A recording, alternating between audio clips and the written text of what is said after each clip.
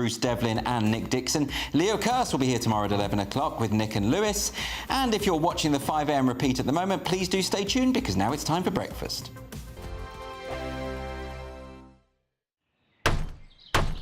Who is it? We're here for the show. More energy this time! Welcome to the Dinosaur Hour. I was married to a therapist. And you survived? I thought we were getting Hugh Laurie. Second best. You interviewed Saddam Hussein. What's that like? I was terrified. I'm playing strip poker with these three. Oh! No, thank you. My CDs need to be put in alphabetical order. Are you going to be problematic again? The Dinosaur Hour. Sundays at 9 on GB News. What you get for breakfast is something that, if we do our jobs right, you will wake up to news that you didn't know the night before. It's a conversation. It's not just me and Eamon. We want to get to know you, and we want you to get to know us. From 6, it's Breakfast with Eamon and Isabel. Monday to Thursdays on GB News. Britain's news channel. People in Britain, they love free speech, but they also love fair play. I don't care if I'm speaking somebody from a trade union, from the Labour Party, somebody from the SNP. And I think the viewers like to see that actually we can challenge one another, but in a positive way. We think we ask the questions that people want to ask, and often we ask the questions that we wanted to ask in Parliament but never got the chance to ask. So join us every Saturday, 10 a.m. till noon on GB News, Britain's news channel. Nightmare commute.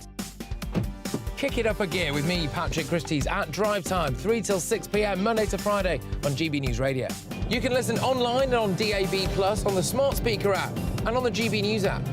And if you've got an Alexa, all you have to say is, Alexa, play GB News. We're also on TuneIn and the Radio Player apps. From the school run to rush hour, get revved up with me, Patrick Christys, on GB News and GB News Radio. Tired of the usual focus-tested, pre-prepared Westminster runaround? Well, so am I. So you want higher taxes? Is your department to blame for this? Are you rethinking this policy? Every Sunday at 9:30, I'll be sitting down with those in power to get the truth about the issues affecting you. Let's be honest, we've known about the cost pressures of this project for years, not months. That's the Camilla Tominey Show, a politics show with personality. On GB News, the People's Channel, Britain's news channel. Join us every night on GB News at 11 p.m. for Headliners, which is 3 top comedians going through the next day's news stories, which is exactly what you need, because when the establishment has gone crazy, you need some craziness to make sense of it. Headliners. You don't have to bother reading the newspaper. We've got it covered for you. Every night at 11 p.m. and repeated every morning at 5 a.m. We won't send you to sleep like some of the other paper review shows out there. So join us 11 p.m. every night on GB News. The People's Channel, Britain's news channel.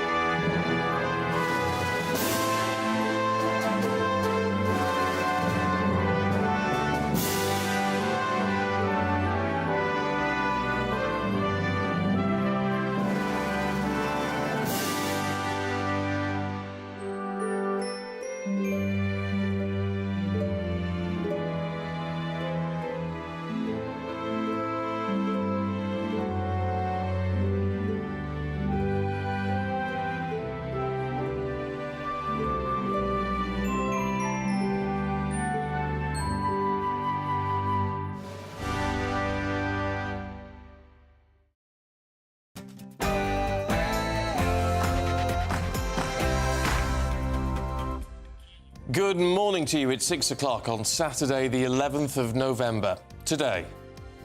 These 2 short minutes of silence, the peoples of the Empire remember. The living find their communion with those who marched into the great beyond. We must never betray their trust, nor cast away all that they, in those 4 years, fought to save. We will remember them. Britain marks Armistice Day, 105 years to the day the bloody fighting of the First World War ended, as a 2-minute silence takes place at the 11th hour on the 11th day of the 11th month. But as tensions are inflamed over a pro-Palestine march, which is planned to take place nearby, over 2,000 officers will be on duty in central London as part of a major policing operation. We'll be speaking to a protester and a former chief constable together in just a few moments. And what could have been a week where Labour tore itself up over foreign policy has now devolved into a new round of Conservative infighting. Rishi Sunak considering a reshuffle apparently next week, but has he got much left to play for? And the royals will be attending remembrance events across the weekend, but one family member is likely to have other things on his mind as Prince Harry learns that a trial can go ahead now against the Daily Mail newspapers, adding to the list of the Duke's court battles with Fleet Street. Could our very own Farage be lying in a box of cockroaches and eating kangaroo bits in the jungle? We'll have the lowdown on that and the rest of your showbiz this morning. And Aidan's got your weather. For once, we've got plenty of fine weather on offer this weekend. Find out all the latest in the weather update coming up soon. And another Aidan's got your sport. Yes, indeed. In the Premier League, Manchester United coach Erik ten Hag could be pushed closer to the exit door at Old Trafford if they lose at home to Luton. And we'll be hearing how a young Team GB tennis hopeful reached his first ATP final. Morning to you. I'm Stephen Dixon. And I'm Anne Diamond, and this is Breakfast on GB News.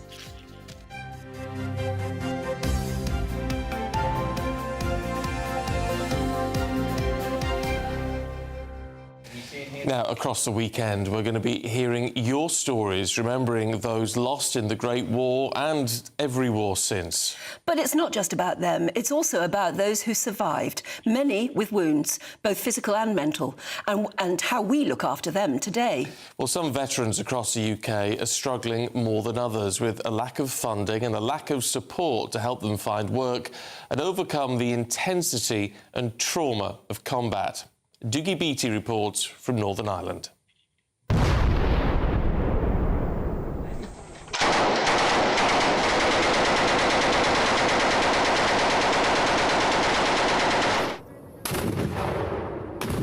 Well, we have a saying, you've never really lived, right, until you've almost died.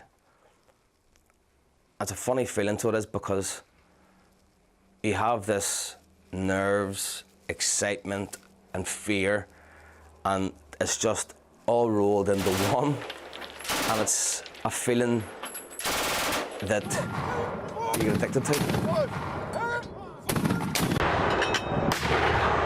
Paul Johnson is a veteran of the 2006 Battle of Musa Qala. For 55 days, the Royal Irish were under constant attack from the Taliban. Tiredness was one of the main things, right? But then you add into, you know, people getting injured every day. Every time you go up into one of them sangers, you're getting shot at. I remember the whistle of the mortars, and you knew whenever, at the end of the whistle, there's an explosion. And that whistle put the fear of God into people. 17 years on, these soldiers have had problems adjusting to civilian life. Unfortunately, there's been a lot who've tried to kill themselves, and a couple who have. Obviously, of the nightmares that they have, it's taken its toll on them. Northern Ireland is 2.8% of the UK, but makes up 9% of the British forces. The only veterans hostel is privately funded. And Robert McCartney of Beyond the Battlefield explains why. During the Good Friday Agreement, the signing of the Good Friday Agreement, there were 16 groups exempted from getting funding, and they were all the paramilitary groups, but the paramilitaries also insisted that the military were involved in the no funding groups. So as soon as the Good Friday Agreement was signed, they then became community groups, where we can't become a community group because we are veterans. And as a result of that, community groups get millions in this country, as everyone's aware. Veterans get very, very little. This hostel gives a real chance for those that gave their all, and more importantly, a place to call home. When we got it, it was derelict. We spent 15 months really doing it up. Now, we didn't get any funding to do it up. They got no government funding, we got no funding from anyone. So basically it was funded by social clubs, by football clubs, and just private associations. And everything in there is basically recycled. But we've now got the 10 bedrooms, and we've got veterans living in here now who would normally either be in the street or probably be in prison. Doogie Beattie, GB News, Portavogie. Well, amidst all of this, the Metropolitan Police are gearing up for an unprecedented security operation today, as possibly about 500,000 people could descend on the capital. And despite a large amount of opposition, a pro-Palestinian demonstration will march across London towards the US Embassy. Now, nearly 2,000 officers are going to patrol that route, protect poppy sellers, if that's necessary, and create an exclusion zone around the Israeli and American embassy buildings. It's going to make it a very difficult day, I think, isn't it? Just hope that it works out. But we don't normally have to think of these things on Armistice Day, do we? No, we don't. But then what worries me slightly is there is this assumption that these protesters are going to cause problems. I don't know, is that likely to happen or not? I mean, let's hope that they are just protesting peacefully. They're going to gather and then march and then... And that's it, and it is just a peaceful protest, at which point it may be a bit disrespectful that it's happening on Armistice Day, but if it's peaceful, all well and good.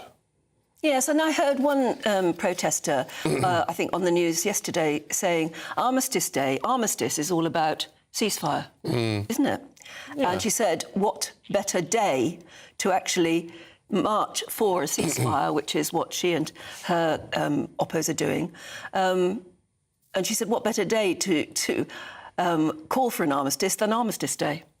Well, So I you mean, can that's see a that fair point of point. view, yes. It's a fair point, but also amidst all of this, and this is where it gets difficult because, of course, some of the pro-Palestinian demonstrators are sort of backing Hamas and saying things which are anti-Semitic. Is that a minority? Well, you've got to hope so. Yes, I really But also there's these calls saying, well, there's going to be other people gathering who are far right, sort of counter-demonstrations. But I've had a lot of people contact me on Twitter and what have you, saying, well, we want to counter this, but we're not far right.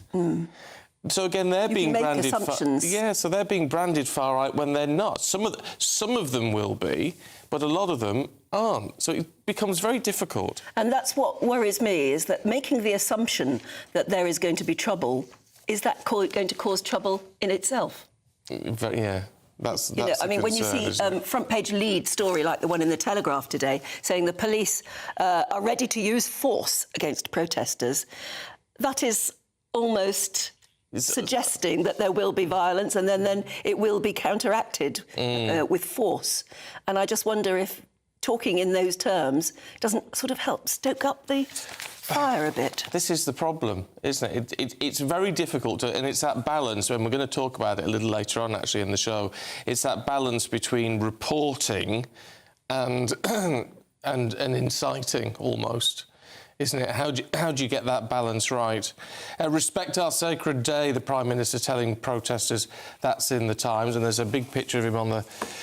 I see quite a nice picture for the Express this morning. I think that's rather nice. Remembrance is sacred, a moment of unity, of shared British values. And you see Rishi Sunak there sort of kneeling down or sort of squatting down to look at the field of remembrance, the poppies and the little crosses. And I think that's the right tone, actually. Yeah. You know, how about a bit of respect, everybody? Excuse me. Yeah, I think that's right. I'll tell you what, I'm just keeping my fingers crossed that it remains peaceful and that the vast majority of protesters actually protest in a respectful way. And I don't see why that's not possible. I think most people would want that, wouldn't they? And I'm sure most people turning out. And again, on many of the front pages, there's a new official portrait of the King there. Oh, is that what it is? I didn't realise. Yeah, it's a new official portrait. It's a lovely picture. It's an extremely good picture, isn't it? It does. He looks... I mean, I've never met him, I don't think. No, I haven't. But he always comes across as being kind. You met him, of course, very recently. Last week, yeah. Yes. Yes. How did that go across? You had a bit of a chinwag with him. It was Wonderful. You know me, I'm not terribly impressed with things like that, but oh, what a day it was. It was incredible. And he was lovely. He was absolutely brilliant. Total gold. He knew about me, he knew me. I mean, whether he'd just been briefed a minute before or whatever, but he was able to talk really well with me about the campaign, the Cot Death campaign I did all those years ago. But you see, he will have been say, briefed about you. But for most people, he will be given a little nod and a little note. But he's going to know who you are. Well, I don't know. But I was quite shocked that he did. But anyway, and we were able to have a proper conversation. Yeah. And it was lovely. And he cracked a couple of jokes. Oh, that's nice. And honestly, it was just magic. And they made it such a wonderful day. Everybody at the palace, every time you turned a corner, they said, if you just go up the stairs and round the corner, one of our other people will be there to get you. And then as you turned the corner, the people all in their gold braid and everything, you know, they say, Miss Diamond, absolutely, how lovely, what a wonderful day. It's like every single one of them knew you. And I mean, really, they do it so well. I was terribly, terribly chuffed. Lovely. The King was lovely. You see, and that's very nice to know, I think. And that's how he comes across in this new picture. It's lovely, isn't it? Very nice, too. And, of course, he's going to be... The official act of remembrance is always on the Remembrance Sunday. Yes. So that's going to be happening tomorrow, of course. And it'll be... Actually, I know he's stood in for Her Majesty in previous years when she's watched from the balcony. But I think it'll be nice to see him leading that tomorrow. And quite a few commentators in the newspapers today saying the one royal that we will miss, and actually he's the one royal who has served in action twice in Afghanistan, is Prince Harry, who sort of belongs there, doesn't he? Well, look, he has been on the front line of it all. He has. So it's a shame. It's a shame. Anyway, look, it's 12 minutes past 6. If you've just joined us, let's remind you of the top stories this morning. Well, Britain marks Armistice Day today. 105 years to the day the bloody fighting of the First World War ended, as the annual 2-minute silence takes place at the 11th hour on the 11th day of the 11th month. But as tensions are inflamed over a pro-Palestine... march, which is planned to take place nearby, over 2,000 officers will be on duty in central London as part of a major policing operation. And meanwhile, the Tories descend into a new round of political infighting, with Rishi Sunak now mulling a reshuffle, apparently, as early as this coming week. Has he got anything left to play for? And Prince Harry has learned that a trial can now go ahead against Daily Mail newspapers, adding to the list of the Duke's court battles with Fleet Street. And after a week of endless headlines and controversy from the COVID inquiry, we're going to be looking back at the most important revelations with Oxford professor Carl Heneghan, who claims the inquiry is biased against lockdown sceptics.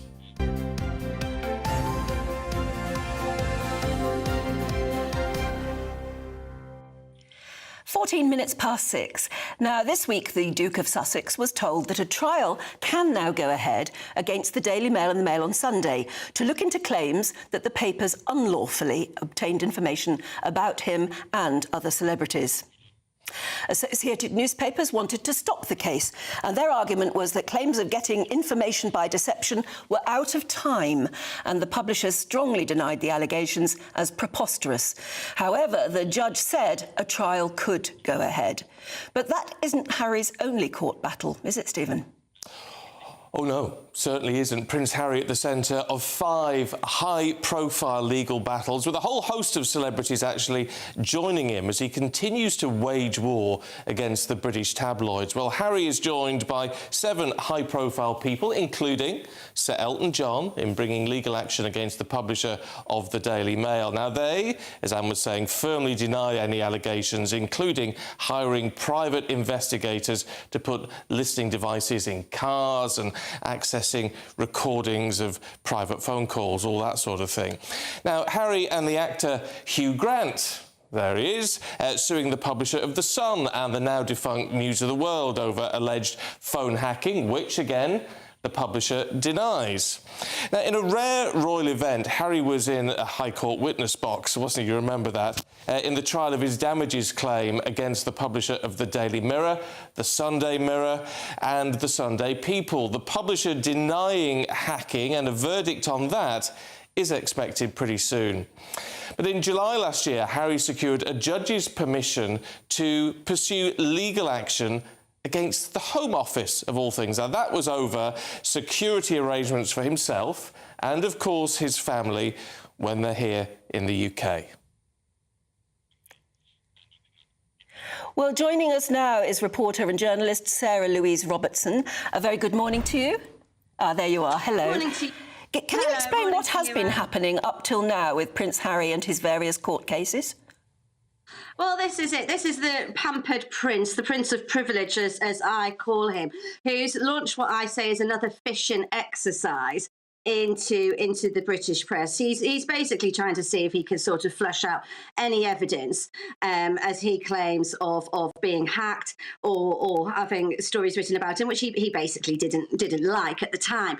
And we've seen with what happened with the Daily Mirror phone hacking case earlier in summer that actually it was just based on feelings and there was no facts whatsoever. And during the 3 hours of testimony in which Harry went into court and spoke, that actually he absolutely gave no evidence whatsoever in the Daily Mirror case of anything to sort of substantiate his allegations against them into phone hacking. He even admitted in that court case that he wanted to flush out evidence in court. So he actually didn't have any evidence. And during that appearance, it was laughable, really, because he said, I don't know, no fewer than 18 times, because he didn't remember 9 times. And then he bounced questions back to his very, very, very expensive barrister, who also happens to be Elton John's very, very, very expensive barrister. And obviously he's very close friends with Elton John, Sir Elton John, shall I say. So he did that 4 times. So it's just so interesting that he's even willing to put himself through all that humiliation again. But he is. And it really does stick, Anne, because, as I say, this is a man who is living in great privilege, who is in self-imposed exile, and he's not living in a rough and tumble place. He's living in California, the state of California, which has a better performing economy than the whole of the United Kingdom. So it's not like he's doing badly. And there he is with his A-list friends, and he's just very woke. It's all about his woke politics, about appeasing his woke friends. And as I say, he just wants to have a go at the press. It's all about feelings. It's not about facts with Harry. And he has become something of a puppet as well for this activist group Hacked Off, which is run by another A-list friend, Hugh Grant of all people, who's had it in for the press since he was caught seeing a prostitute all those years ago by the News of the World and has never got over it, the fact that he was outed in the way he was. So Harry's almost become their puppet and their figurehead for all these rich A-listers who don't want anything ever written about them at all in the press that might be inconvenient or they might not like. I'll tell you what, though, Sarah, look, they may be well off. Maybe there's an element of woke about it all and all the rest of it, but it doesn't mean they're not entitled to some level of protection, that they're not entitled not to have their phone hacked or their bins rifled through or anything else. Well, yes, of course. There was practices done many years ago, which aren't, they're not adhered to this day. But what I'm trying to say is there's a difference between that and press intrusion. And really, what Harry's trying to do is he just wants to shut down the press altogether. He wants a completely positive press where nothing is ever written about him that could be in any way negative. This is, I say, about feelings and not facts. That's the way he wants to go. And if he starts getting his own way, he's got this real bee in his bonnet that he wants to do. And if he starts getting his own way, who knows where it's going to lead? Because a story that he thinks is inconvenient to him, he doesn't want to see out there. And this is where we're going with this.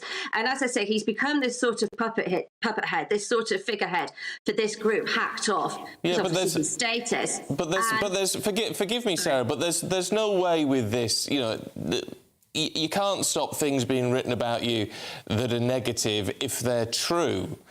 But it's about stuff being written that's negative that is not true. And that would be a problem for any of us.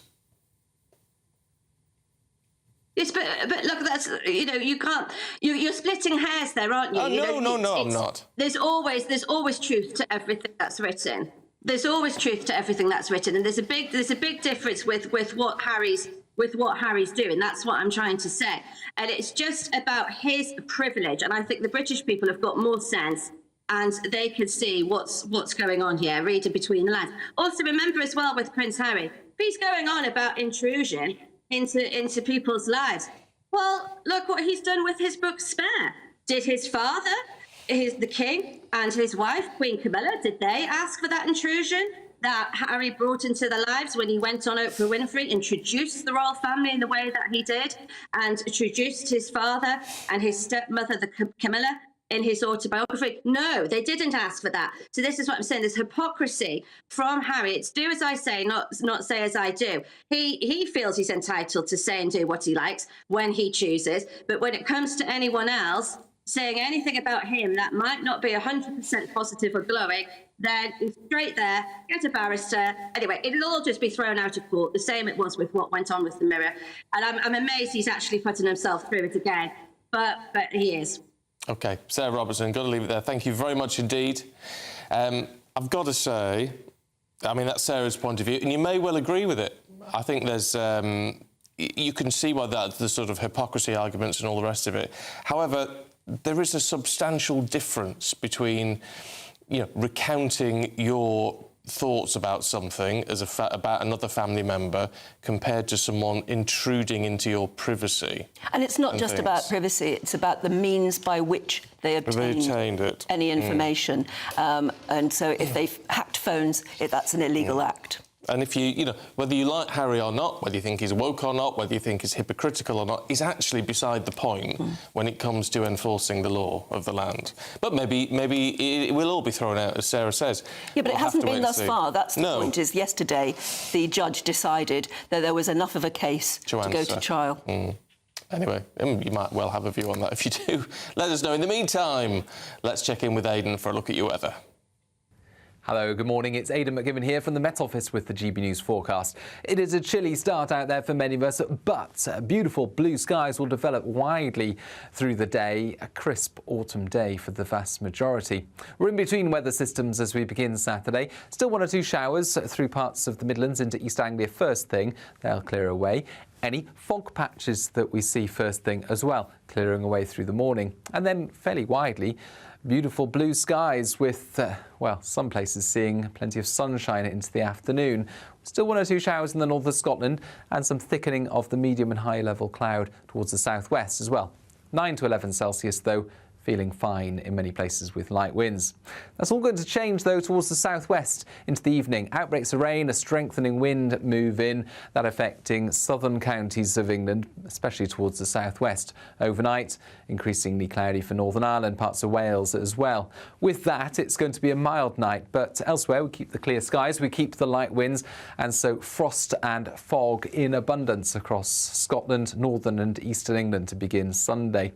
A cold start with temperatures well below freezing for some sheltered parts of Scotland and a widespread frost elsewhere in the east. We've also got some persistent fog across Yorkshire, slow to clear through the day. Outbreaks of rain pushing in from the west elsewhere. Mild in the southwest, but breezy, cold but bright elsewhere. I didn't pay attention to any of that. No, sorry, Aidan. I think cold, though, isn't it? It's winter now, isn't it? You feel it. 3 degrees. Feel it in your bones. It was 3 degrees this morning. It was 2 when I got in the car. Yeah, I couldn't believe it. So that's nearly... Well, that is a frost, isn't it? It is a frost, yeah. Oh, dear. Poor plants. Here we go. Anyway, coming up next for you, will Manchester United manager Eric Ten Hag get the sack? We'll find out from Aidan McGee.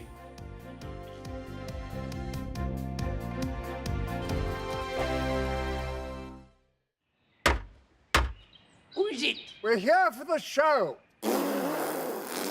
Welcome to the Dinosaur Hour with me, John Cleese. I was married to a therapist. And you survived? I thought we were getting Hugh Laurie. Second best. You interviewed Saddam Hussein. What's that like? I was terrified. I'm playing strip poker with these three. Oh! No, thank you. My CDs need to be put in alphabetical order. Are you going to be problematic again? The Dinosaur Hour. Sundays at 9 on GB News.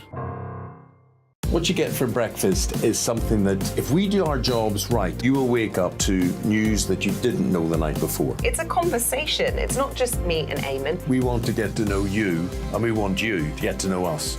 From 6, it's Breakfast with Eamon and Isabel. Monday to Thursdays on GB News. Britain's news channel. People in Britain, they love free speech, but they also love fair play. I don't care if I'm speaking somebody from a trade union, from the Labour Party, somebody from the SNP. And I think the viewers like to see that actually we can challenge one another, but in a positive way. We think we ask the questions that people want to ask, and often we ask the questions that we wanted to ask in Parliament but never got the chance to ask. So join us every Saturday, 10 a.m. till noon on GB News, Britain's news channel. Nightmare commute. Kick it up a gear with me, Patrick Christys, at Drive Time, 3 till 6 p.m, Monday to Friday on GB News Radio. You can listen online and on DAB+, on the smart speaker app and on the GB News app. And if you've got an Alexa, all you have to say is, Alexa, play GB News. We're also on TuneIn and the Radio Player apps. From the school run to rush hour, get revved up with me, Patrick Christys, on GB News and GB News Radio.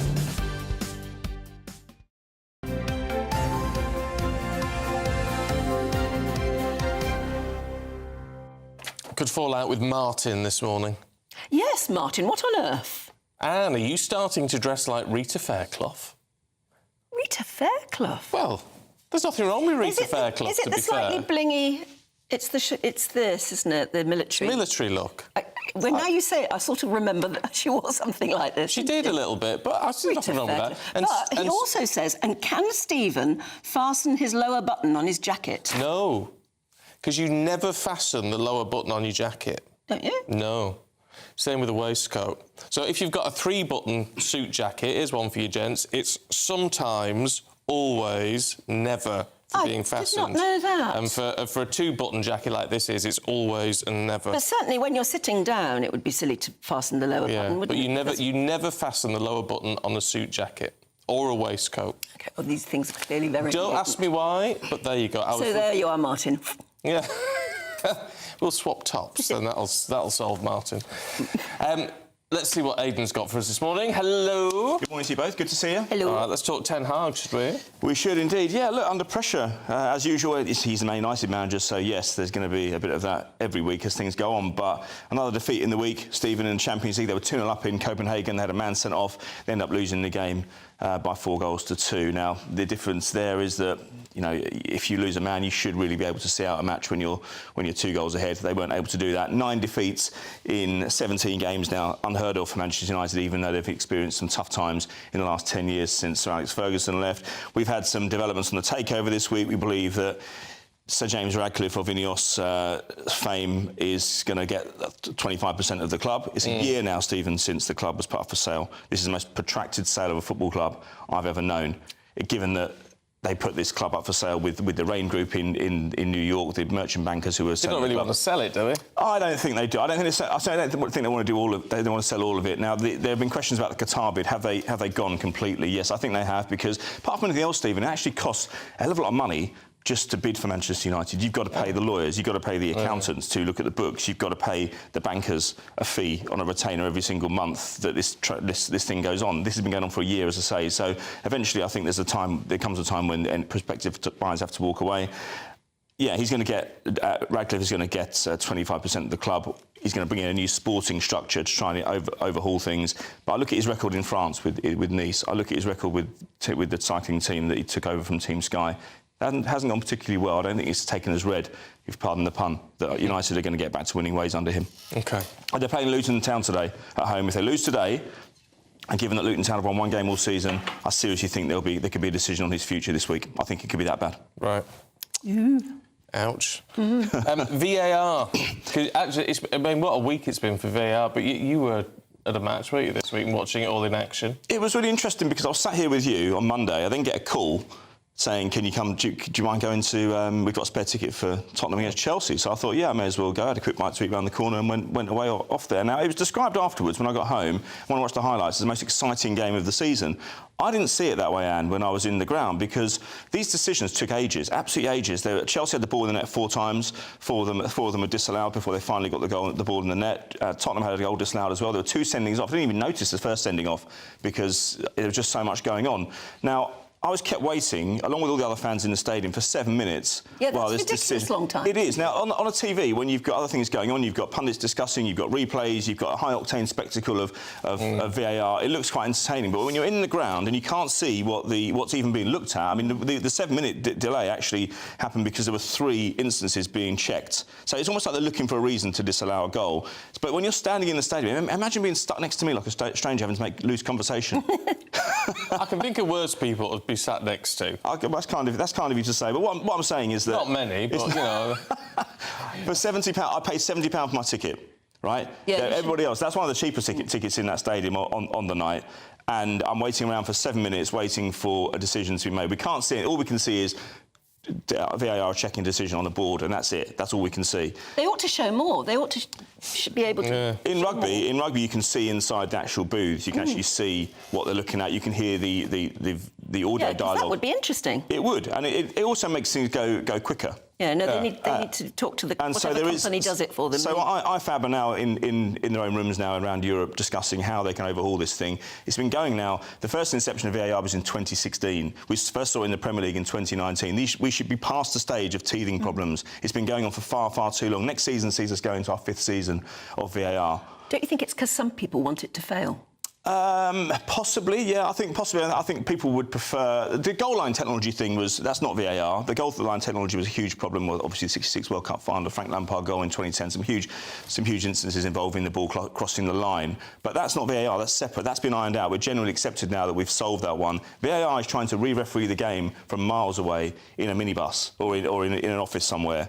And I think that this overhaul is going to take a long time before we're going to see a lot more calamitous instances before we actually iron it out, if we ever do iron it out. And one solution I've thought as myself, there are 700 players released every year from academies, young players who've given sacrifices and given everything to the game but haven't quite made it. Why not try and retrain some of those guys to give them an option to stay in the game? They know the game, they've played the game recently, they can tell that, yes, a tackle may look bad on television, but look, I've recently played the game, it's not so bad.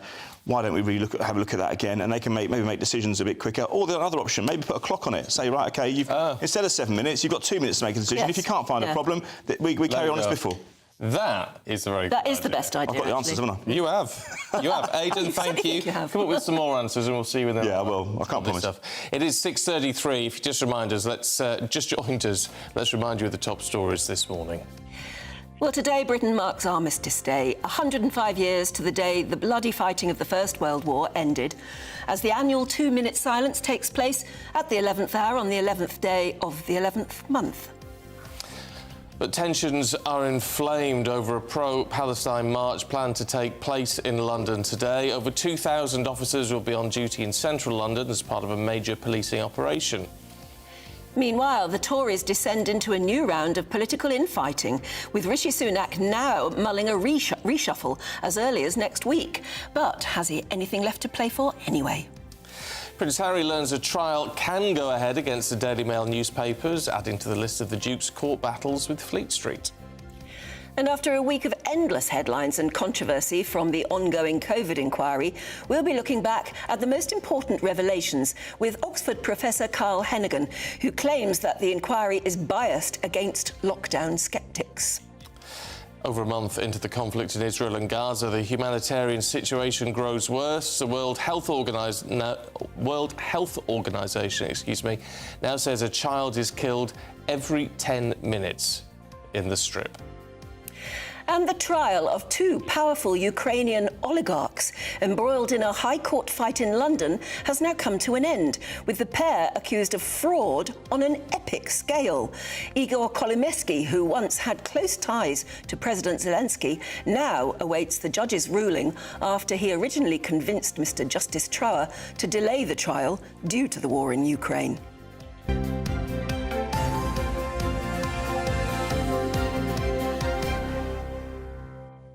just on this pro-Palestine march thing, we've got facts. Whenever there's something this controversial, facts are important. Kathy's been in touch. Hi, Kathy. And she says, I'm very nervous about today. My biggest worry is the protesters won't respect our 2-minute silence and will chant over it. But it's not happening till later on. This is the thing. It's not happening till later on, and it's not happening anywhere near the cenotaph. So hopefully there won't be any microphones anywhere near anyone. It shouldn't be. At 11 o'clock. No, there really shouldn't be. Yeah, Jason says it's sad, and it's a disgrace to our country that we've allowed this march. It's not really a disgrace, though, is it? Everybody's entitled to protest and march. I almost think it would be a disgrace to the country if we hadn't allowed it, in the sense that you can't only allow protests that you sort of agree with. No. Admittedly, this is problematic because there has been an element of anti-Semitism and things involved, some terrible which, of course, things. which is not good. But most of the protesters won't be backing that, surely. It's interesting. Duncan makes a good point. Morning, Duncan. And it may even, be something to do with the way the media reports it as well. He says if you go out looking for trouble, you will find it. Yeah. And that is true too. Yeah. Jack says they could march on another day. The problem is the respect is not there. And I mean, that I agree with. I do sort of think that they should have just done it another day, really, and not today. I think it has caused unnecessary problems. However, maybe we're all, newspapers, media, maybe we're all giving them the oxygen of publicity. But then shouldn't they have the right to do what they want? Yeah, well, that's... So long as it falls within the legal... so long as it's not hatred... and anti-Semitic and supporting a terrorist group, as long as it isn't that, and they're just protesting because they're concerned about Gazans, then that should be all right, shouldn't it, within the scheme of things? But whatever, do keep your views coming in, don't you? gbviews@gbnews.com. And did you know, do you need me to tell you, Beatlemania is back? The Beatles returned to the top of the UK music charts yesterday. They've got another #1 with a song, of course, we know. It's made by AI, but we'll have a listen and look at that and much more in Headline Makers.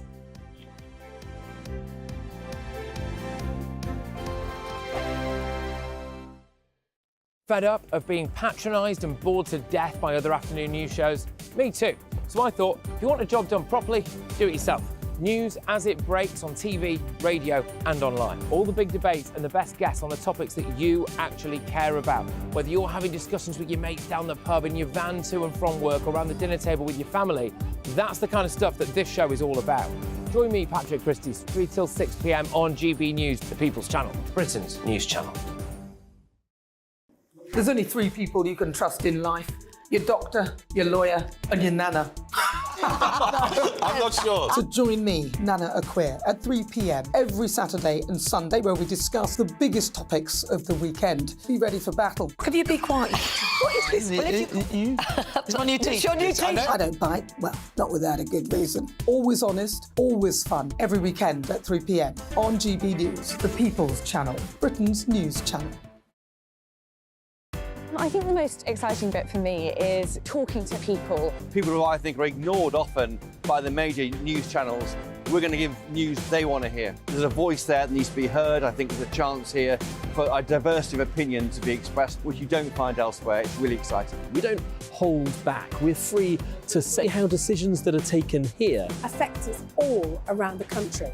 Only on GB News, the People's Channel, Britain's news channel.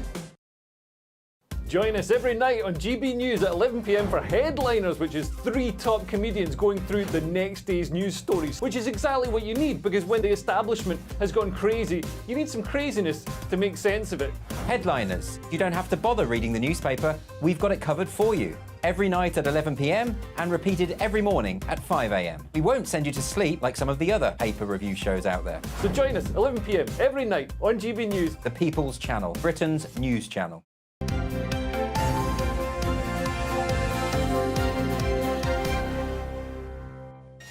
At 6:39, good morning. Let's go through some of the day's headlines with showbiz journalist Stephanie Tecci and author and journalist Susan Holder. Good morning to you both. Before we do that, though, let's just bring you up to date with what the newspapers are covering today. Well, let's have a look at the Mirror. It says, torn apart. 2,000 police to keep the peace during huge demonstrations, with police guarding the cenotaph on Armistice Day. The Eye says Braverman faces the sack for going rogue as the Prime Minister prepares a reshuffle. The Financial Times reports on the US Secretary of State Antony Blinken's comments that far too many Palestinians have died in this conflict. That's a bit of a shift of tone from the White House. And here's an interesting one. Actually, it really is an interesting one for once from the Daily Star. Unexpected human in the bagging area, it says. And this is because Booths, the supermarket, which you'll know if you're a northerner... Yeah, I've never heard of it. No, think of Waitrose in the north. OK, so quite posh. Well, it's like the posher end. My mother-in-law works in Booths. So there you go. But anyway, they're replacing all of its self-service checkouts. You pack and scan and pack, whatever. They're getting rid of it. Gosh. So, OK, well, we'll talk about that a bit later on, maybe. Yeah. Right now, let's go to our newspapers, our headline makers, Stephanie and Suzanne. And the Beatles, Stephanie. Yeah. The Beatles are back at #1. They are 54 years later since their last #1, which was the ballad of John and Yoko, which came out in 1969. So they've had this recording of John Lennon singing some vocals on their new single, Now and Then, 8 days after its release. It's now topped the charts. What I've loved about this as well is that people have physically been buying the record. They've managed to shift 38,000 worth of physical sales for this song, which is quite big because no one really buys CDs anymore. No. So it's quite good that it's So has it been released on a CD then? Yeah, it's been released on a CD. Yep. And then also it's digital stream and it's got about 78,200 streams. And I think That's not that many, though, is it, really? These days it kind of is, but this is within a week, so I can imagine within a month it's just going to increase more. But, you know, when it comes to the Beatles, there's still that Beatlemania, which well, is you know, when I was a fascinating. kid, I'm probably the only one older enough here to have remembered those days. Every single time the Beatles brought out a single, whatever, it just zoomed to #1. It clobbered everything. It was, and then it would stay at #1 for weeks and weeks and weeks. I cannot believe that here we are, all these years later. I can't because they've never been surpassed, though, have they? No. I mean, and I don't think they ever will be. I mean, the fact that what they achieved and You'll be in trouble when you go. Well, no, I'm not in trouble because he understands. My husband does understand that the Beatles are the best band the world's ever seen because of the body of work they did in a very short space of time. They were only together for 10 years, but that lasting legacy and what they offer is amazing. Right, well, I'm not a huge Beatles fan. Well, no, it's because I just think I'm too young. For once in life, I'm too young. Yeah, but their music lives on. Yeah, it does. But let's these classic songs. Let's have a listen to this new #1.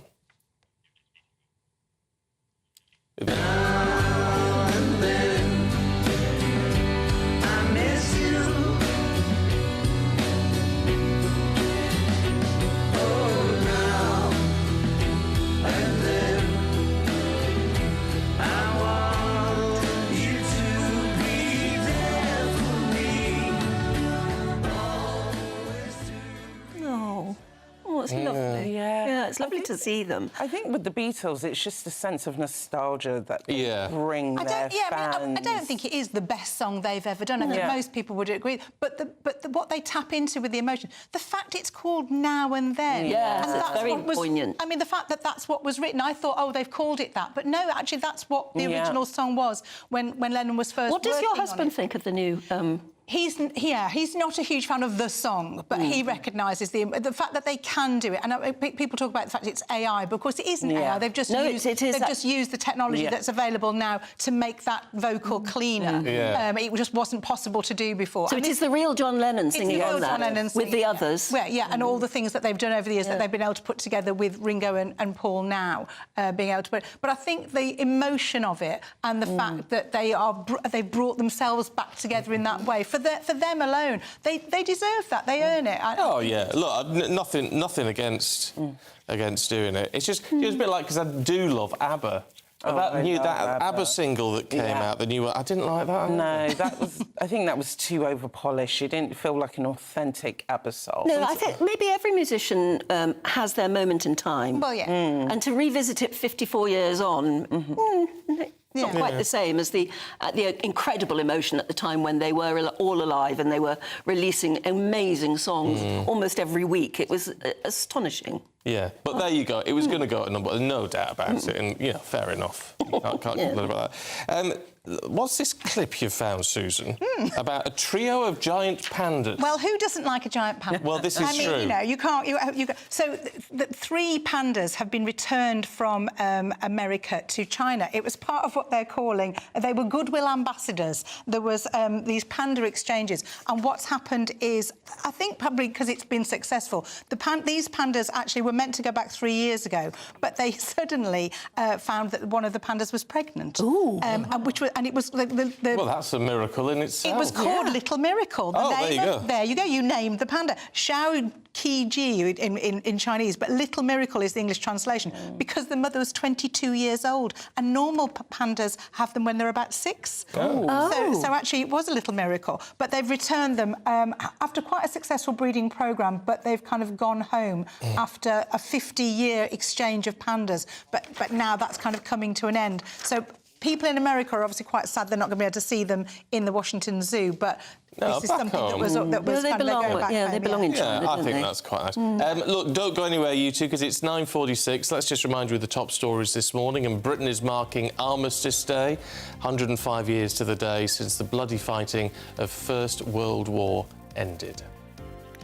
But as tensions are inflamed over a pro-Palestine march, which is going to take place nearby, over 2,000 officers will be on duty in central London as part of a major operation. Meanwhile, the Tories are descending into a new round of political infighting. There could be, we're told, a reshuffle as early as next week. And Prince Harry has learned that a trial can go ahead against Daily Mail newspapers, just adding to the list of his court battles against Fleet Street. OK, let's return to our headline makers, should we, this morning.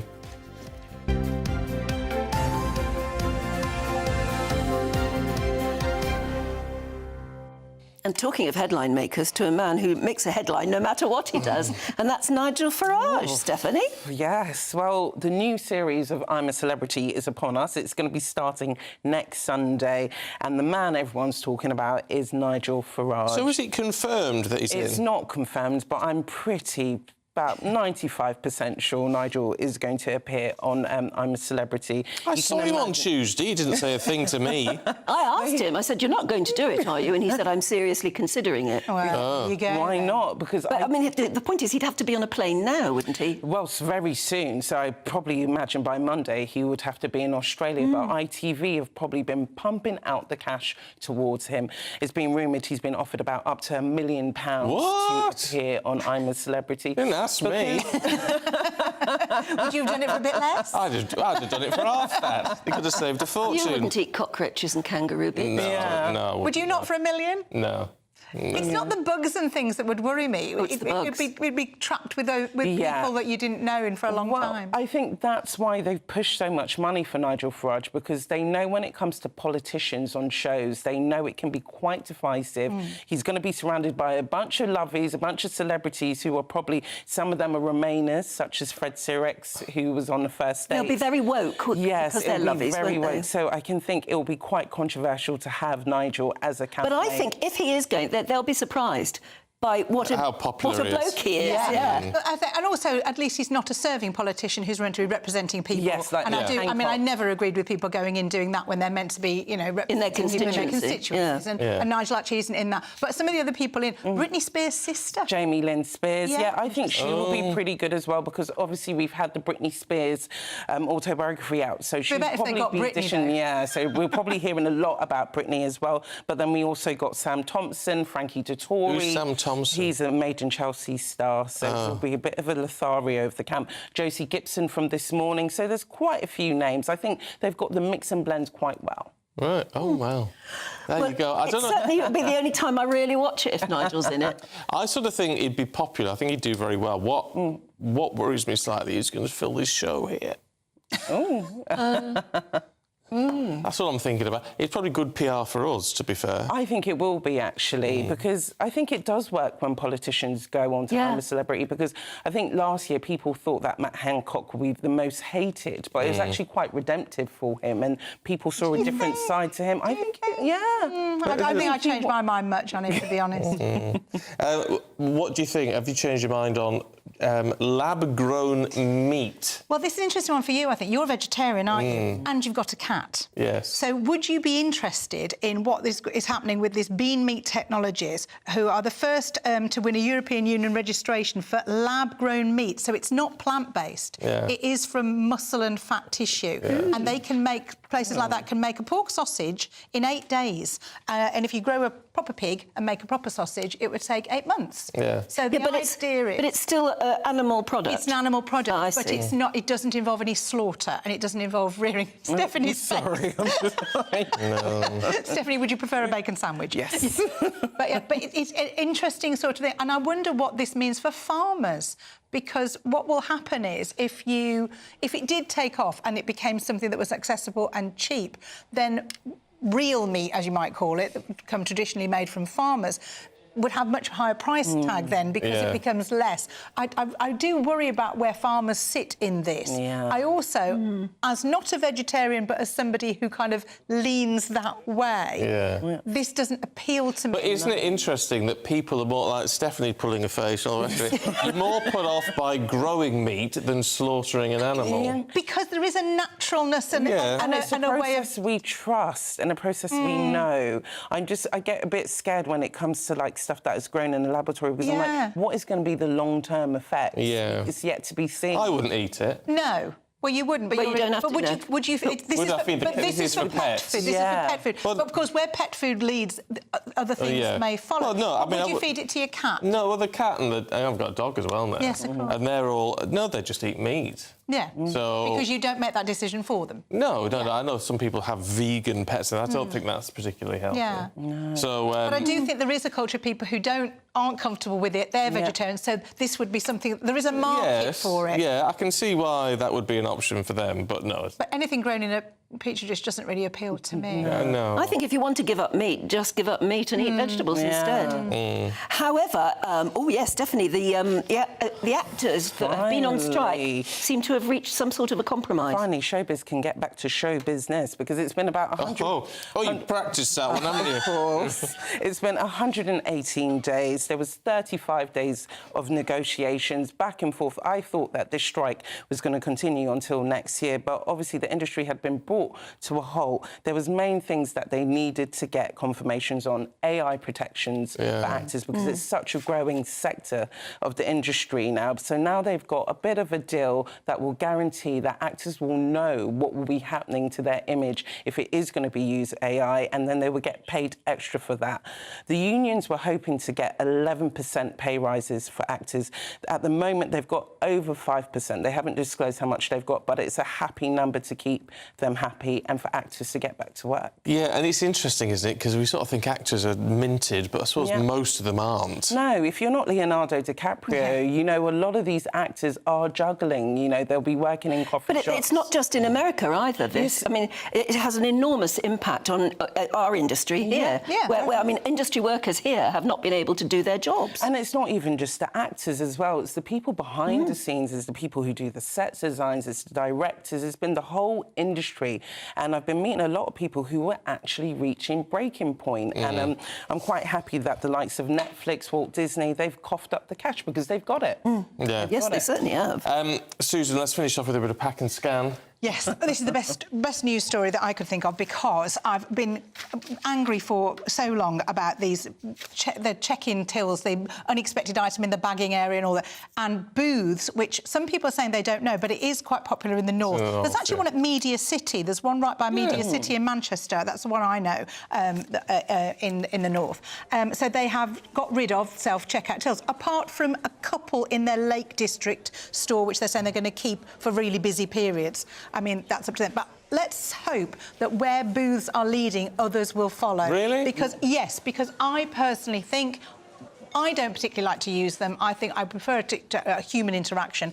I think it's a licence for people to shoplift. Yeah. I have seen it. You watch people and they think no one's watching them, and nobody who works in the place is watching them. Other customers might be. I've seen people in Marks and Spencer's. They've taken the tags off in one of the Marks and Spencer's, so you can scan it more easily. You don't have to take your tag off. And people are just stuffing things in. Now, once they realise, I'm hoping that will make them think, well, actually, this isn't cost-effective, is it? Well, in Sainsbury's, certainly, there's 2 Sainsbury's near me, and where they've taken all but 2 tills out now, so the whole line is pack and scan. Oh no!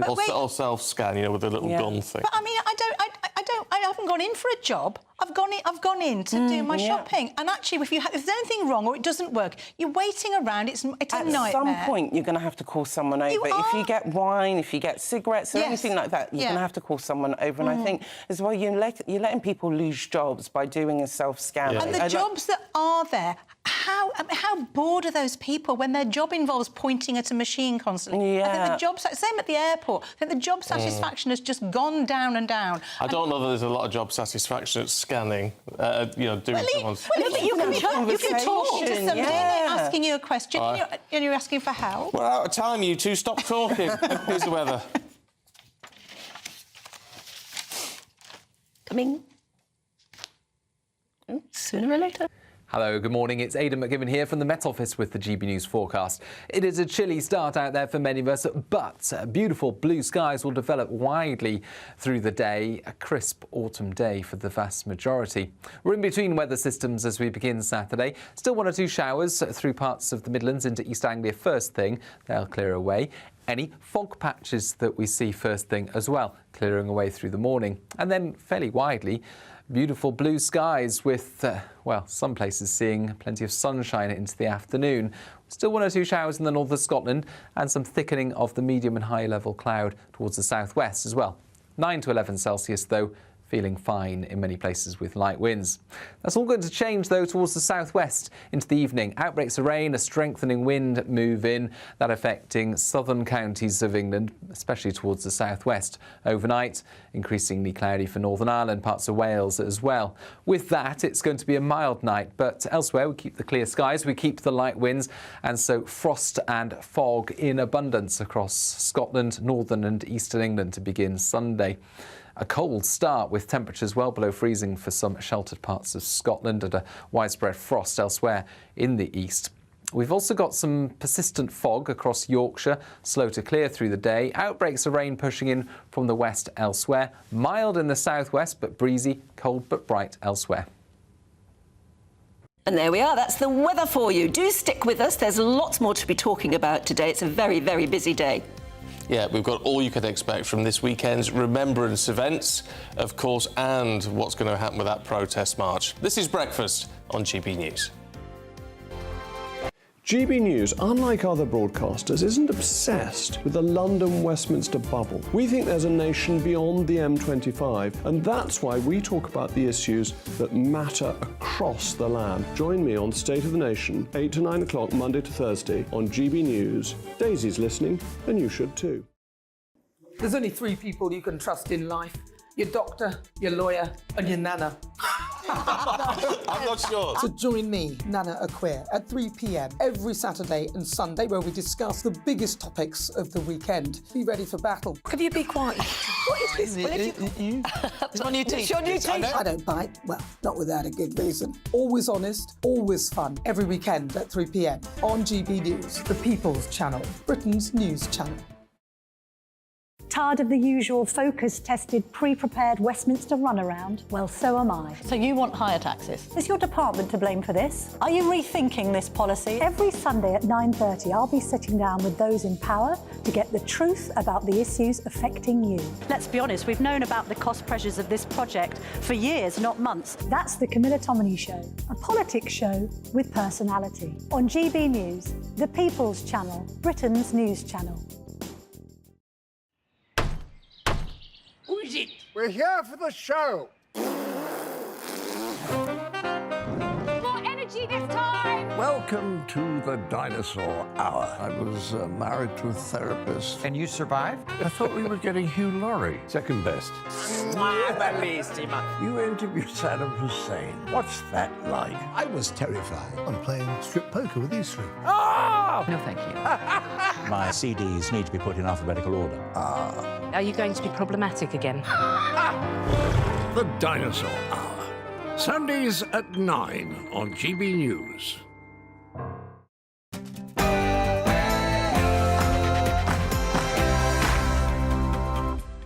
Good morning to you. It's 7 o'clock on Saturday, the 11th of November. Today. These 2 short minutes of silence, the peoples of the Empire remember. The living find their communion with those who marched into the great beyond. We must never betray their trust, nor cast away all that they, in those 4 years, fought to save. We will remember them. Britain marks Armistice Day, 105 years to the day since the bloody fighting of the First World War ended, as the 2-minute silence takes place at the 11th hour on the 11th day of the 11th month. But as tensions are inflamed over a pro-Palestine march which is planned to take place nearby, over 2,000 officers are going to be on duty in central London as part of a major policing operation. We'll be speaking to a protester and a former chief constable in just a few moments. Now, what could have been a week where Labour tears itself up over foreign policy has now devolved into a new round of Conservative infighting. Rishi Sunak is apparently considering a reshuffle this coming week. Has he got much left to play for? And the streets are littered with disposable vapes, and the school gates are covered in plumes of cherry-flavoured smog as rogue traders fuel the epidemic of teenage vaping. We're going to be talking with a young vaper, one of the country's top cancer doctors as well. Well, a week of endless headlines and controversy from the ongoing COVID inquiry. We'll look back at the most important revelations with top Oxford professor Carl Hennigan. And Aidan has got your weather. For once, we've got plenty of fine weather on offer this weekend. Find out all the latest in the weather update coming up soon. And another Aidan has got all your sport. Yes, indeed. In the Premier League, Manchester United coach Erik ten Hag could be pushed closer to the Old Trafford exit door if they lose at home to Luton today. And in tennis, we'll be hearing about a GB hopeful who's reached his first ATP final. Morning to you. I'm Stephen Dixon. And I'm Anne Diamond, and this is Breakfast on GB News.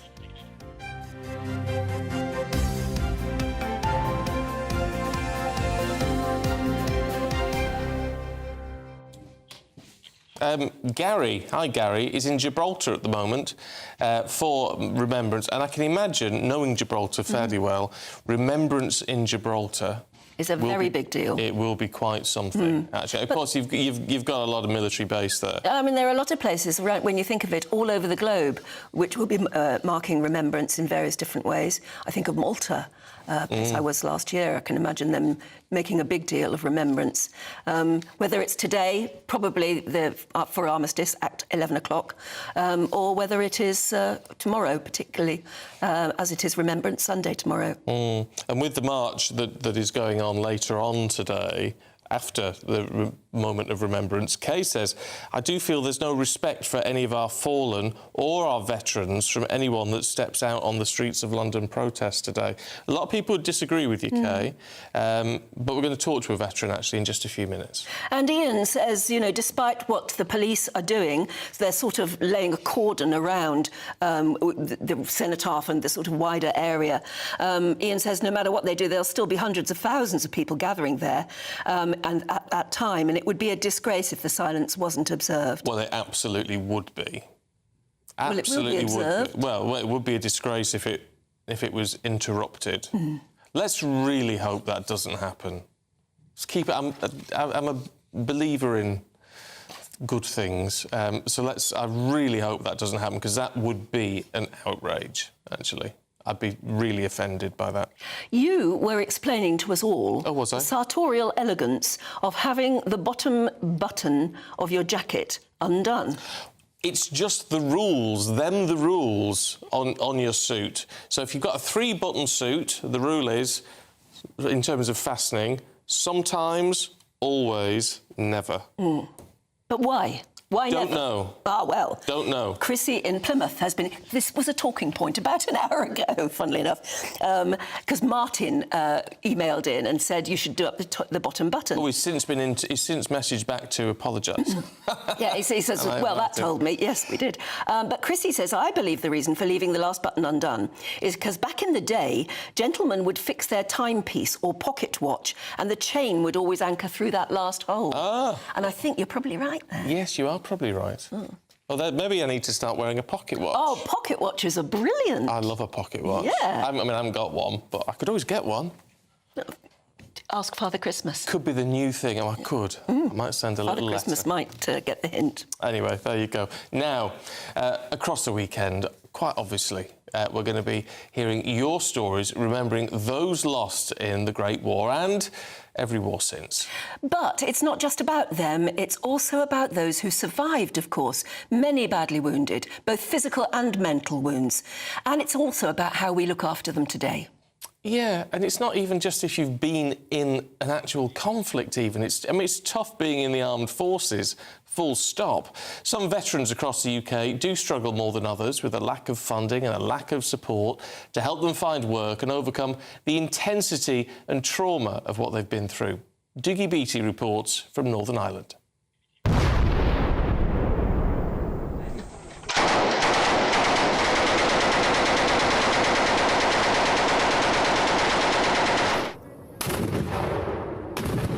We have a saying, you've never really lived, right, until you've almost died.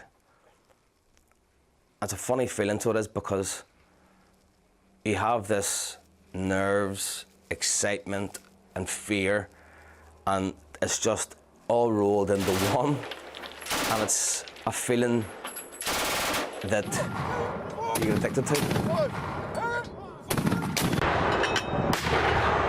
Paul Johnson is a veteran of the 2006 Battle of Musa Qala. For 55 days, the Royal Irish were under constant attack from the Taliban. Tiredness was one of the main things, right? But then you add into, people getting injured every day. Every time you go up into one of them sangers, you're getting shot at. I remember the whistle of the mortars. And you knew whenever, at the end of the whistle, there's an explosion. And that whistle put the fear of God into people. 17 years on, these soldiers have had problems adjusting to civilian life. Unfortunately, there's been a lot who've tried to kill themselves, and a couple who have. Obviously, of the nightmares that they have, it's taken its toll on them. Northern Ireland is 2.8% of the UK, but makes up 9% of the British forces. The only veterans hostel is privately funded. And Robert McCartney of Beyond the Battlefield explains why. During the Good Friday Agreement, the signing of the Good Friday Agreement, there were 16 groups exempted from getting funding, and they were all the paramilitary groups. But the paramilitaries also insisted that the military were involved in the no funding groups. So as soon as the Good Friday Agreement was signed, they then became community groups, where we can't become a community group because we are veterans. And as a result of that, community groups get millions in this country, as everyone's aware. Veterans get very, very little. This hostel gives a real chance for those that gave their all, and more importantly, a place to call home. When we got it, it was derelict. We spent 15 months really doing it up. Now, we didn't get any funding to do it up. They got no government funding, we got no funding from anyone. So basically it was funded by social clubs, by football clubs, and just private associations. And everything in there is basically recycled. But we've now got the 10 bedrooms, and we've got veterans living in here now who would normally either be in the street or probably be in prison. Dougie Beattie, GB News, Portavogie. One of the wonderful things, I think, about the armed forces are some of the titles, which are quite unusual, but they all have their historic context, don't they? Let's talk to someone who had a title you may not have heard of, which is Lance Corporal of Horse. Gosh. I just think is fabulous. That's beautiful. It's now a veteran, but only just a veteran, Ash Parker, who joins us now from Salisbury. Ash, really good to see you this morning. Talk us through your time in the armed forces and what life has been like for you. Yeah, so I suppose I'll start by saying, thank you for having me on. So I'm from South Africa, initially from Cape Town. I moved to the UK when I was just a lad back in 2004 and joined the army in 2010. So yeah, I joined the Household Cavalry Regiment. And the start of my sort of career was on the ceremonial side. So it's two sides of the regiment, ceremonial and the armoured side, so operational. Did 4 years, or just under 4 years, ceremonial before moving across to the armoured sides, where it really the job it entails so much, primarily sort of reconnaissance based, but really expands to all manner of things, pretty much whatever task can sort of come your way. And for me, that kind of included a lot of things along the humanitarian aid sort of front. As well as sort of helping out partner nations, foreign partner nations, and to help train them and educate them in better ways to defend themselves and protect themselves. So really just kind of, helping those around us. So as somebody who has served, you've been part of that life. What does today mean to you? Well, it's a big, it's a big question. I suppose the easy answer would be reflection, and I'm sure anybody would really say that. But really, what does that reflection mean? Yes, looking back over past conflicts, absolutely. One of the main reasons that I joined the army or chose to serve in the first place was because moving to the UK, I was just so absolutely blown away with the way that people sacrificed themselves and served and gave as much as themselves as possible, and often quite thanklessly, but they did it anyway. So really looking back over the past, yes, it's sort of paying respect to those people that sort of might have given all, or at least faced some really hard situations for us over the ages. But also, I think reflecting on the world as it is now, and also looking to the future as well. I think if we don't learn from the past, as it says, we're doomed to kind of make not necessarily the same mistakes, but we're doomed to kind of repeat ourselves. And I think it's just really important to just look forwards as well. I mean, we focus a lot on people who are lost, and understandably so. I wonder if we do also need to reflect, Ash, on just the people who are serving now, who may not have even been in combat, as it were. I remember, because people won't know, but you served with my husband. And being at a Christmas do on the barracks a couple of years ago, where and you know what it's like, everyone was absolutely wild, drunk, going bananas. And at one point, Daniel said to me... What happened to the mess? What happened to the mess, isn't it? But Daniel said to me, in a moment of being a bit piddled, frankly, but saying, if you look around this room, if there was a major conflict, 50% of these lads would never come home. Ooh. And that's the harsh reality that you all face every day. Yeah, I think, and quite rightly, as you mentioned before, it's service. It's not just those at the pointy end, at the coalface. Service goes as far wide as you can possibly imagine. Like I say, not just those at the coalface doing the fighting, as it were. But all of those in support, all those people, sustaining those people at the front end, keeping them supported. Back in the UK, police, as we can see today, they've got quite a job on their hands potentially. You've got, the fire service, plenty of army reservists. So I still continue to serve in a much reduced capacity, but in the Army Reserve. So I'm now in the Royal Wessex Yeomanry. But there's even organisations such as Defence Equipment and Support, which they are there to supply and support and maintain all the kit and equipment going through the armed forces. All of these people, and families as well. All of these people serving in support in whatever capacity they can, just to enable people to really come together under shared values and just do the right thing. And I think really I was thinking that's of what it means, family. do the right thing. I imagine when you join up, you don't know what's going to happen. As you say, you don't know whether there could suddenly be a conflict in which you are called up to the front line, as you say. And your family, when you join up, must just hope and pray that you're going to be one of the lucky ones that manages to escape being called into a conflict.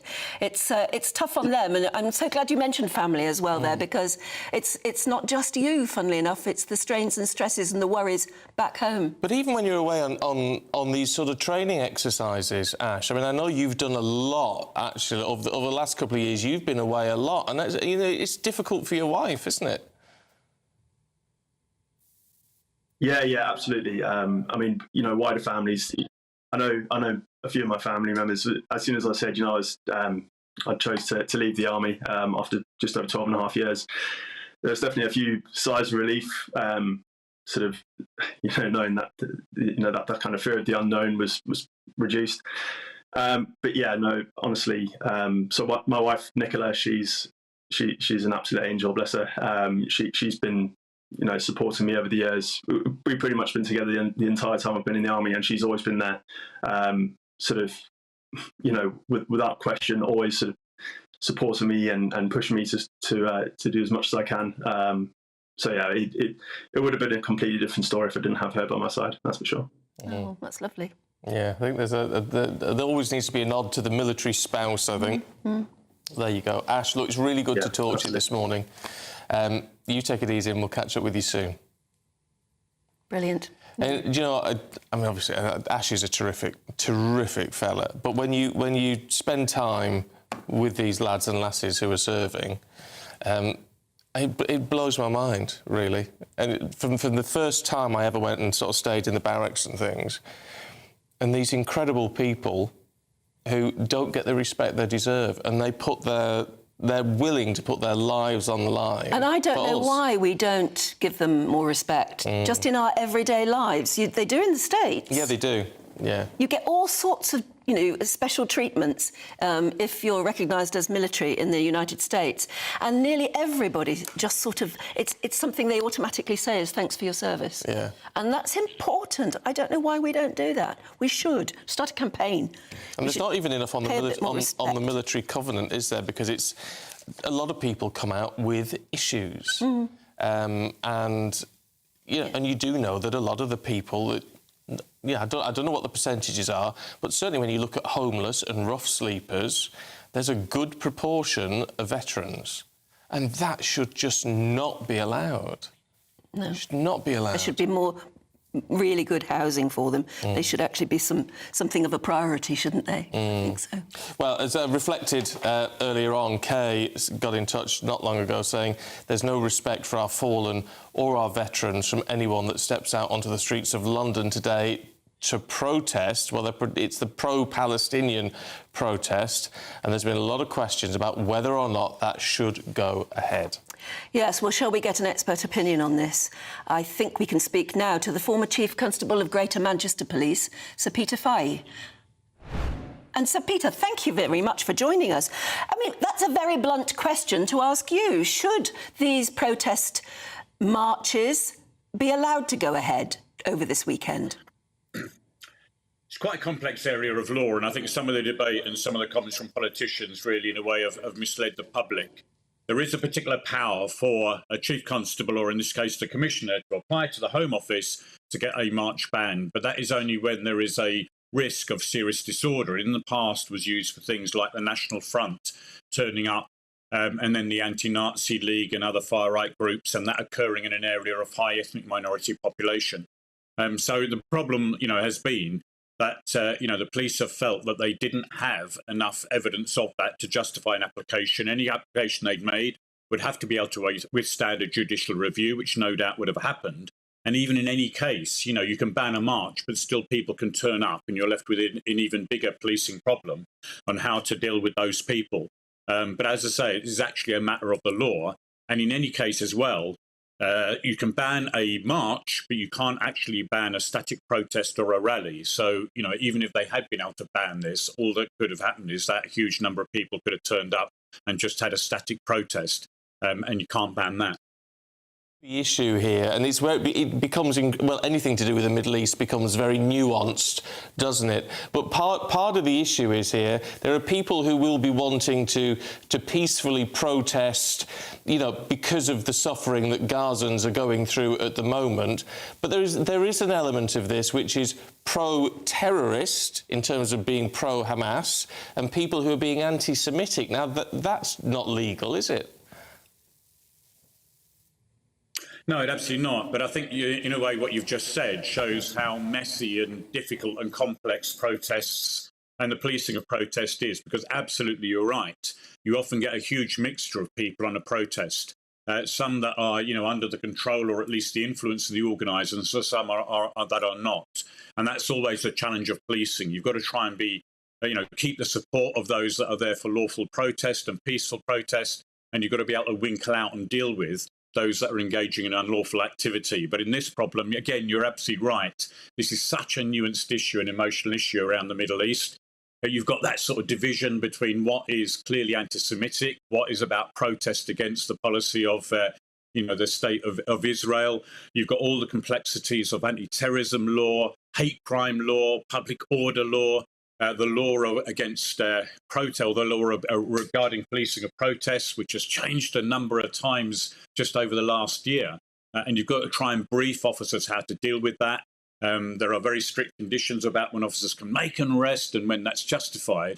And then they've got to make a decision on whether in a particular set of circumstances it's right to wade into a crowd to try and arrest somebody. Well, that will lead to people that are going to get injured, women, children. And whether we like it or not, how that's going to look on the court of public opinion, because the police are always conscious about that. Everybody is videoing this, recording this, and whatever the law may say, ultimately it will be judged in the court of public opinion and what the media think and what politicians think about it. So it's an incredibly difficult job for the police today, and they really do need, you know, the support of all of us to understand that complexity. You know, and actually, exactly as you say, trying to deal with all those different factions that are going to turn up today. So, Peter Fahy, we really appreciate your time this morning. Thanks for joining us on GB News. Yeah, lots of people have been pointing out that if we were in France, you know, the police would have the water cannon out, wouldn't they? Yeah. We simply wouldn't allow it. But do we want to be in that position? No, I don't know whether we do. I have a lot of respect. People would be very uncomfortable. I've got a lot of respect for people like Sir Peter making that point, and it's a case of saying, well, it's incredibly complex. There's no point trying to turn it into a black and white yelling situation, saying you must ban this. Well, wouldn't necessarily work. Anyway, your views are important. gbviews@gbnews.com. And as ever, of course, it's Saturday right now on Breakfast, which means we're going to be looking...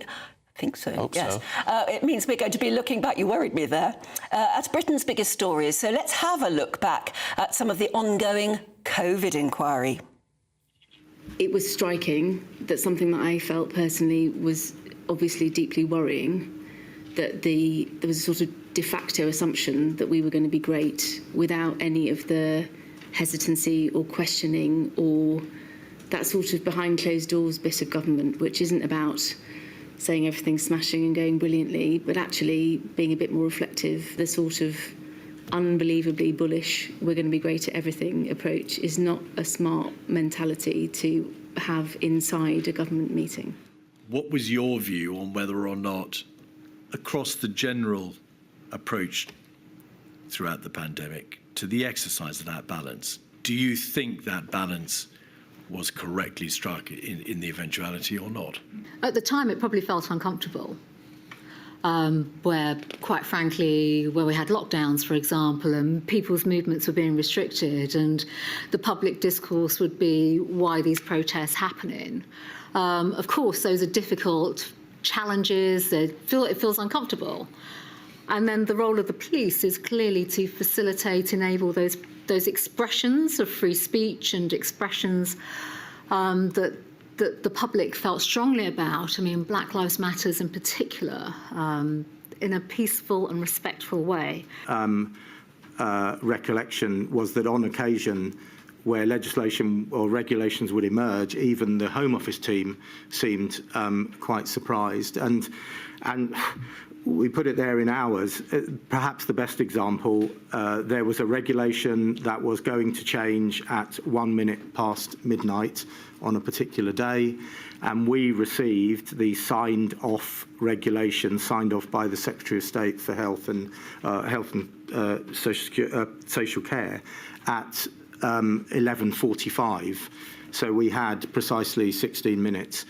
You yourself draw a clear distinction between the substantive decision-making process, which you describe as stupid decisions being taken, and the issue about the correctness of the figures themselves.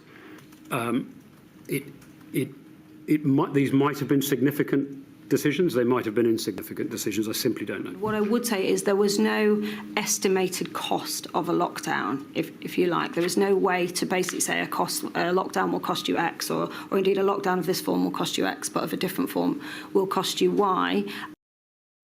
And so the inquiry goes on.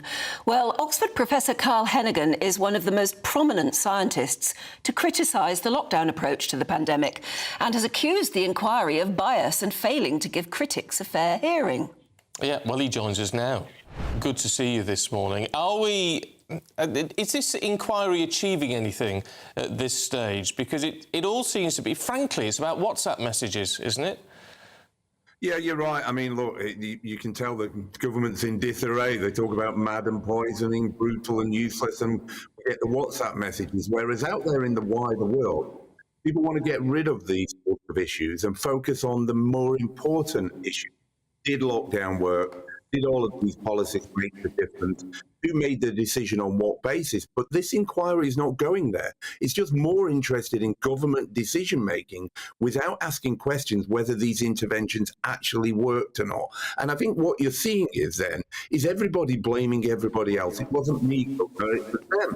And therefore, leading up to the fact that we get to Boris Johnson right in December and say, you was the problem, it was a disarray, it was you that was the problem, as opposed to understanding, which I think we're really interested in, is to what extent did lockdown make a difference or not? What were the harms? What were the benefits? And should we do it again? I mean, you've actually given evidence to this inquiry. Did they ask you the questions you wanted to tell them the answers to? No, we didn't go into. I was asked to prepare all about test and tracing, issues around cases, deaths, care homes. All of that was in my evidence submission, but we completely ignored that because it was sidelined. And what we were more interested in is trying to say, were you fit for purpose for decision making? Who was asking you the questions? And what happened as well is there's so few people who can present the facts and the evidence and the data that I think actually the inquiry is getting lost more in the tittle-tattle, and it's confused, I think, about its remit, because clearly, for instance, when Priti Patel said the rules were confusing, you want to understand, well, what's driving those rules? Did they actually make a difference? Was it correct to fine people, or should we be relying on voluntary behaviour as a way forward, as it do in Sweden?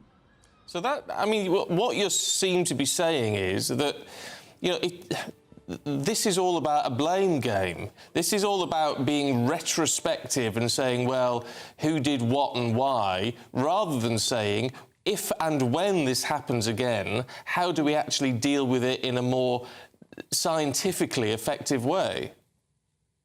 Not only that, it's a very expensive blame game if you look at the cost of the inquiry. And what you're right to say is, in the future, it'll be a completely different set of people. It's a completely different set of people right now. I'm amazed at how many people jumped ship in the midst of the biggest crisis we've ever faced. You saw on your bylines there, everybody is former. They've moved on to do something else. So you've got a completely different set of people. In a couple of years, you'll have a different set of politicians, and therefore what does a playbook look like when they say what's the evidence to inform what we do? I think it's going to be bare, because we're going to end up learning very little about what works and what doesn't.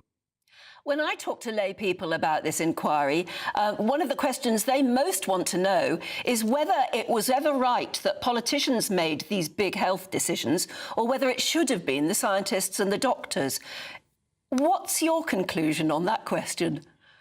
So I take it slightly further back because we have legislation like the Public Health Act, and then they had to write the Coronavirus Act on top of that because it wasn't fit for purpose. That Coronavirus Act then sidelined Parliament, who gave the power to a very few people, many of them unelected, like Dominic Cummings. So the question is the legislation fit for purpose? Was it right to sideline Parliament? Because what you're seeing is decisions made in a rush.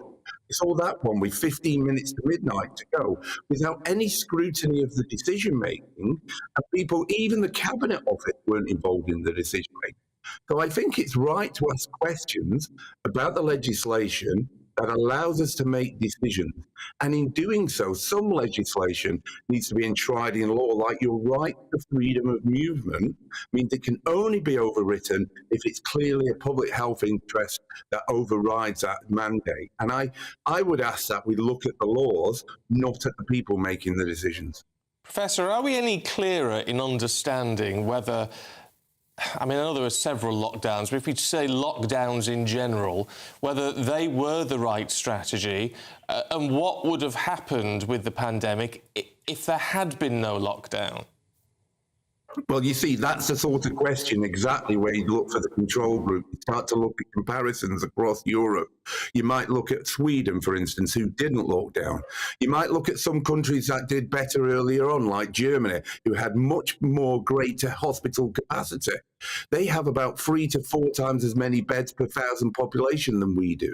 So you do them comparisons within the inquiry and try and learn lessons. Particularly one lesson, which I hope comes up in one of the modules, is a lesson in care homes, because that's where the utter failure occurred and where in the first wave, about 40% of the deaths occurred. So you really want to understand lockdowns did nothing for some of the most vulnerable people, and we need to learn those lessons. Yes. So every time we've ever spoken to various experts on COVID, all of the scientists and doctors say, you know, it's going to happen again. There's going to be another pandemic. Have we learned enough, or are we learning anything like enough to be able to know how to cope with the next one? Well, let's set aside a pandemic. We're going into winter right now. And at the moment, the respiratory infections, the acute respiratory pathogens out there are starting to climb. One of them at the moment is a virus called RSV, and that's particularly affecting under 5s, and that's going up. And at the moment, it looks like influenza is about to come in as we get to the darkest time of the year and the coldest. We are not prepared for this winter. And we're not prepared because we don't have enough hospital beds. We're not flexible in our approach. And about 17 of the last 20 winters, we've had a winter crisis emerge in the media that says the NHS is going to fall over. Luckily, it hasn't. But actually, if we're not prepared for winter, how can we ever be prepared for a pandemic when we need more resources, more capacity? And that's the question to me. Let's get the NHS prepared for now. Make sure it's flexible and has capacity. It has enough ability to provide PPE. And then think about what do we need in terms of the NHS to ensure we don't lock down on the basis we need to protect the NHS.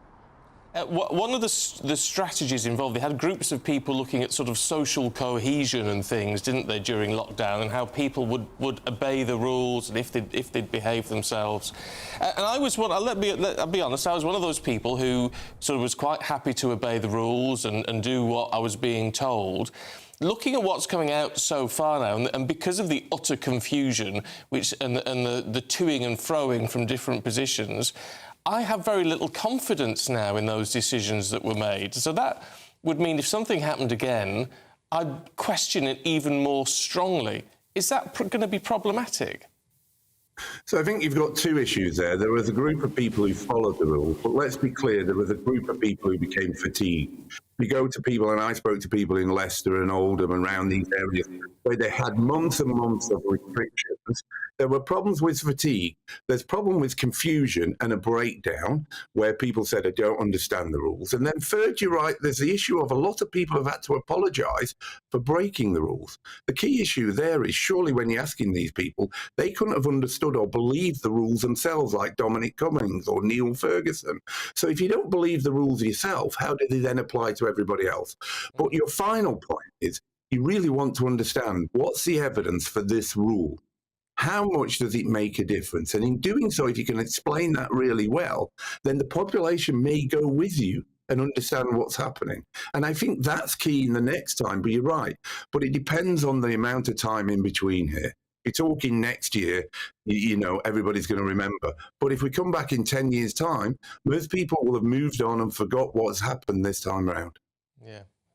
Good point. Carl Hennigan, really good to talk to you this morning. Thank you very much indeed. Thank you. Gosh. Fascinating. Yeah, and he is the man who knows, I think, isn't he? And it's funny, he was saying there at the end, where if it comes back in 2 years, we won't be ready. The inquiry won't be finished in 2 years.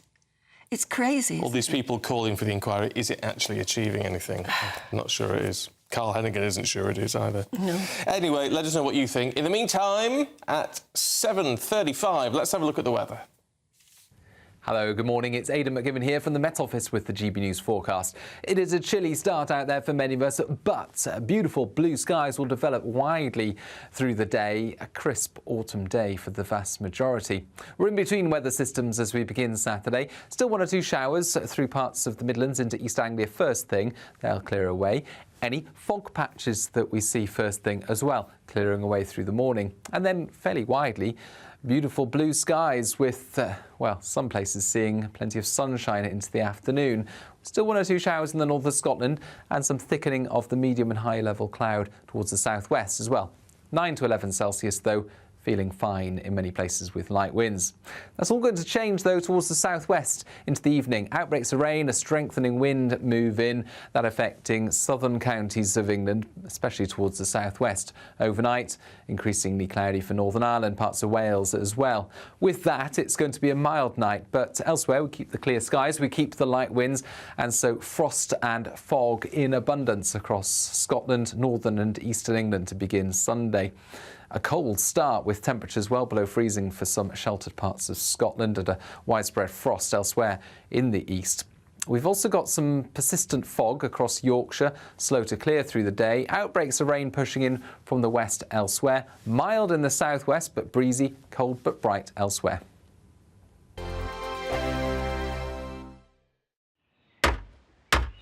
Who is it? We're here for the show. Welcome to the Dinosaur Hour with me, John Cleese. I was married to a therapist. And you survived? I thought we were getting Hugh Laurie. Second best. You interviewed Saddam Hussein. What's that like? I was terrified. I'm playing strip poker with these three. No, thank you. My CDs need to be put in alphabetical order. Are you going to be problematic again? The Dinosaur Hour. Sundays at 9 on GB News.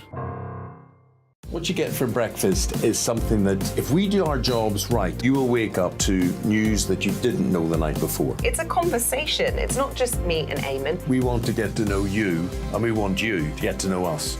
From 6, it's Breakfast with Eamon and Isabel. Monday to Thursdays on GB News. Britain's news channel.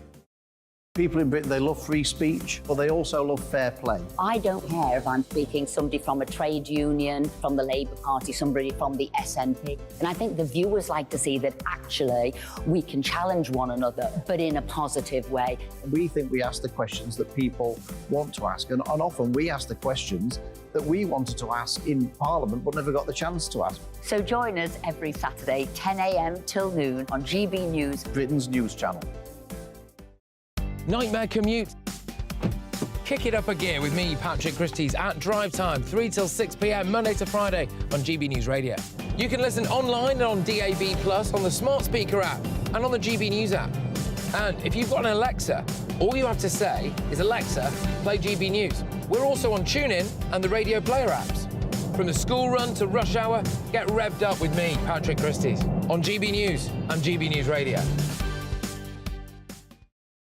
Tired of the usual focus-tested, pre-prepared Westminster runaround? Well, so am I. So you want higher taxes? Is your department to blame for this? Are you rethinking this policy? Every Sunday at 9:30, I'll be sitting down with those in power to get the truth about the issues affecting you. Let's be honest, we've known about the cost pressures of this project for years, not months. That's the Camilla Tominey Show, a politics show with personality. On GB News, the People's Channel, Britain's news channel. In the GB Newsroom, we bring you the news as it happens. With our team of dedicated journalists across the UK, we're ready to give you accurate reporting every day. When the news breaks, we'll be there with bulletins on GB News, the People's Channel, Britain's news channel. When the news happens, it happens here. And really important breaking news. Breaking news this morning. On TV, radio and online, the news starts here on Britain's Newsroom. All the biggest stories and the answers that you need from across the UK and beyond. Join Britain's Newsroom from 9:30 on GB News. The People's Channel, Britain's news channel. GB News, unlike other broadcasters, isn't obsessed with the London-Westminster bubble. We think there's a nation beyond the M25, and that's why we talk about the issues that matter across the land. Join me on State of the Nation, 8 to 9 o'clock, Monday to Thursday, on GB News. Daisy's listening, and you should too.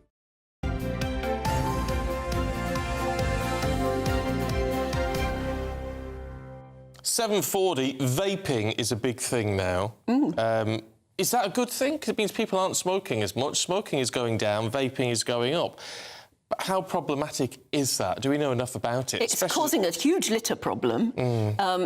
Dentists say it's causing an enormous problem with people's teeth because a lot of vapes have a sort of sugary flavour and it's going in and around in vapour form inside your mouth, causing dentistry problems. Yeah. And a lot of young people are starting to vape when they have never smoked. It's a big thing. Let's see what top physician, top oncologist, actually, Carol Sikora, makes of it all. He joins us now. It's really good to see you. What's your opinion on vaping? Is it problematic in that people are starting to vape when they've never smoked? That's the key problem, what we do about young people taking up vaping. There's no doubt that vaping doesn't cause lung cancer. It may cause some respiratory problems in some people, but they're relatively rare. And what we've seen since the famous paper from Oxford by Sir Richard Dull, who got the Nobel Prize in 1953, is that smoking has gone right down, and all the measures to stop smoking have reduced lung cancer really dramatically. Non-smokers still get lung cancer, so it hasn't gone away, but there's no doubt that's been the biggest change in my professional career as an oncologist, seeing lung cancer go right down. Now, with vaping, I have to say, there's a great publication, only 15 pages, from Public Health England, easily found on Google. It says, Advice to Inform Evidence-Based Policy Making, and it really is an excellent document. It lists the harms, including the dental problems you just mentioned, and the worry that if children vape, they'll move on to smoking, and that is the biggest danger. Children vaping outside the school gates, the minute they can get to a corner shop, they're buying vapes. Is that, even if that particular vape itself doesn't have any nasty chemicals in it, isn't it just sort of teaching them to be dependent on something? In other words, turning them into some sort of an addict? Obviously, vaping is a lot cheaper than cigarettes, but it has a cost. And for a young person, the cost is astronomical, of their earnings. That's the problem. So I think the difficulty we've got is what rules you put, what laws you run around. You can never stop people. You can have rules that shops can't sell to people under 18 without an ID and so on, but there are people that will sell it on the black market, and that's the problem. How you stop that? The nicotine's in there, so it's addictive, but the coal tar, which comes from actually smoking something, isn't there. And that's why you don't get cancer. But you do have the addiction problem. And some people get addicted to one thing, and then they go to other things. There's a sort of addictive personality the psychiatrists talk about. So they gamble a lot, they go for drugs, they go for smoking, they do risky behavior patterns and so on. And it all goes with an addictive personality. And it's very difficult to stop once people get going on anything. And then I suppose the last point that's very well made in the document is that, you know, what about other people around? I mean, I feel uncomfortable walking by someone with a cloud of coming out of the vaping machine. Should I breathe in or should I just breathe out? I just walk by breathing out and don't breathe in. Am I right or am I wrong? And there's no real answer to that. No, it's part of the sort of worrying issue here is that we've made progress on a really big health problem with cigarettes and replaced it with something else. And of course, the commercial side of it, and they're beautifully packed. I mean, I went into a vaping shop for the first time, just out of curiosity, about 2 weeks ago. And you can see the stuff on the shelves. It's attractive. It's nicely packaged. It's beautiful. Someone spent a lot of time and money designing brands and so on. And it's attractive to young people. They see these things and it normalizes it, and they feel left out if they're not part of the vaping culture. It's better than Woodbines at the back of the bike shed, I guess, which was my experience with smoking when I was about 13 or 14. But it's not a way forward. We've got to have some sort of rules about it. Otherwise, we're going to head for a generation of people that do get addicted to nicotine and spend a lot of money wasting their time with it. That's a very interesting admission that you, given your top job, you actually did smoke when you were a youngster, did you? I smoked 4 Woodbine, I remember. And you could buy them in the corner shop at the age of 13, you know? It's just amazing. But I didn't like it. I never smoked afterwards. Then, of course, when I became a medical student, you see all the bad stuff about smoking that wasn't around for my father was a heavy smoker, and he, in fact, died of lung cancer at a relatively young age, 56. And there's no doubt that you know, fed into me as, you know, smoking kills. And I think it took another generation before all the public health measures came in to ban smoking in public places to make it abnormal. I remember going to pubs for dinner and a drink, and you come out, you had to have a shower because you're just covered in cigarette smoke, even if you're in the no smoking section. Even on the plane, British Airways, for example, you'd sit one row behind the smoking row.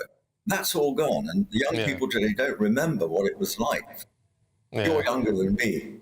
No, I remember, I'm afraid. You know, well, look, you probably don't remember the BA non-smoking section, but there's no doubt change for the better. Yes, it is for the better. We've got to leave it there. Carol Sikora, as always, it's really great to see you. Thanks very much indeed. Headline makers next.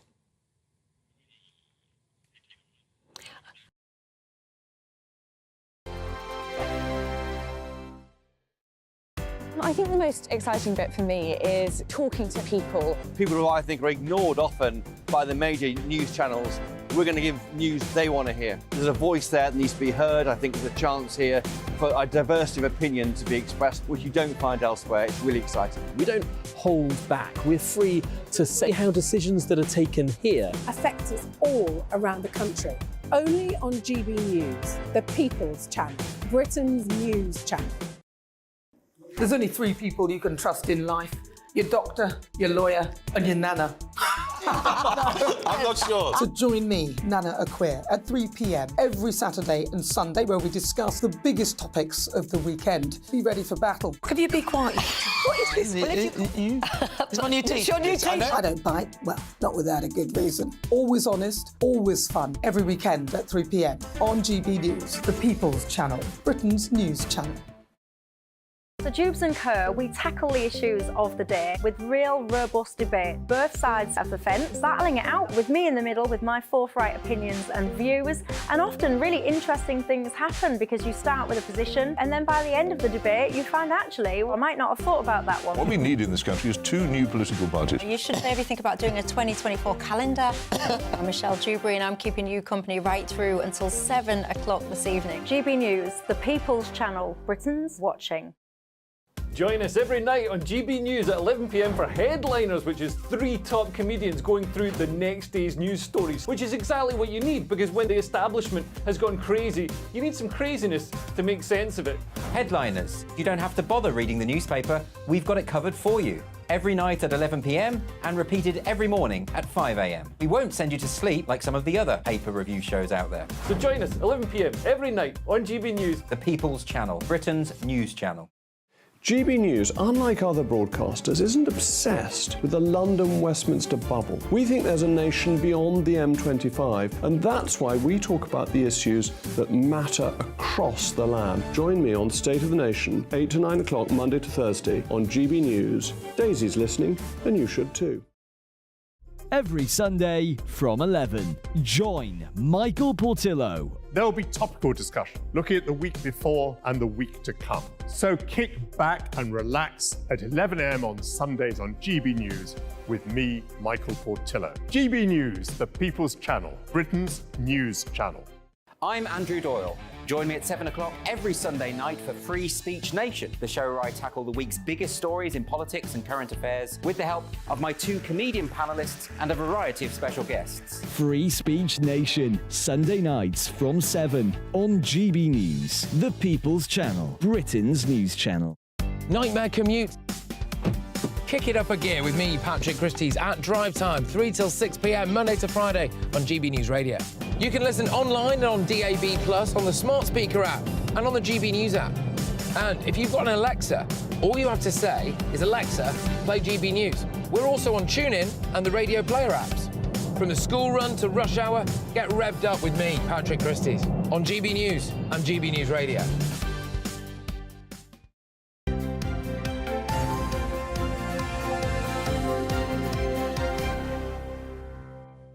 Headline makers for you now, and showbiz journalist Stephanie Tetchy and author and journalist Susan Holder are here. Good morning. Good morning. I wanted to start on this one. It's in the Times and other stuff, Stephanie. Life stories. Elon Musk could be a movie. Yes, Musk the movie. He's the world's richest man.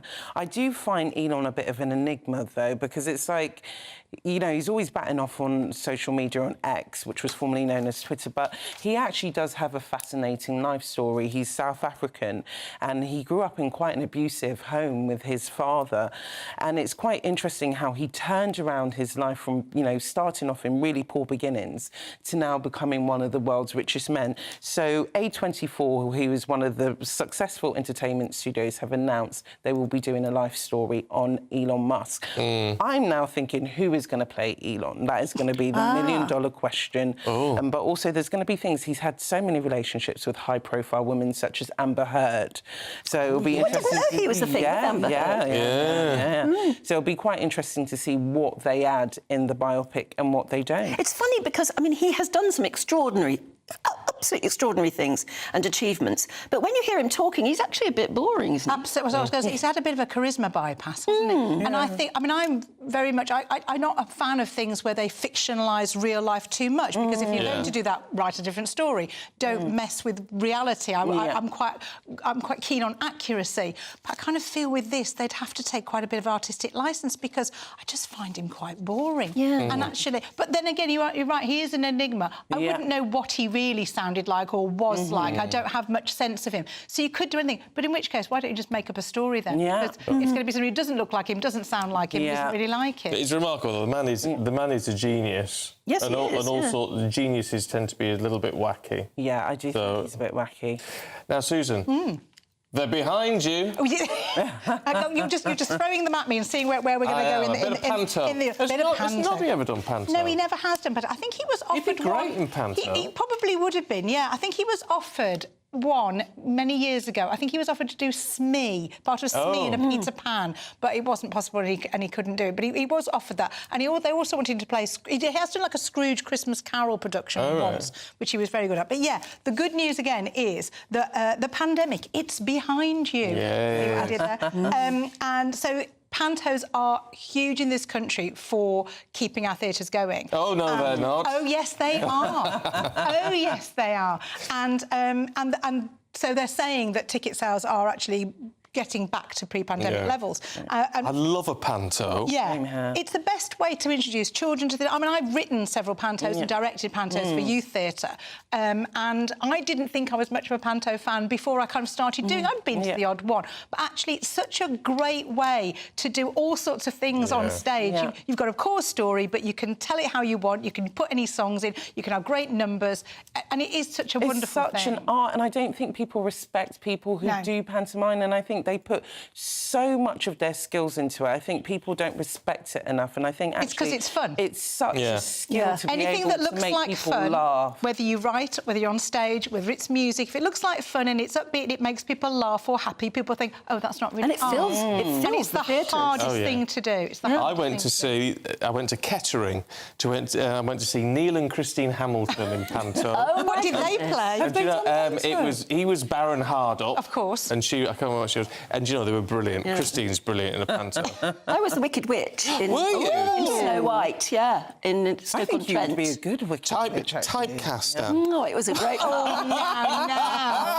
It's a great part, but I so thoroughly respected the dancers. You know, I mean, they worked their socks off. But they filled that theatre, a huge theatre in Stoke-on-Trent, filled it twice a day for like 6 weeks. Can't believe it. How was your costumes? Oh, the costumes were wonderful. You know, had all those standy-up collars. And, it was just fab. I remember seeing Priscilla Presley as playing the Wicked Witch in Manchester, and I actually met her afterwards and was talking to her, and she was saying what she couldn't get used to when she first started doing it was people booing, because they don't have it in America. And the whole booing thing... Oh, yes, you have to get the booing. I understand now, the more they boo, the better that I'm doing. And the big star of the one I was in was Sooty. You think, how do you fill an audience? It's enormous. He couldn't have had many lines, because he doesn't talk. No, I know, but he sprayed water at people. OK. You were upstaged by a golf. Oh, it was... I can't tell you how good it was. We've got a minute left. This is for both of you. It's in the start. Christmas parties. Do you like a Christmas party, Steph? I loved the Christmas party. Because is that because you get a bit smoochy? Sometimes. But it's the one time of year where you're out of the office and all of your colleagues can really bond. But a new survey's come out and said 83% people would happily swerve the office Christmas party because they think it's too much about awkward conversations. No, I don't like forced fun. I don't like being told when to enjoy myself. And an office party is kind of like, oh, you're now given permission to put on a silly... And also, behaving... badly. Falling off my chair. Behaving kind of inappropriately kind of goes on, and I think it's a dodgy area to get into. So, no, I'm not particularly keen. It's only once a year, though. It's when your bosses are coughing up the cash. But most workers say they would rather have a Christmas bonus than a party. Yes, or a cash. Cash is a gift. But that's not going to happen, is it? No, because I think you just spend it properly. Also, the amount of money they put in the coffers for a Christmas party, I don't think you get much of a bonus, would you? No, you wouldn't. Five each. Look, thank you both. We'll catch you a little bit later on. We've got everything you need to know heading your way in just a couple of minutes. Who is it? We're here for the show. Welcome to the Dinosaur Hour with me, John Cleese. I was married to a therapist. And you survived? I thought we were getting Hugh Laurie. Second best. You interviewed Saddam Hussein. What's that like? I was terrified. I'm playing strip poker with you three. Oh! No, thank you. My CDs need to be put in alphabetical order. Are you going to be problematic again? The Dinosaur Hour. Sundays at 9 on GB News. What you get for breakfast is something that, if we do our jobs right, you will wake up to news that you didn't know the night before. It's a conversation. It's not just me and Eamon. We want to get to know you, and we want you to get to know us. From 6, it's Breakfast with Eamon and Isabel. Monday to Thursdays on GB News. Britain's news channel. People in Britain, they love free speech, but they also love fair play. I don't care if I'm speaking somebody from a trade union, from the Labour Party, somebody from the SNP. And I think the viewers like to see that actually we can challenge one another, but in a positive way. We think we ask the questions that people want to ask, and often we ask the questions that we wanted to ask in Parliament but never got the chance to ask. So join us every Saturday, 10 a.m. till noon on GB News, Britain's news channel. Nightmare commute? Kick it up a gear with me, Patrick Christys, at Drive Time, 3 till 6 p.m, Monday to Friday on GB News Radio. You can listen online and on DAB+, on the smart speaker app and on the GB News app. And if you've got an Alexa, all you have to say is, Alexa, play GB News. We're also on TuneIn and the Radio Player apps. From the school run to rush hour, get revved up with me, Patrick Christys, on GB News and GB News Radio. Tired of the usual focus-tested, pre-prepared Westminster runaround? Well, so am I. So you want higher taxes? Is your department to blame for this? Are you rethinking this policy? Every Sunday at 9:30, I'll be sitting down with those in power to get the truth about the issues affecting you. Let's be honest, we've known about the cost pressures of this project for years, not months. That's the Camilla Tominey Show, a politics show with personality. On GB News, the People's Channel, Britain's news channel. In the GB Newsroom, we bring you the news as it happens. With our team of dedicated journalists across the UK, we're ready to give you accurate reporting every day. When the news breaks, we'll be there with bulletins on GB News, the People's Channel, Britain's news channel. When the news happens, it happens here. And really important breaking news. Breaking news this morning. On TV, radio and online, the news starts here on Britain's Newsroom. All the biggest stories and the answers that you need from across the UK and beyond. Join Britain's Newsroom from 9:30 on GB News. The People's Channel, Britain's news channel. GB News, unlike other broadcasters, isn't obsessed with the London-Westminster bubble. We think there's a nation beyond the M25, and that's why we talk about the issues that matter across the land. Join me on State of the Nation, 8 to 9 o'clock, Monday to Thursday, on GB News. Daisy's listening, and you should too.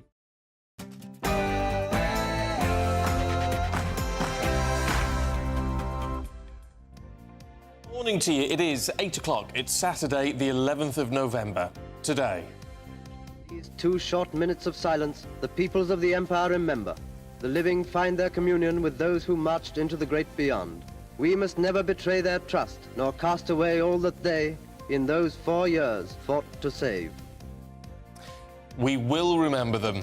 Britain marks Armistice Day, 105 years to the day that the bloody fighting of the First World War ended.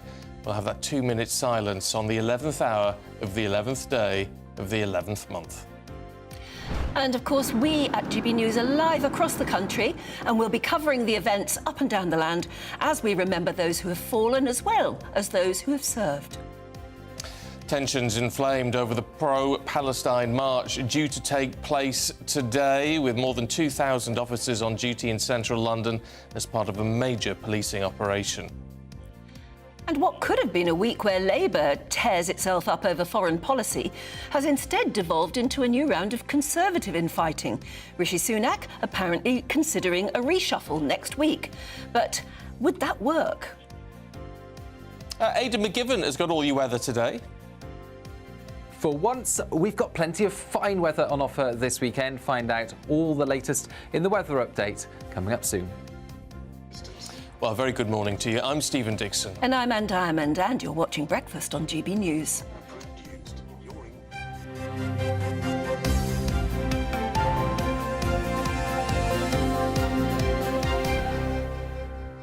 We were talking earlier on about Booths, which is a sort of northern, quite well-to-do supermarket sort of Waitrose chain. of the North? Waitrose of the North. They're getting rid of all the self-service checkouts.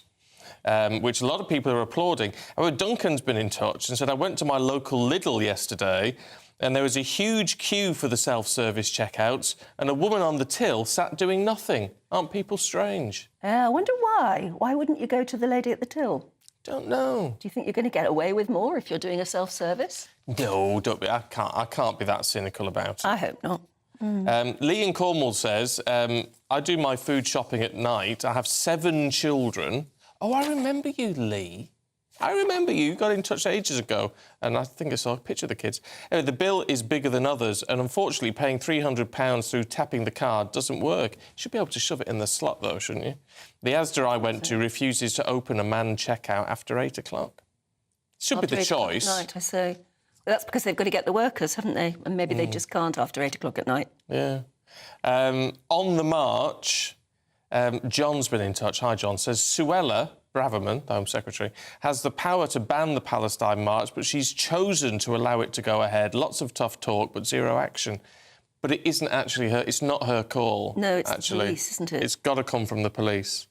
And then the police have to apply to the Home Office yes. to have it I mean, done. it is odd, but there you go. Angus says, I've been on 2 marches, totally peaceful, friendly. I'll march today for peace.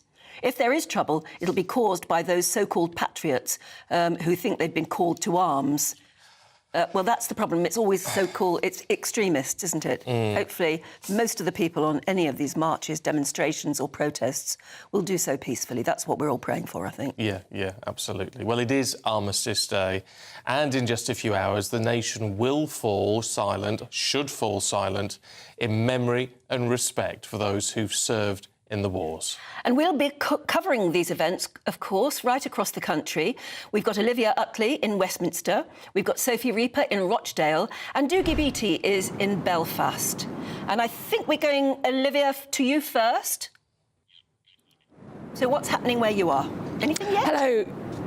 Hello, yes. I am in Westminster. I've just been walked down from the Cenotaph. The police are taking absolutely no chances. The whole of Whitehall has been barricaded off, and there is a steel ring, as they put it, a ring of policemen standing around the Cenotaph, guarding it. Of course, the actual Armistice Day official remembrance service is tomorrow, but there is a remembrance service today organised by the Western Front Association. That's a group of people who started up in 1980 to remember what happened in the First World War. The organiser of that says he is happy that the Palestinian marches are going ahead. He said that the soldiers who died in the First World War died so that we could have our freedoms, but he is warning them to be respectful. That's what we've heard from the Prime Minister as well. We are expecting the Palestinian march not to pass by the Cenotaph. It's been given a prescribed route which goes through 9 Elms, sort of skirting round the Cenotaph. And also the Armistice Day event is at 11 and the march is due to set off at 12. So we are hoping that there won't be too much of a clash. We're hoping that it will be a respectful day. But as I say, the police are taking no chances. 2,000 policemen on the streets today. We're expecting 70,000 activists. Be interesting to see what happens. Will be. Olivia, thank you. Let's talk then to Sophie Reaper. And Sophie, what are the good people of Rochdale planning today? Well, the tension's actually been building here in Rochdale all week. That's after several incidents here at the Cenotaph behind me. After an incident on Monday, 2 teenagers were arrested and charged with intentionally or recklessly causing public nuisance. Then after a separate incident on Tuesday, 2 male teenagers were also arrested on suspicion of racially aggravated criminal damage. They have now been charged as of yesterday, one with racially aggravated criminal damage, the other with racially aggravated criminal damage and theft. Now, the tension continues to build here as we now have reached Remembrance Weekend. You'll see behind me there are several PCSOs from Greater Manchester Police, as well as several security guards which have been hired from a private firm by Rochdale Borough Council. So clearly, both the police and the council are potentially anticipating trouble here in Rochdale today as we've reached Remembrance Weekend. Crumbs. OK, Sophie, thanks very much indeed for that. We'll see more of you later. And now let's cross to Belfast and Doogie Beattie. What's happening there in Belfast? Anything at all yet, Doogie? Well, nothing yet, Anne. I mean, it is very early. The sound system, boys and all, are just going in now to set that up. But right where I'm standing now is where a pro-Palestinian demonstration was planned for 11 o'clock this morning. It looks to have been moved back by about an hour, and hopefully that will go off smoothly as well, and there will be no trouble with what will happen right behind me in the Cenotaph. But Northern Ireland is a very complicated relationship with the poppy, of course, because what happened in Ireland.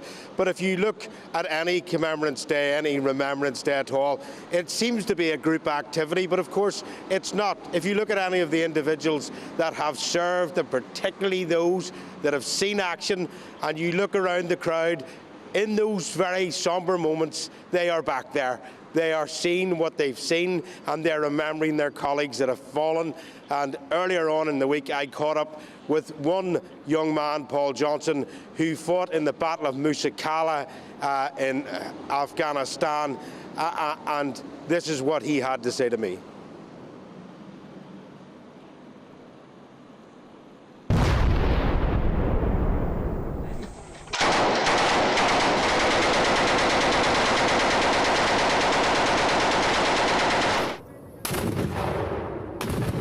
We have a saying, you've never really lived, right, until you've almost died. It's a funny feeling to it is, because you have this nerves, excitement and fear, and it's just all rolled into one, and it's a feeling that you get addicted to. Paul Johnson is a veteran of the 2006 Battle of Musa Qala. For 55 days, the Royal Irish were under constant attack from the Taliban. Tiredness was one of the main things, right? But then you add into, you know, people getting injured every day. Every time you go up into one of them sangers, you're getting shot at. I remember the whistle of the mortars. And you knew whenever, at the end of the whistle, there's an explosion. And that whistle put the fear of God into people. 17 years on, these soldiers have had problems adjusting to civilian life. Unfortunately, there's been a lot who've tried to kill themselves, and a couple who have. Obviously, of the nightmares that they have, it's taken its toll on them. Northern Ireland is 2.8% of the UK, but makes up 9% of the British forces. The only veterans hostel is privately funded. And Robert McCartney of Beyond the Battlefield explains why. During the Good Friday Agreement, the signing of the Good Friday Agreement, there were 16 groups exempted from getting funding, and they were all the paramilitary groups. But the paramilitaries also insisted that the military were involved in the no funding groups. So as soon as the Good Friday Agreement was signed, they then became community groups, where we can't become a community group because we are veterans. And as a result of that, community groups get millions in this country, as everyone's aware. Veterans get very, very little. This hostel gives a real chance for those that gave their all, and more importantly, a place to call home. When we got it, it was derelict. We spent 15 months really doing it up. Now, we didn't get any funding to do it up. They got no government funding, we got no funding from anyone. So basically it was funded by social clubs, by football clubs, and just private associations. And everything in there is basically recycled. But we've now got the 10 bedrooms, and we've got veterans living in here now who would normally either be in the street or probably be in prison. Dougie Beattie, GB News, Portavogie. It's interesting, we've been looking at cenotaphs all over the country. And do you know what cenotaph means? No, I don't actually. Yeah. I thought it might have come from the Latin, but it's not. It's derived from Greek, meaning empty tomb. And it was the idea that obviously the empty tomb would be something that would be very, very mournful and something at which to pay your respects. But most cenotaphs are built so that at the top of them it looks like there is a tomb shape at the top. Right. And some people thought the body of the unknown warrior was in the one in Whitehall, but it's not so. We presume, is in Westminster Abbey. But so the bit at the top of a cenotaph is empty. And signifies the empty tomb. I tell you what always strikes me is I'm from a very tiny village of, I don't know, a couple of hundred people. And the cenotaph, we've got a little village cenotaph, and you look at all the names The on war it memorial from the thing.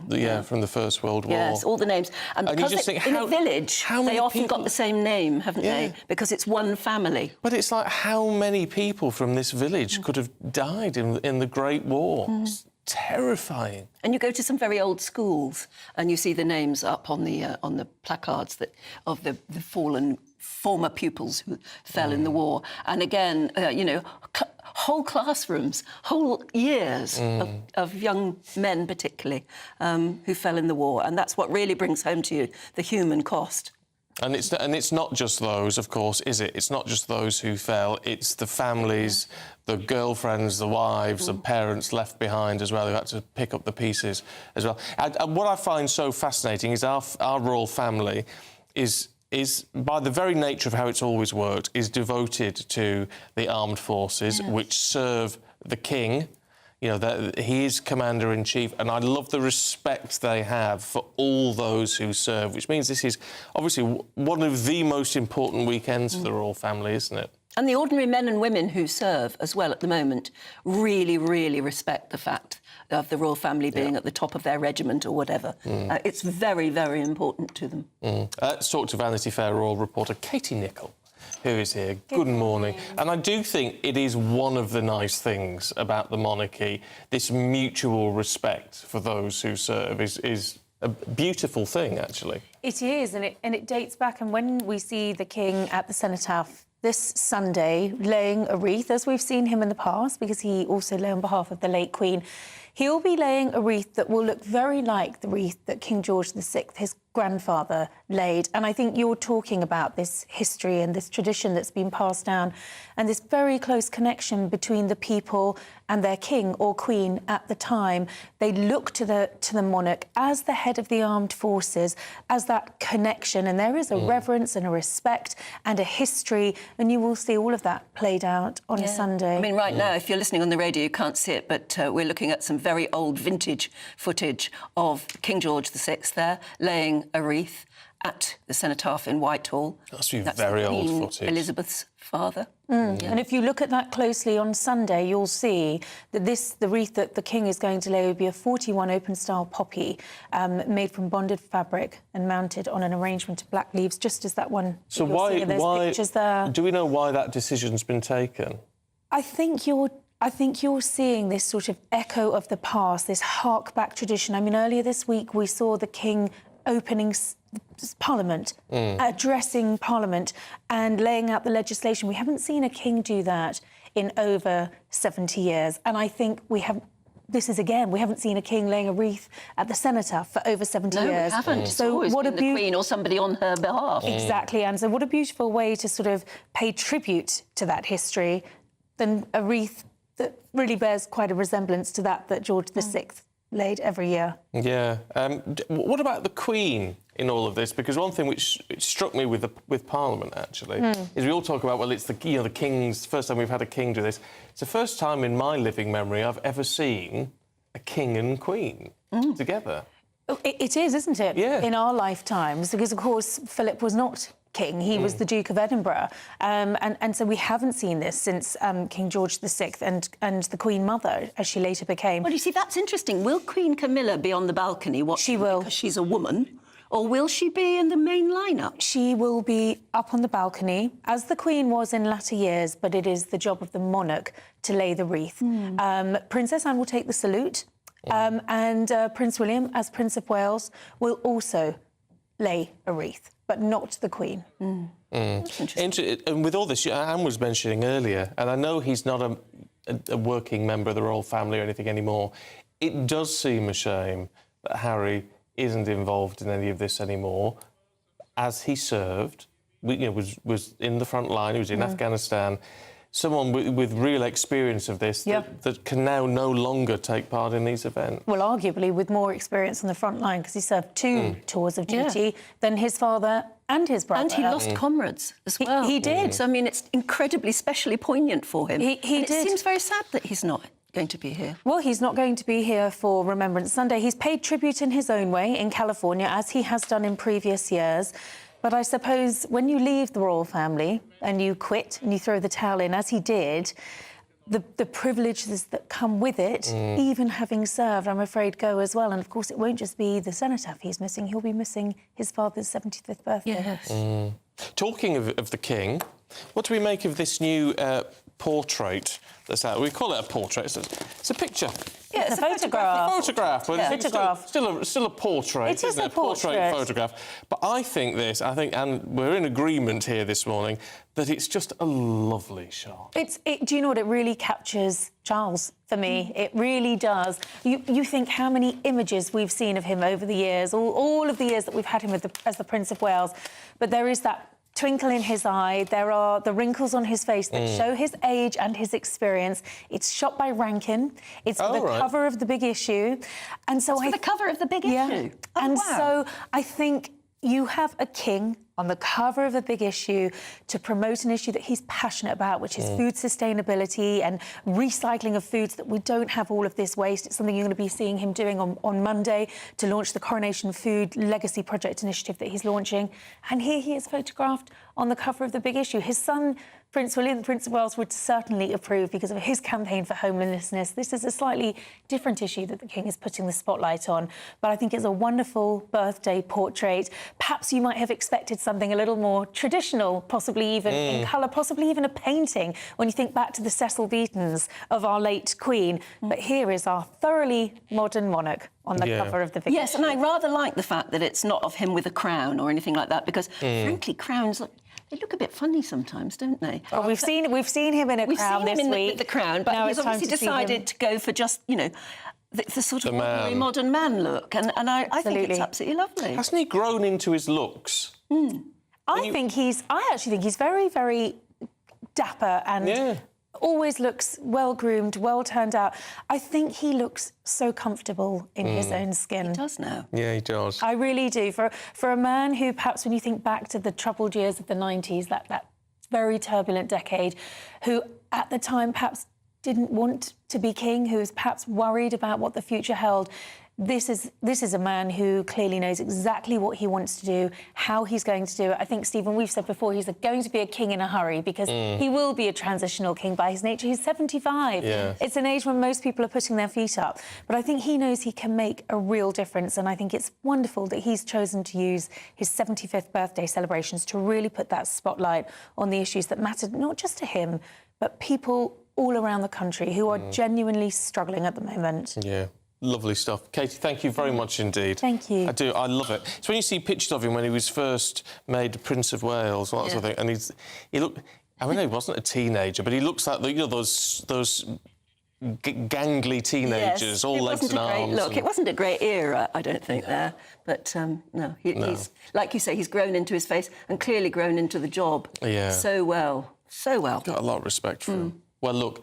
The nation falls silent at 11 o'clock, and veterans of all kinds will be remembering friends and comrades who didn't make it home. We want to hear from you, your memories of your time. Maybe you were in service, or those of your family members.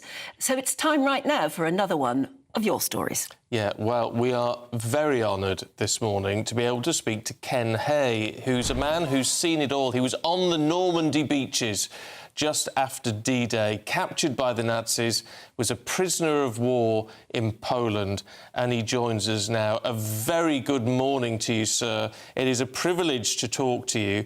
Can you tell us what you went through all those years ago? What I went through?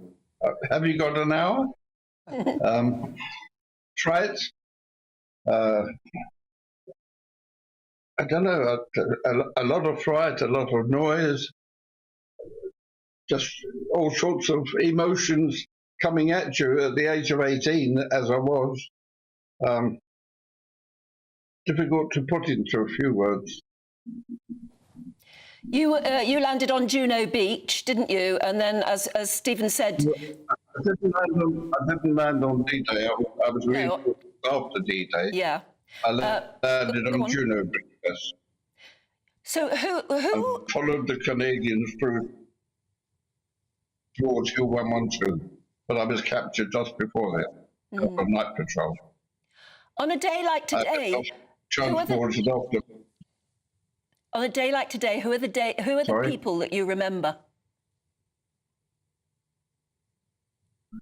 the people, yes, some are named on our memorial at Mountstuart, Danny Douglas, Lieutenant Trading, a chap whose name is either Farquhar or Farquharson.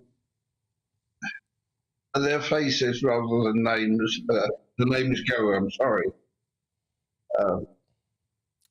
So one remembers names, one remembers faces, one remembers voices, even on a couple, and then names on gravestones, bodies on the ground, in the water, everywhere. What is it like, Ken, to remember those faces of young men who didn't make it back? You must appreciate more than most how much was given for us. Oh, absolutely. It's heartbreaking because I've lived till the age of 58. Those lads finished at 18. It's just heartbreaking.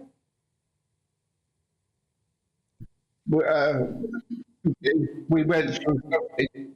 We were the lucky ones. What's he say? We see that you're proudly wearing your medals today. Is there any one particular one that you are most proud of? That's difficult. I'm proud of them all. They're all for different reasons. One's the MBE, one's the Nations on Earth, one's France, Germany. How do you put one in front of another? Well, yes. If only we had the choice like that. I mean, it shows how you have served and what you have done for our country, Ken. We cannot thank you enough for what you have done and for talking to us today. Thank you. Thank you. Oh, how amazing. I know, there are fewer and fewer of that age group now who were there, and he was captured by the Nazis and had to do hard work. That's against the Geneva Convention, wasn't it? But while he was prisoner of war, he was made to dig coal. Do you know, it's a fact we say, and we say it so easily now, don't we, lest we forget. Oh. And I sadly think we do forget. And maybe it's inevitable. The younger generations don't know, and these things all happen all over again, all over the world. And I just think you need to look at someone like Ken. And for me, I don't know about you, for me, it's when he talks about the faces that he remembers, and those young men who have gone. You can forget some of the names, but you don't forget the faces. Wow. And of course, it reminds me of my brother-in-law who died in Afghanistan at the age of 21. And they're kids, aren't they? And you just... Yeah, I mean, that was the other terribly poignant thing, is that he was 18 when he did that. And so the faces around him are of 18-year-old boys who were fighting alongside of him, and many of whom didn't come back. I just, you know, well, as we thanked him for his service, I'm sure that's on behalf of you as well, but all youngsters, all those people marching today should do a bit of homework and see what men like him achieved for us. Yeah, quite right. Look, we're going to take a short break. We're back with Aidan McGee in a couple of minutes.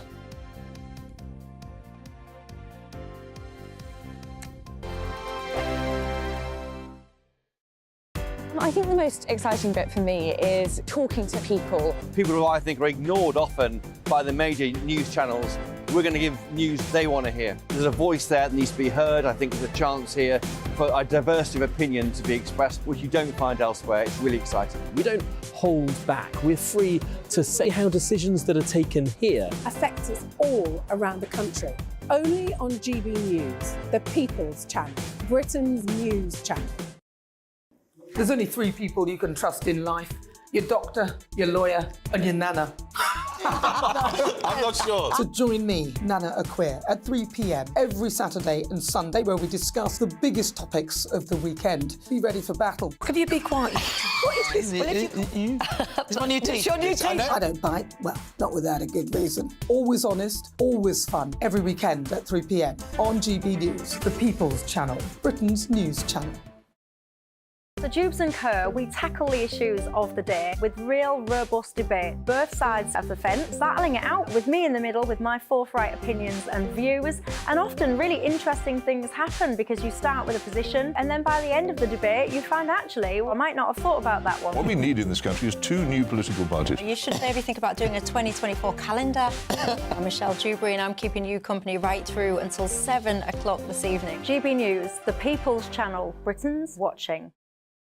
Join us every night on GB News at 11 p.m. for Headliners, which is 3 top comedians going through the next day's news stories, which is exactly what you need, because when the establishment has gone crazy, you need some craziness to make sense of it.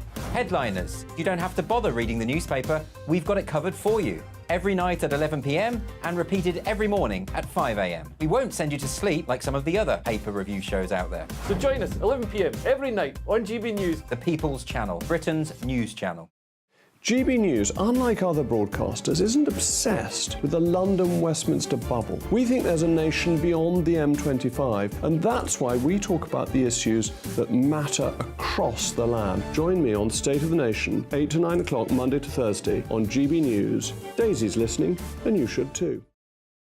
Every Sunday from 11, join Michael Portillo. There'll be topical discussion, looking at the week before and the week to come. So kick back and relax at 11 a.m. on Sundays on GB News with me, Michael Portillo. GB News, the People's Channel, Britain's news channel. I'm Andrew Doyle. Join me at 7 o'clock every Sunday night for Free Speech Nation, the show where I tackle the week's biggest stories in politics and current affairs with the help of my 2 comedian panellists and a variety of special guests. Free Speech Nation, Sunday nights from 7 on GB News, the People's Channel, Britain's news channel. Nightmare commute. Kick it up a gear with me, Patrick Christys, at drive time, 3 till 6 p.m, Monday to Friday on GB News Radio. You can listen online and on DAB+, on the smart speaker app, and on the GB News app.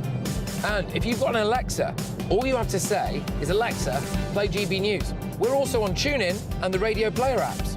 From the school run to rush hour, get revved up with me, Patrick Christys, on GB News and GB News Radio.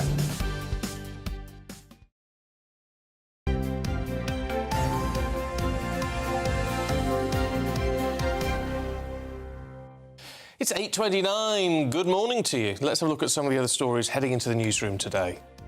The humanitarian situation in Gaza continues to worsen. That's according to the World Health Organization, who are saying that a child is killed every 10 minutes in the Strip.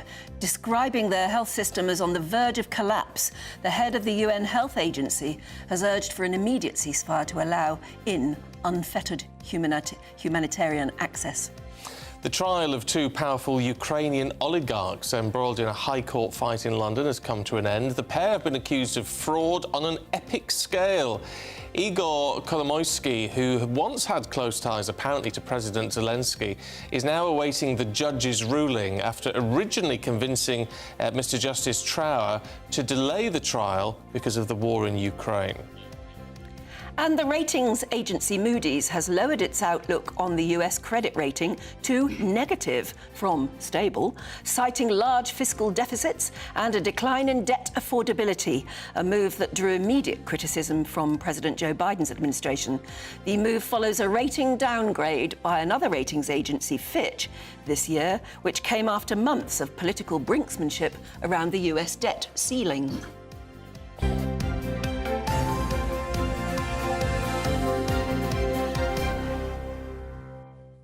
Time for a bit of sport with Eric this morning. Well, Aidan, but we're talking about Eric, aren't we? I know. I'm glad I'm not under the kind of pressure that gentleman is. That's for sure. But you know, sometimes you just look at certain jobs, you look at certain people. He's had a really good CV going into that job, but somehow it just doesn't fit. I don't know what it is necessarily. I think he's a bit too much of a disciplinarian. Sometimes someone said to me this week he's a bit too much. A bit too much stick, not enough carrot. He's got one player called Jadon Sancho at the moment who cost £70 million 2 years ago. He's coming to the training ground at the moment and eating separately, bringing his own packed lunch from the rest of the players because he won't apologise for a social media post earlier in the year. And you know what? That kind of tactic, that approach might have worked 20 years ago, but in the modern era of players and player power is a little bit of a myth.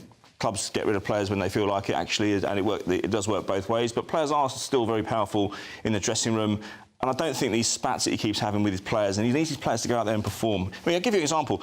Harry Maguire tried to sell him last summer, hung him out to dry effectively, made the world realise that he was up for sale. But now he's relying on him, he needs him, he's got injuries. So, I mean, talk to me about, maybe you can give me some insight here. If you're working for a boss who doesn't appreciate you, and then you're hung out to dry like that, are you going to really try for them when they need you? No. Well, of course you don't. I just think it's human nature, isn't it? I'm not criticising Harry Maguire there. He's done his best, but the form is absolutely terrible. They've lost 9 of the last 17 matches. If they lose at home to Luton Town today, who won 1 match all season, and are a newly promoted team playing in the Premier League for the first time in 30 years, I think they've got a decision to make in the middle of next week. I really do. I don't see how he can recover from that. A 10th defeat of the season at home to Luton Town. Very, very difficult from there, and it's been a wretched season for them. And sometimes it's just about personality. You see, we think about prime ministers, don't we? Or anybody in a senior position. Do they kind of look? What's the cut of their jib? Do they look like a Man United manager? For me, I don't think he does. Well, it's certainly not looking very good so far. No. Now, you promised me some tennis news.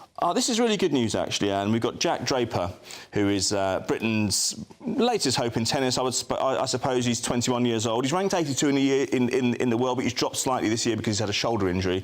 But he's got to his first ATP Tour final, and he beat Jan-Lennard Struff at the Sofia Open in Bulgaria yesterday, and he's now in the final today against a gentleman called Adrian Manarino, who is actually ranked number 25 in the world. Shot. It is. That's listening on the radio. Dear me. That's known as a hot dog. He's doing the split sideways, which is not an easy one. It's known as a hot dog. Andy Murray famously won a winning shot at Wimbledon about 10 years ago using a hot dog. It's a hell of a thing if you can pull it off. It looks fantastic, and it entertains crowds, particularly if they're not massive tennis fans. This is the final he's in now. He's in now, yeah. So this is. I always say that if you look at it, you can judge a British hope by whether we hear about them and hear about their progress between Wimbledons. Yes, we always know about them at Wimbledon, what they do, even if they get knocked out in the first round. When they grow, when you hear about them, we're hearing about them in November. That's a really good sign. I remember in 1996 was Tim Henman's breakthrough year as a contender at Wimbledon. He got to the quarterfinals that year, and I thought we won't hear about him until next year. But that wasn't true. He started winning ATP events. It was the same with Andy Murray. It was the same with Greg Rusedski. Greg Rusedski actually got to the Grand Slam final in '97, in August '97. So again, we heard about him between Wimbledons. And this is the same with Jack Draper. And I wonder now, at the age of 21, if he can shake off these injuries, if he can just put a run together. And he showed encouraging form recently as well. Then I wonder if he can put himself in good shape for the Grand Slam season, which restarts in January with the Australian Open. Yeah. Well, let's keep our fingers crossed. Exactly. Our toes. It'd be nice to have a breakthrough act, wouldn't it? We need to have somebody else to believe in, get behind, don't we? Exactly. OK. Aidan, thank you very much. Good to see you both. Good to see you tomorrow. I was going to say, do stick with us, because in a couple of moments, we'll have our headline makers, and there are lots of really cool stories to be talking about today.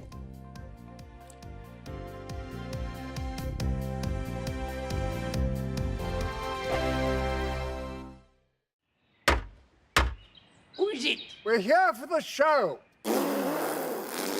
Welcome to the Dinosaur Hour with me, John Cleese. I was married to a therapist. And you survived? I thought we were getting Hugh Laurie. Second best.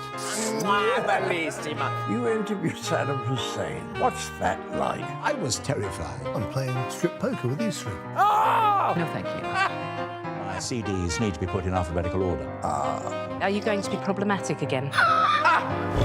The Dinosaur Hour. Sundays at 9 on GB News. What you get for breakfast is something that, if we do our jobs right, you will wake up to news that you didn't know the night before. It's a conversation. It's not just me and Eamon. We want to get to know you, and we want you to get to know us. From 6, it's Breakfast with Eamon and Isabel. Monday to Thursdays on GB News. Britain's news channel. People in Britain, they love free speech, but they also love fair play. I don't care if I'm speaking somebody from a trade union, from the Labour Party, somebody from the SNP. And I think the viewers like to see that actually we can challenge one another, but in a positive way. We think we ask the questions that people want to ask, and often we ask the questions that we wanted to ask in Parliament but never got the chance to ask. So join us every Saturday, 10 a.m. till noon on GB News, Britain's news channel. Nightmare commute. Kick it up a gear with me, Patrick Christys, at Drive Time, 3 till 6 p.m, Monday to Friday on GB News Radio. You can listen online and on DAB+, on the smart speaker app and on the GB News app. And if you've got an Alexa, all you have to say is, Alexa, play GB News. We're also on TuneIn and the Radio Player apps. From the school run to rush hour, get revved up with me, Patrick Christys, on GB News and GB News Radio. Tired of the usual focus-tested, pre-prepared Westminster runaround? Well, so am I. So you want higher taxes? Is your department to blame for this? Are you rethinking this policy? Every Sunday at 9:30, I'll be sitting down with those in power to get the truth about the issues affecting you. Let's be honest, we've known about the cost pressures of this project for years, not months. That's the Camilla Tominey Show, a politics show with personality. On GB News, the People's Channel, Britain's news channel. In the GB Newsroom, we bring you the news as it happens. With our team of dedicated journalists across the UK, we're ready to give you accurate reporting every day. When the news breaks, we'll be there with bulletins on GB News, the People's Channel, Britain's news channel. When the news happens, it happens here. And really important breaking news. Breaking news this morning. On TV, radio and online, the news starts here on Britain's Newsroom. All the biggest stories and the answers that you need from across the UK and beyond. Join Britain's Newsroom from 9:30 on GB News. The People's Channel, Britain's news channel. GB News, unlike other broadcasters, isn't obsessed with the London-Westminster bubble. We think there's a nation beyond the M25, and that's why we talk about the issues that matter across the land. Join me on State of the Nation, 8 to 9 o'clock, Monday to Thursday, on GB News. Daisy's listening, and you should too.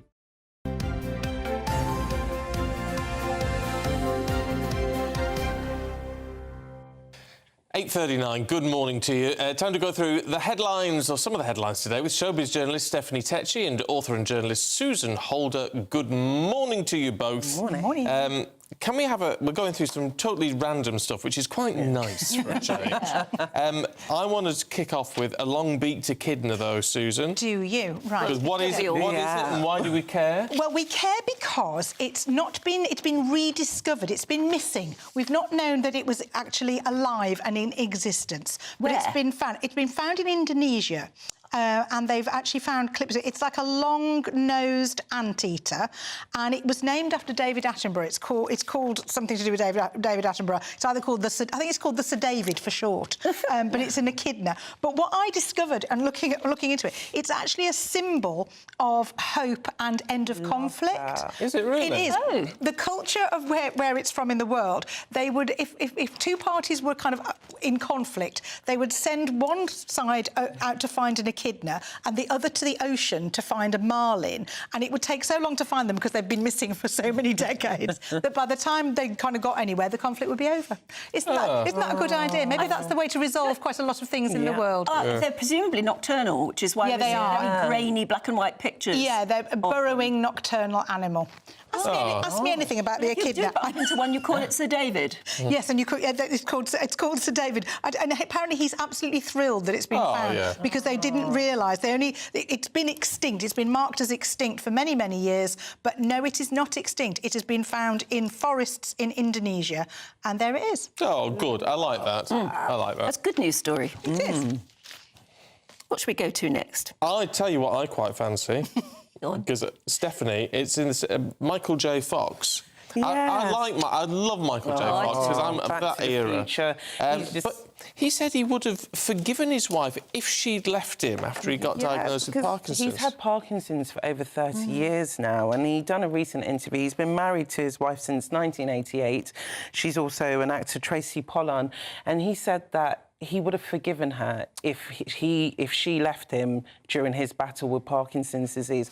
And I was talking to Susie, and I was just like, I wanted to get your opinion, Susie, on how it is for partners when you are with someone who's been diagnosed with something. Is it quite hard? Could you see? It's the hardest thing, obviously, to see anybody you love. I mean, as people might know, 5 years ago, my husband, Noddy Holder, was diagnosed with esophageal cancer and was given at that point 6 months to live and no hope of any treatment. I mean, I'm not sure they should ever tell you that, really, because there's nowhere to go with it. I need a plan. I need a kind of something. Even the most devastating news, you want something to cling on to. We didn't. We were then offered some chemotherapy, which they didn't make any promises. But as we're 5 years later, he responded amazingly. But throughout all of that, I think the person suffering often will say, I don't want to be a burden. I don't want to be a burden to you. I mean, you know, shoot me if it gets too much. Obviously, you know, luckily for Nod, I don't have a gun, so that wasn't ever going to be an option. But I do understand. I understand the point of view of the person saying that to their partner. I don't think I'd quite understand anybody going, okay, I'm gone. See you later. No, because that isn't love, is it? It's not what you do. I also think I'd be quite insulted if somebody really seriously said to me, it's all right, you go. Because you were like, well, sorry, who do you think I am? As if that's going to happen. I mean, so you do, what you do is you kind of, what we did is we hunkered down and stuck through it. We didn't tell anybody. We kept it very, you know, just very close friends and family. And you do get through it together because that is the only way. And you do you know, through sickness and health. Yeah, you do just say about that, to and say it's what that. it means. And I guess no one really anticipates the sickness part and how it can kind of tear you apart as a couple, but also bring you together. Yeah. There you go. He's been terrific as well. He's kept working through it. He has. Everybody accepts it, that, you know, because obviously it's very physical. So this is what we were saying as well, but the person you love is always the person you love, no matter what they go through or what happens. I mean... But they're scared they're changing, I suppose so. Yeah, that's why they think, I don't want to be a burden. Stephanie will know. I don't know if we can play those pictures again. And if you're on the radio, it's a good excuse to get on the app or get on YouTube with the Michael J. Fox pictures. Yeah. Because is that their son? Oh, let me see. Because it looks like... No, well, obviously that's Michael J. Fox. Michael J. If you get... But there's a young man stood next to them who looks an awful lot like Michael J. Fox from like Teen Wolf days. I haven't seen his son before. No, well, I hadn't. I need to give it a Google. So, Oh, yes, that could well. That's what I mean, yes. They look like a family there, don't they? It's an image. He is, actually. That's like a doppelganger, isn't it? He could do... He's a few inches taller than his dad. Back to the Future, back to the Future. Yes, that would actually be quite clever, wouldn't it, the way they can go... I haven't seen Back to the Future for a long time. They'll be on over Christmas, won't it? Definitely, I fancy watching that. One of the best movies ever made. Look, we want your opinion on this, so don't go anywhere, because we want to talk a bit more about Armistice today and what is going to be happening with the protests and things that are coming up. Let's talk to Luke Pollard, who's joining us now from the Labour Party. Shadow Armed Forces Minister. Yeah, good to see you this morning. I mean, look, with the role that you are now occupying, this must be a particularly important day, especially if you know, as you're looking towards next year and what position you may be in. It is. Today is an especially important day to remember all those that we lost in conflict and those UK forces that are around the world. But it does seem that this year's Armistice Day matters more than the ones in recent years, and that's because war seems closer to the UK than it has done for a very long time. The illegal invasion of Ukraine by Putin and the events in the Middle East mean that the pictures we're seeing on our TV screens at night of the horrors of war really bringing home the sacrifices that generations of Brits have made in support of our country and of British values. The people from the pro-Palestinian marchers make the point that Armistice is about ceasefire. They're calling for ceasefire, so they think that today is actually a very appropriate day to be marching. Do you think they should be marching at all anywhere in London today? Well, I think one of the British values that people went to war in defence of, not only of freedom and of democracy, was the right to protest as well. Now, people do have that right to protest, but they don't have a right to spew hate on our streets. Anti-Semitism and Islamophobia have no place in our capital, especially on Remembrance Weekend. And that's why it's important that politicians of all colours, the opposition, but especially those people in office today, the Home Secretary, should be backing our police, their operational independence and integrity to make decisions to keep our capital safe, to protect remembrance events, especially the Cenotaph on Whitehall, and to make sure that when people do protest, to have their voices heard, that they can do so safely, but most importantly, that the rest of London and the rest of the capital can go about their business peaceful and unimpeded by anyone protesting. And there's been a lot of people getting in touch today with us, and there is concern. I know this protest is meant to start at noon today and is not near the cenotaph, but there is some concern that perhaps some people will gather and disrupt the 2-minute silence. That would be unforgivable, wouldn't it? Well, the 2-minute silence on Armistice Day is our moment for Armistice Day to remember those that we have lost, those who served our country. I'll be joining a 2-minute silence today, as I expect the majority of our country will. If you want to see an end to war in the Middle East, and I think everyone does, the question is about how do you get there in the most efficient, effective and fastest route. I don't believe a ceasefire is the way to do that, because a ceasefire today will keep Hamas in charge of Gaza. Hamas have already said that they want to conduct more atrocities, more terror attacks like they did on the 7th of October. That's why, I get why people are protesting. I get why people want a ceasefire. But the best way of getting there, I think, is for a series of humanitarian pauses that build support for the peace process, that build support for a two-state solution, the return of hostages, and make sure that Israelis and Palestinians are able to live side by side. Now, that is, I think, what the protesters, what everyone wants today. The question is about how we get there, but disrupting remembrance events will not help us get to peace any faster. And today we need to make sure that we are challenging anti-Semitism and Islamophobia wherever it rears its ugly head. Live on the television and the radio right now, if there are any people watching who are planning to come and protest and march, what would you say to them now? You can speak to them now. What do you actually want to tell them? Well, I want to say to everyone on the march and in the capital that today is about remembrance. It's about remembering those people who died, making the ultimate sacrifice for our country, protecting remembrance activities, the cenotaph on Whitehall. I know the march won't be going near the cenotaph, but making sure that there's no disruption to any remembrance activities is what today should be all about. I get people who have strong views on what's happening in the Middle East. I want to see a cessation of violence. Too many Palestinians are dying. Too many Israelis died on the 7th of October. So we need to get to peace. And the fastest way to get to peace, I think, is not with an immediate ceasefire that keeps the terrorists in charge of Gaza. It's with humanitarian pauses that allow aid to get to those people who really need it. Because what we're seeing on TV is horrific. The scenes are terrible. Too many people are dying in the Middle East. So we need to get to an effective peace, a durable peace, as quickly as we can, and that is with a series of humanitarian pauses and an end to Hamas being in charge of Gaza. Just a very quick final thought. We're of a similar age, I think, and so you, like me, will have had grandparents who lived through certainly the second, in my case, actually, the First World War as well. That you must have some memories of things they told you about what that time was like.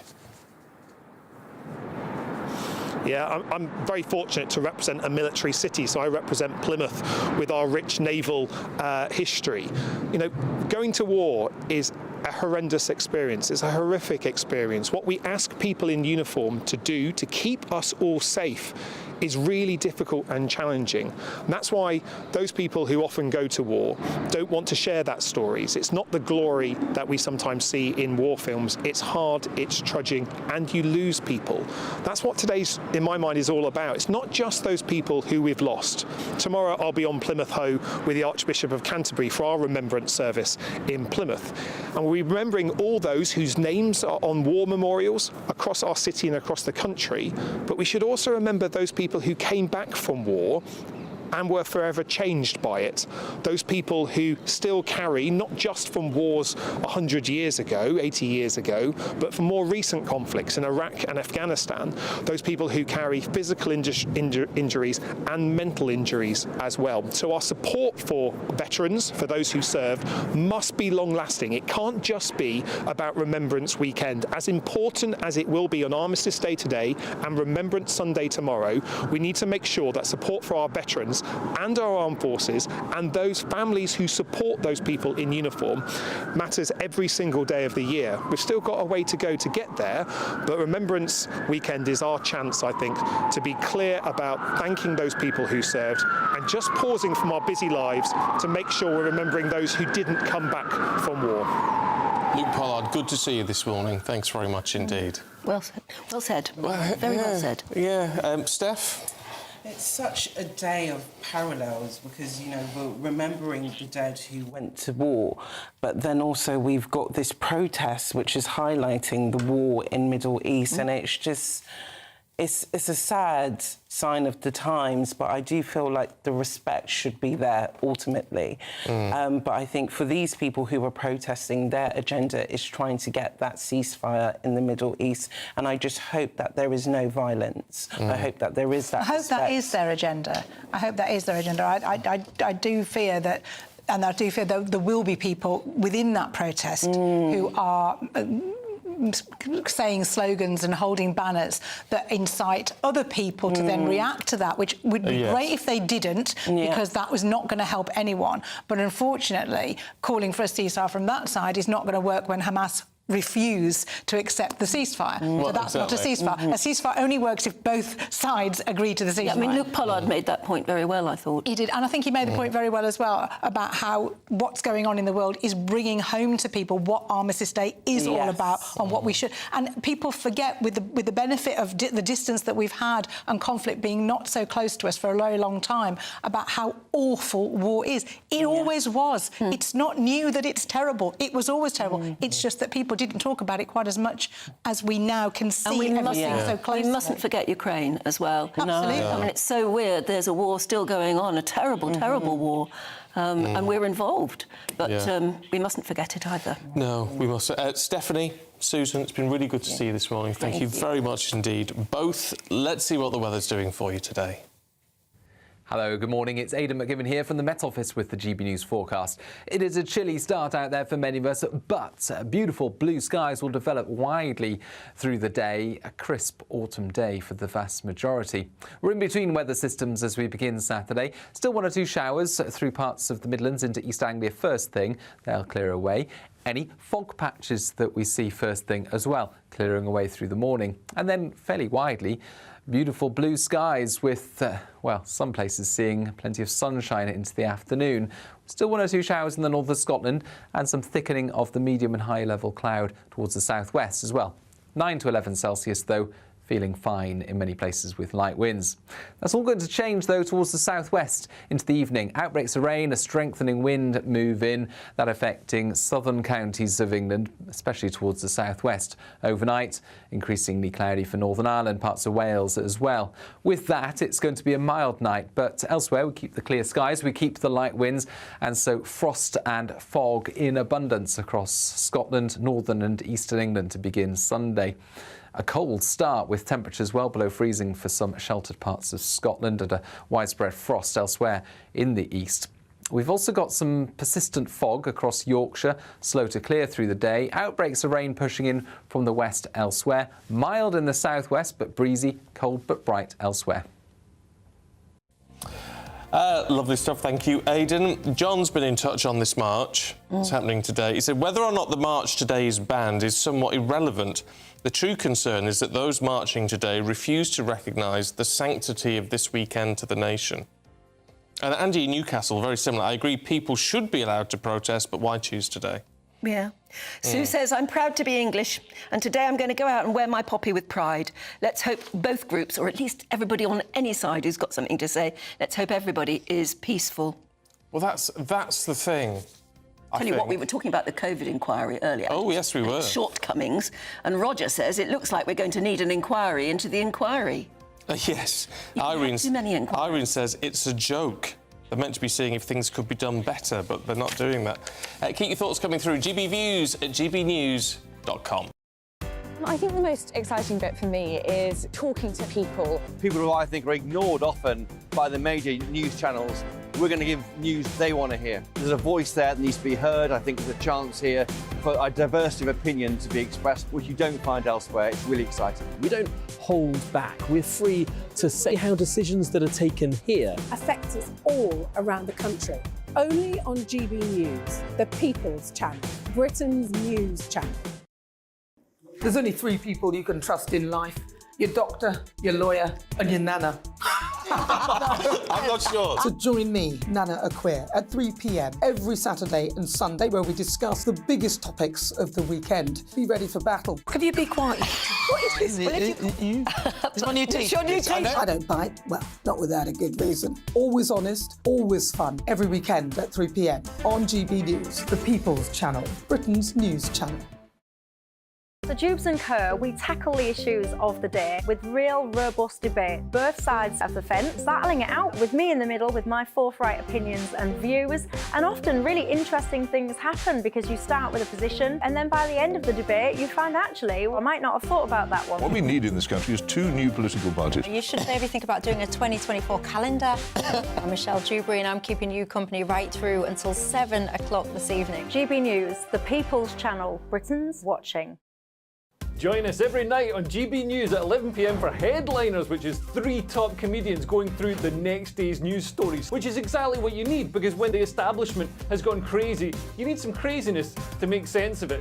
Headliners. You don't have to bother reading the newspaper. We've got it covered for you. Every night at 11 p.m. and repeated every morning at 5 a.m. We won't send you to sleep like some of the other paper review shows out there. So join us 11 p.m. every night on GB News. The People's Channel, Britain's news channel. GB News, unlike other broadcasters, isn't obsessed with the London-Westminster bubble. We think there's a nation beyond the M25, and that's why we talk about the issues that matter across the land. Join me on State of the Nation, 8 to 9 o'clock, Monday to Thursday, on GB News. Daisy's listening, and you should too. Every Sunday from 11, join Michael Portillo. There will be topical discussion, looking at the week before and the week to come. So kick back and relax at 11 a.m. on Sundays on GB News with me, Michael Portillo. GB News, the People's Channel, Britain's news channel.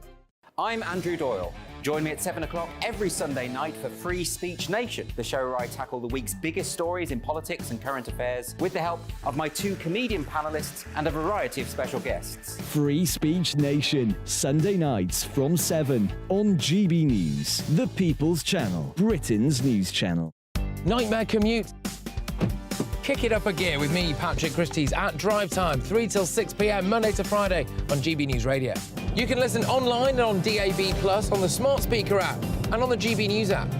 And if you've got an Alexa, all you have to say is, Alexa, play GB News. We're also on TuneIn and the Radio Player apps. From the school run to rush hour, get revved up with me, Patrick Christys, on GB News and GB News Radio.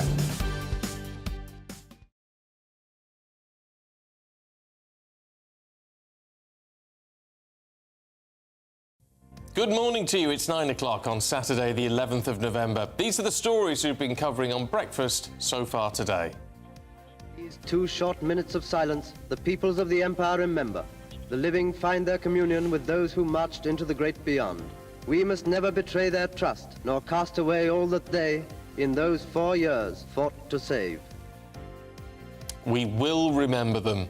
Britain marks Armistice Day, 105 years on from the end of the First World War. And so we're live across the country, and we'll be covering the events up and down the land as we remember those who've fallen as well as those who've served.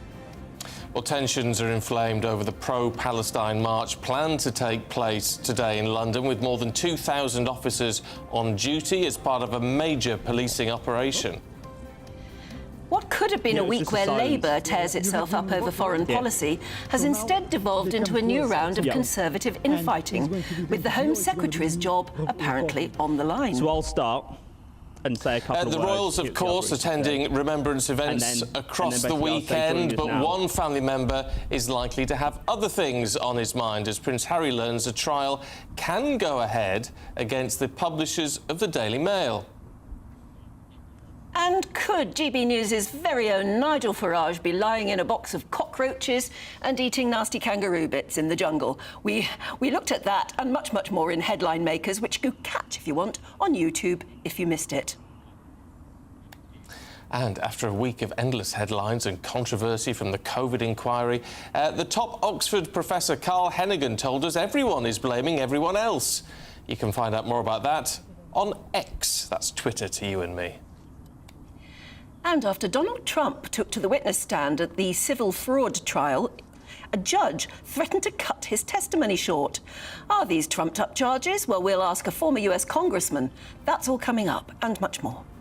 Yeah, including the weather with Aidan.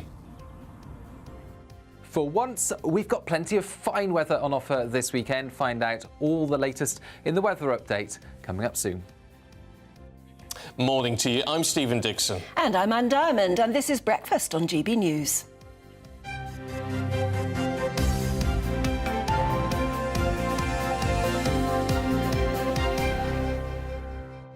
We were talking about vaping earlier on with Karol Sikora, who you probably know the name. He's a really, really high-profile oncologist. And particularly during the pandemic, he was very outspoken about the effect that lockdown particularly was going to have on cancer rates, and he's been proven to be right.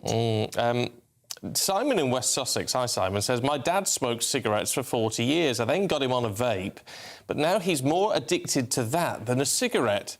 I tried to remove it from his pocket and he gets so defensive and won't let me near it. Phil says, unfortunately, vaping seems to be some sort of rite of passage now amongst young people. Groups of 12 to 16-year-olds on the way to or from schools are surrounded in a cloud of vape. And I think that's very true. I live very close to a corner shop and the kids are in there buying vapes all the time. And I think they, and they're waiting for the school bus in the morning and they're vaping away. And vaping seems to make much more of a cloud than smoking ever did. Yes, but it's not. No, it's not such a harmful cloud. No, I mean, that's the thing Karol Sikora was saying, that nicotine in itself is not harmful. And it's the tar inside when there's no tar, there are these chemicals, so it's just they don't quite know. It's not as good as not doing anything at all. Stephen says banning one smoking or vaping product will just lead to the introduction of another one, because there's a profit to be had. That's true. They will come up with something else anyway, wouldn't they? Anyway, so I think the idea that school kids are doing it now, it can't be good. Yeah, but you can even argue there that the school kids who are buying vapes and trying to look all cool and trendy, vaping, would otherwise be spending their money on sweets, wouldn't they? Or cigarettes. That's true, yeah. So, I don't know, it's a difficult one. I don't know what to think about it, because it is recognised to be much, much, much, much, much better than smoking. And are your thoughts with the police this difficult Armistice Day? Paul says, I think the police are on a loser today. If things go wrong, the press and the media will criticise them. If they police too much, then the protesters will criticise them. They're in a no-win situation. Yeah, I think that's right. And in terms of the whole respect around the march, Patricia says we don't give... Well, I say respect around the march, I don't mean for the protesters. I mean the respect they're showing for Armistice Day. Patricia says we don't give the respect that people deserve. We don't treat veterans well. Some are left behind on the streets, which is true. Very true, yeah. A society really should be judged in the modern day, shouldn't it, by the way it looks after its veterans. Don't you think? Yes, I think that's a very valid point. Anyway, it is Armistice Day, of course, so in a little under 2 hours, the nation will fall silent in memory and respect for those who've served in war. And we at GB News are going to be covering these events right across the country. Olivia Utley is in Westminster, Sophie Reaper is in Rochdale, Jack Carson is at the National Arboretum in Staffordshire, and Doogie Beattie is in Belfast. So, Olivia, let's go to you first. Where are you and what is anything happening behind you? Hello, yes, I'm in Westminster this morning. I've just walked down from Whitehall and the Cenotaph, where we can see that the police are taking absolutely no chances. The whole of Whitehall has been barricaded off, and there's a ring of steel, as they call it, around the Cenotaph, a ring of policemen guarding it. We're expecting 2,000 policemen on the streets of London today. At the previous Saturday pro-Palestine marches, there have been 1,000 policemen, so we can see a real ramping up of security today. We're expecting 70,000 activists to descend on London later. Now, the timing of events is very, very important. We're expecting the armistice silence to be at 11 o'clock, as it always is, and there will be an event at the Cenotaph. This is a smaller event. The big event with the King will be tomorrow, but there will be a small remembrance event at the Cenotaph at 11 o'clock. The pro-Palestine march is set to set off at 12 o'clock, and it is supposed to be avoiding the Cenotaph. Anyone who's found from the march to be around the Whitehall area could be fined up to £2,500 and could be arrested. So what the police are hoping, what we're all very much hoping, is that the Armistice Day event and the silence takes place respectfully at 11 o'clock. Then the pro-Palestine march starts an hour later. It skirts around the Cenotaph. It's going around Battersea and Nine Elms rather than through the Whitehall area. And fingers crossed, I suppose, those two events don't run into each other. The police has a really, really big challenge on its hands this morning. It'll be really, really interesting to see how they manage it and what the political repercussions are when Westminster returns next week. Yeah, indeed. OK, let's head to Rochdale and Sophie Reaper. Morning to you, Sophie. I mean, look, ordinarily we'd be saying, you know, let's hope this is just a lovely day of commemoration and remembrance in a place like Rochdale, but even there you're on pretty high alert, aren't you? Yes, good morning to you both. Well, we are anticipating, of course, the 2-minute silence here in Rochdale this morning, but there are, and have been since Tuesday, Greater Manchester police officers guarding the Cenotaph here behind me. There are also several security guards who've been hired by Rochdale Borough Council in order to make sure that there is no trouble during those 2-minute silence and, of course, throughout Remembrance Weekend as a whole. That's because over the past week or so, there have been several incidents. There's been videos circulating social media showing Palestinian flags on the memorial and that the poppy wreaths had been discarded. There are also two other separate incidents, one on Monday, which led to 2 teenage males being arrested for intentionally or recklessly causing public nuisance. Then on Tuesday, the memorial was vandalised. People sprayed Free Palestine in large black letters. 2 teenage males were also arrested for that, and one charged with racially aggravated public damage, the other charged with the same but also theft. So clearly the tension is high here in Rochdale, and it will be interesting to see if the police and the security guards will be needed. OK, Sophie, thanks very much indeed. Now let's go up to the National Arboretum in Staffordshire, where Jack Carson is standing by for us. What's going to happen there, Jack? Yeah, good morning to you both. Here at the Arboretum, it's particularly quiet and still this morning, as of course we prepare for that Armistice Day service a little bit later on. I'm joined with Philippa Rawlinson, who's the Director of Remembrance of the Royal British Legion, but also the Director here at the National Memorial Arboretum. Philippa, thank you very much for joining us this morning. Just tell us a little bit about the service that we're going to see this morning. Well, the service on top of the Armed Forces Memorial behind us will be a really special moment. We'll be joined by Her Royal Highness the Princess Royal, who'll be leading the service.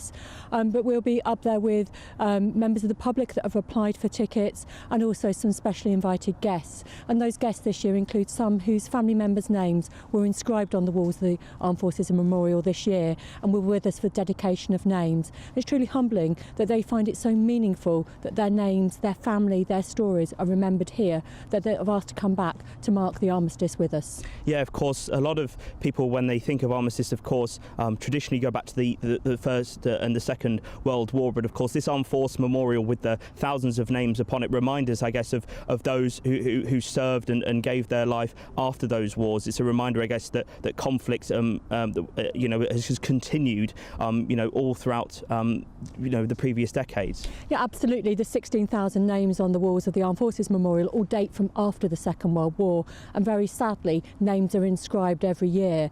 And and I know from talking to the families that the fact that the names are remembered here with their comrades means so much to them, and they can come here.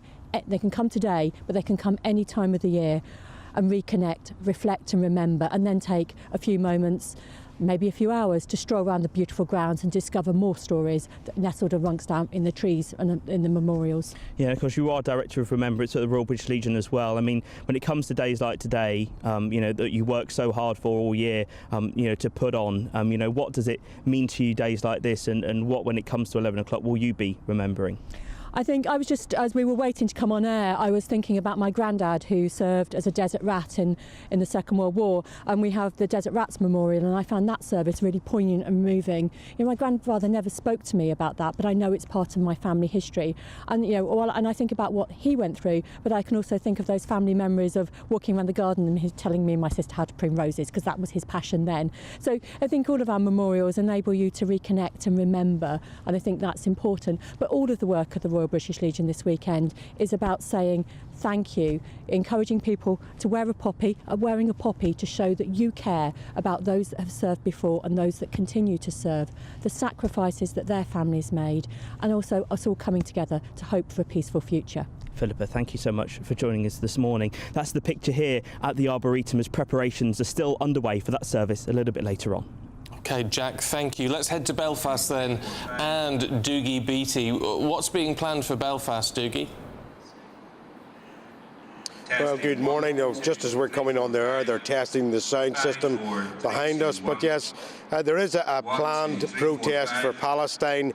It was to be at 11 o'clock, just over the wall from where we're standing now, but that seems to be moved back an hour, which is a blessing, because, people are coming here to remember those that fell in battle. And Ireland, north and south, has had a particularly complicated relationship with Poppy Day. You've got to remember, during the First World War, Ireland was still part of the UK. It was as one, and there wasn't one village in the whole of the UK or the whole of Ireland that wasn't affected by young men dying during that particular conflict. But as some of the veterans have said to me, it is worth looking at that the only time that soldiers are actually deployed is when politics have failed. Most of these soldiers don't want to go to war. And when you're standing here watching during that 2-minute silence, it is very obvious those that have actually served, they are very, very quiet. They're in their own thoughts, and they're right back there. And we have talked about how we treat veterans after any battle, and of course that is a mark of our society, and in Northern Ireland there is again particular problems with that because of the Good Friday Agreement. But earlier on last week I caught up with Paul Johnson. He was a machine gunner in the Royal Irish, and he had served in Musa Kala in 2006 in Afghanistan, 55 days. They battled quite literally for their lives. They lost a few men there, and unfortunately, when they came home, a few of those men couldn't deal with what has went on, and they too have took their own lives. And this is what he had to say to me.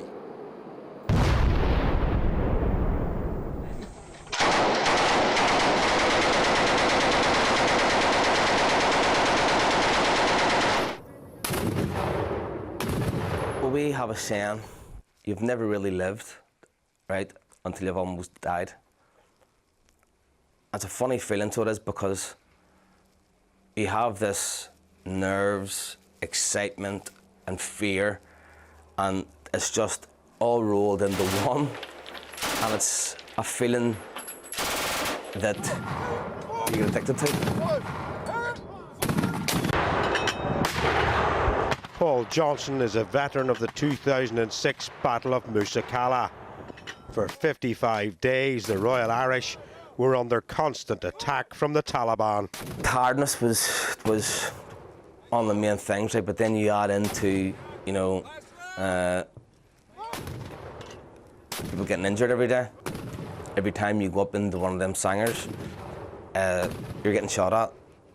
I remember the whistle of the mortars, and you knew whenever, at the end of the whistle, there's an explosion, and that whistle put the fear of God into people. 17 years on, these soldiers have had problems adjusting to civilian life. Unfortunately, there's been a lot who've tried to kill themselves, and a couple who have. Obviously, of the nightmares that they have, it's taken its toll on them. Northern Ireland is 2.8% of the UK, but makes up 9% of the British forces. The only veterans hostel is privately funded. And Robert McCartney of Beyond the Battlefield explains why. During the Good Friday Agreement, the signing of the Good Friday Agreement, there were 16 groups exempted from getting funding, and they were all the paramilitary groups. But the paramilitaries also insisted that the military were involved in the no funding groups. So as soon as the Good Friday Agreement was signed, they then became community groups, where we can't become a community group because we are veterans. And as a result of that, community groups get millions in this country, as everyone's aware. Veterans get very, very little. This hostel gives a real chance for those that gave their all, and more importantly, a place to call home. When we got it, it was derelict. We spent 15 months really doing it up. Now, we didn't get any funding to do it up. They got no government funding, we got no funding from anyone. So basically it was funded by social clubs, by football clubs, and just private associations. And everything in there is basically recycled. But we've now got the 10 bedrooms, and we've got veterans living in here now who would normally either be in the street or probably be in prison. Dougie Beattie, GB News, Portavogie. Well, there you are, Armistice Day being marked all over the country. And actually not all over the country, but all over the world too. We had an email, didn't we, just a short while ago from somebody in Gibraltar saying that they're going to be attending Armistice Day celebration or commemoration in Gibraltar. And it will be true of all of those sorts of places. And places where there are Commonwealth war graves and things like that. Just looking at the National Memorial Arboretum, on the old Google Maps. And, of course, you've got the Armed Forces Memorial. There you've got the Malaya and Borneo Veterans Memorial, Fleet Air Arm Memorial, HMT Lancastrian Memorial, Children and Families of Far East Prisoners Memorial, Royal Engineers. So there are all different... Within the Arboretum, there are all sorts of different memorials you Polish can go to Forces War if they Memorial. have a special relevance to you. Army Medical Corps, Parachute Regiment, Shot at Dawn Memorial. Oh. I mean, all these... different, and it set in beautiful grounds. Well worth going to visit. I think so. There is actually the UK Police Memorial is there as well. We should. I mean, I've never been. We should really go. We are going to go. Because what a place to pay your respects, whatever time of year. Actually, it's right there in the Midlands, isn't it? In the middle of Staffordshire. Yeah, just by the M6 toll. Yeah, right. So there you go. Okay. If you can get there, probably is. Be worth doing. I think we should do more. Should take school children. Maybe they do already. I think they do. I hope they do. Should be done. Anyway, it is now less than 2 hours until the 2-minute silence at 11 o'clock, marking Armistice Day. Now, it's also a very big weekend for the royal family, of course, because the King and Queen are going to attend the National Service of Remembrance at the Cenotaph tomorrow, Remembrance Sunday. And, of course, then all the other royals will line up and do their bit, put the wreaths on the Cenotaph. Yeah, let's talk to Vanity Fair royal reporter Katie Nicholl, who's here. Morning to you, Katie. I mean, it's significant in some respects because it is the first time we've seen the King do this within his own right. As monarch. Rather than on behalf of the late Queen. But yet it reinforces, with that continuity, I guess, just how important the royals are to the armed forces and the armed forces are to the royals. It's a really important symbiotic relationship that dates back centuries. I mean, the monarch has always been the head of the armed forces, and interestingly, the wreath that the King is going to lay bears real resemblance to the wreath that the late King George VI laid. It looks very, very similar. I know earlier you showed some amazing footage of King George VI laying that wreath. That was, of course, Charles's grandfather, the Queen's father. And, you know, I think George VI has probably been on people's minds this week because when you think back to the state opening of Parliament and watching the King deliver his first ever outline of the government's legislation, we haven't seen a king do that in over 70 years. So I think there is a real sense of history here. And, of course, Charles served in the Navy himself. The one royal who's not going to be there will be Prince Harry because he's in California.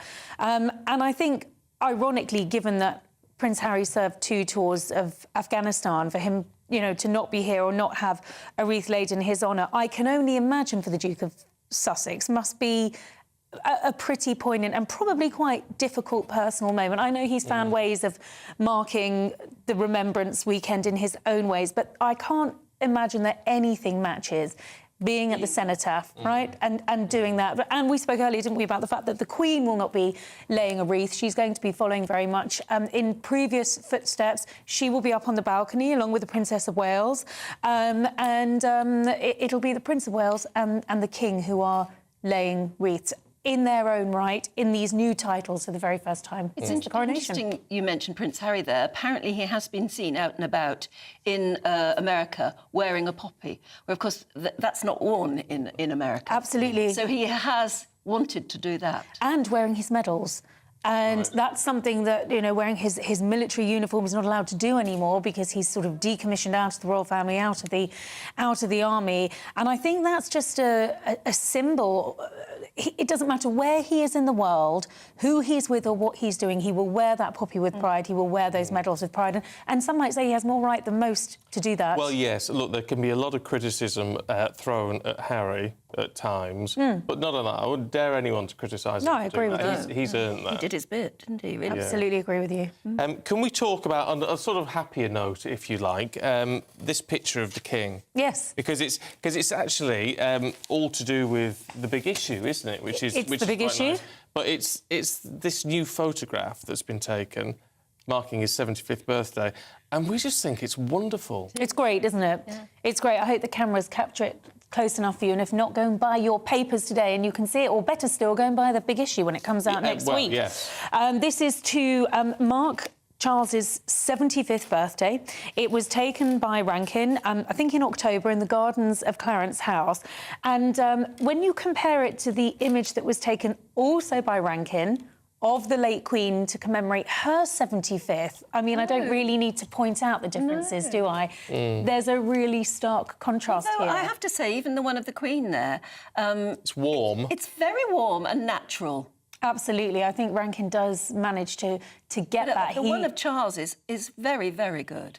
Well, he's managed to get that wonderful, sharp focus, and I think the way the King is turning towards the camera, he's got a slight smile on his face. He's not looking too serious, but he clearly means business, as is reflected by the fact that he's wearing his double-breasted pinstripe suit. But there is somehow... There's a twinkle there. Absolutely. Yes. There's a warmth. As Anne says, there is a warmth which he captured with the late Queen as well. And he's looking right at us. Absolutely, yes. I think it's an interesting choice. It's a very good portrait. Interesting choice not to use colour.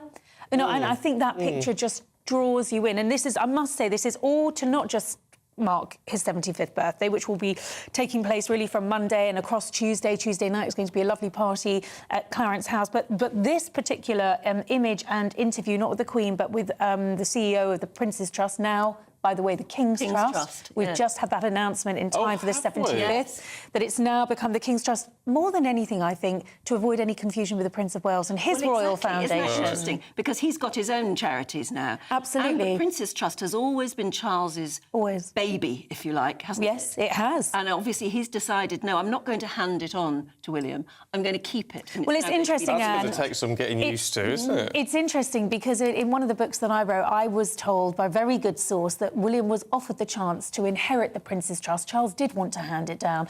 But, of course, by this point, William had his own initiatives. He had his own foundation. So this is a very neat way of making this not an issue, not having any confusion over the Prince's Trust to the King's Trust, and one of the big projects that's being launched is this Coronation Food Project, and that's what the big issue is all about. Basically, taking our surplus food waste and distributing it to people who need it. And I think when you see the King focusing all of his birthday celebrations actually over this key issue, it really shows that he's got his finger on the pulse. He knows the issues that are affecting real people, and he's using his birthday celebrations to put the spotlight on that. Yeah. Oh, good on him. I've got a huge amount of respect for him. Mind you, he's massacring that cake. in the pictures, if you're listening on the radio. A slice of cake. No cake was wasted. Well, no. Exactly, it wouldn't. Because actually, isn't it is a scandal how much food waste there is. It is. How much gets thrown away because it's bakery goods and things because they just haven't sold on the day or whatever. And how many people are hungry? Yeah. And how many children are going to school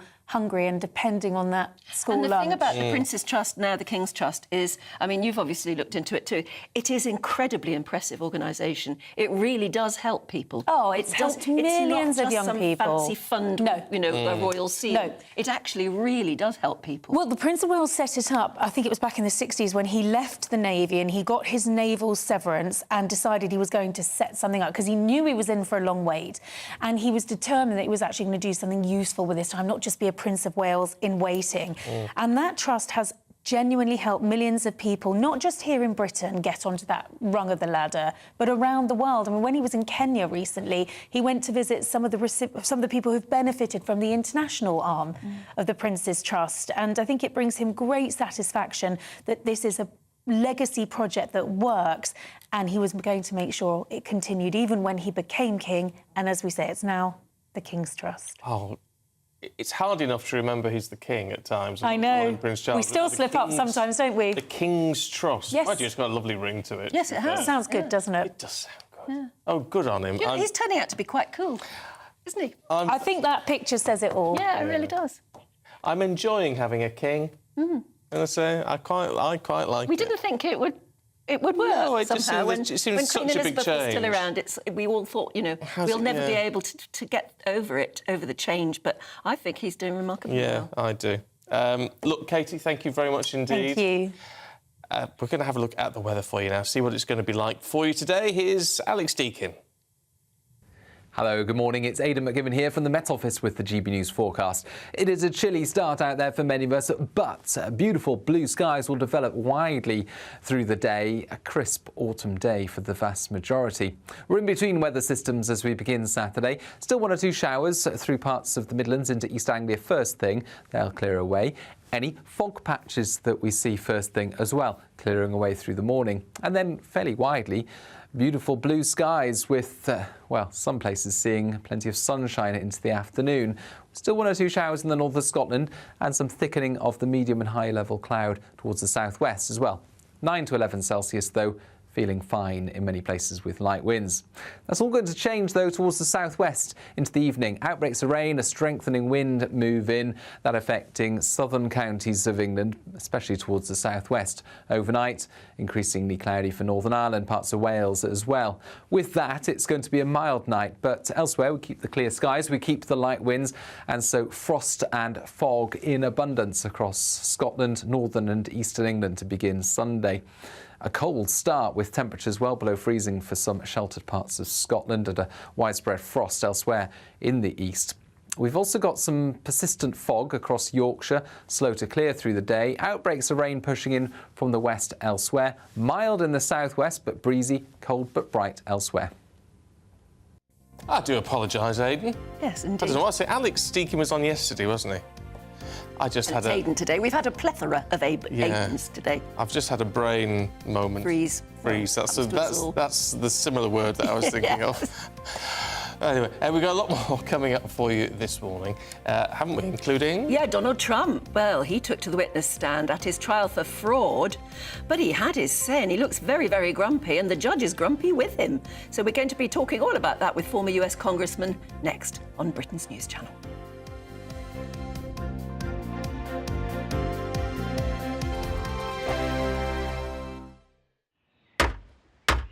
Who is it? We're here for the show. Welcome to the Dinosaur Hour with me, John Cleese. I was married to a therapist. And you survived? I thought we were getting Hugh Laurie. Second best.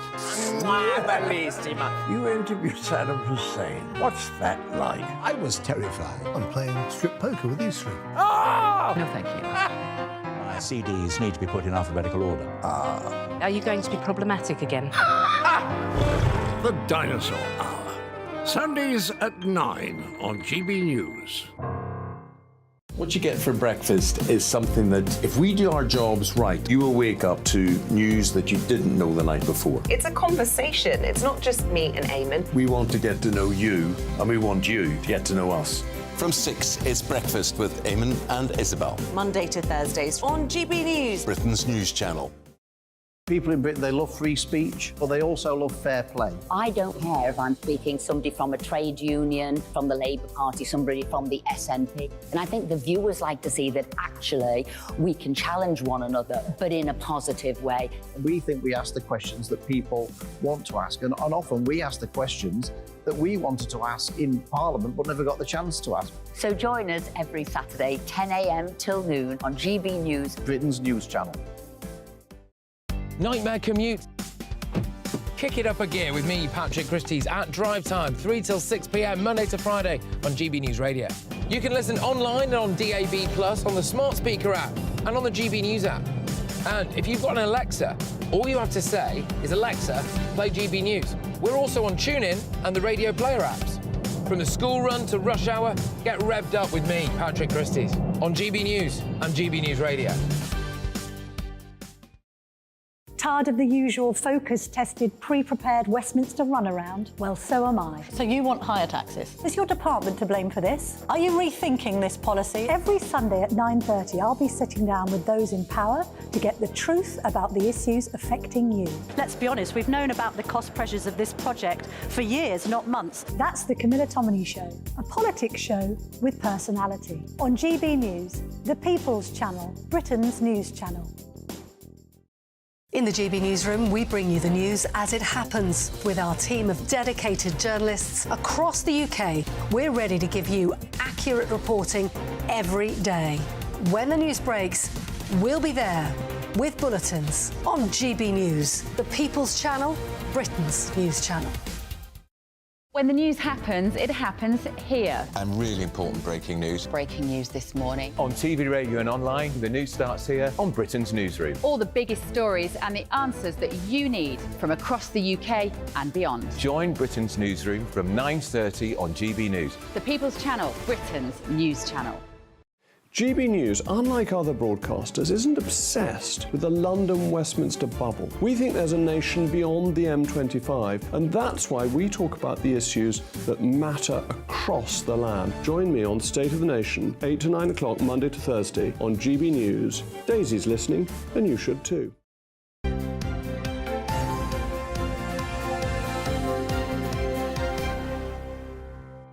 It is 9:33. Very good morning to you. Let's have a look at some of the other stories heading into our newsroom this morning.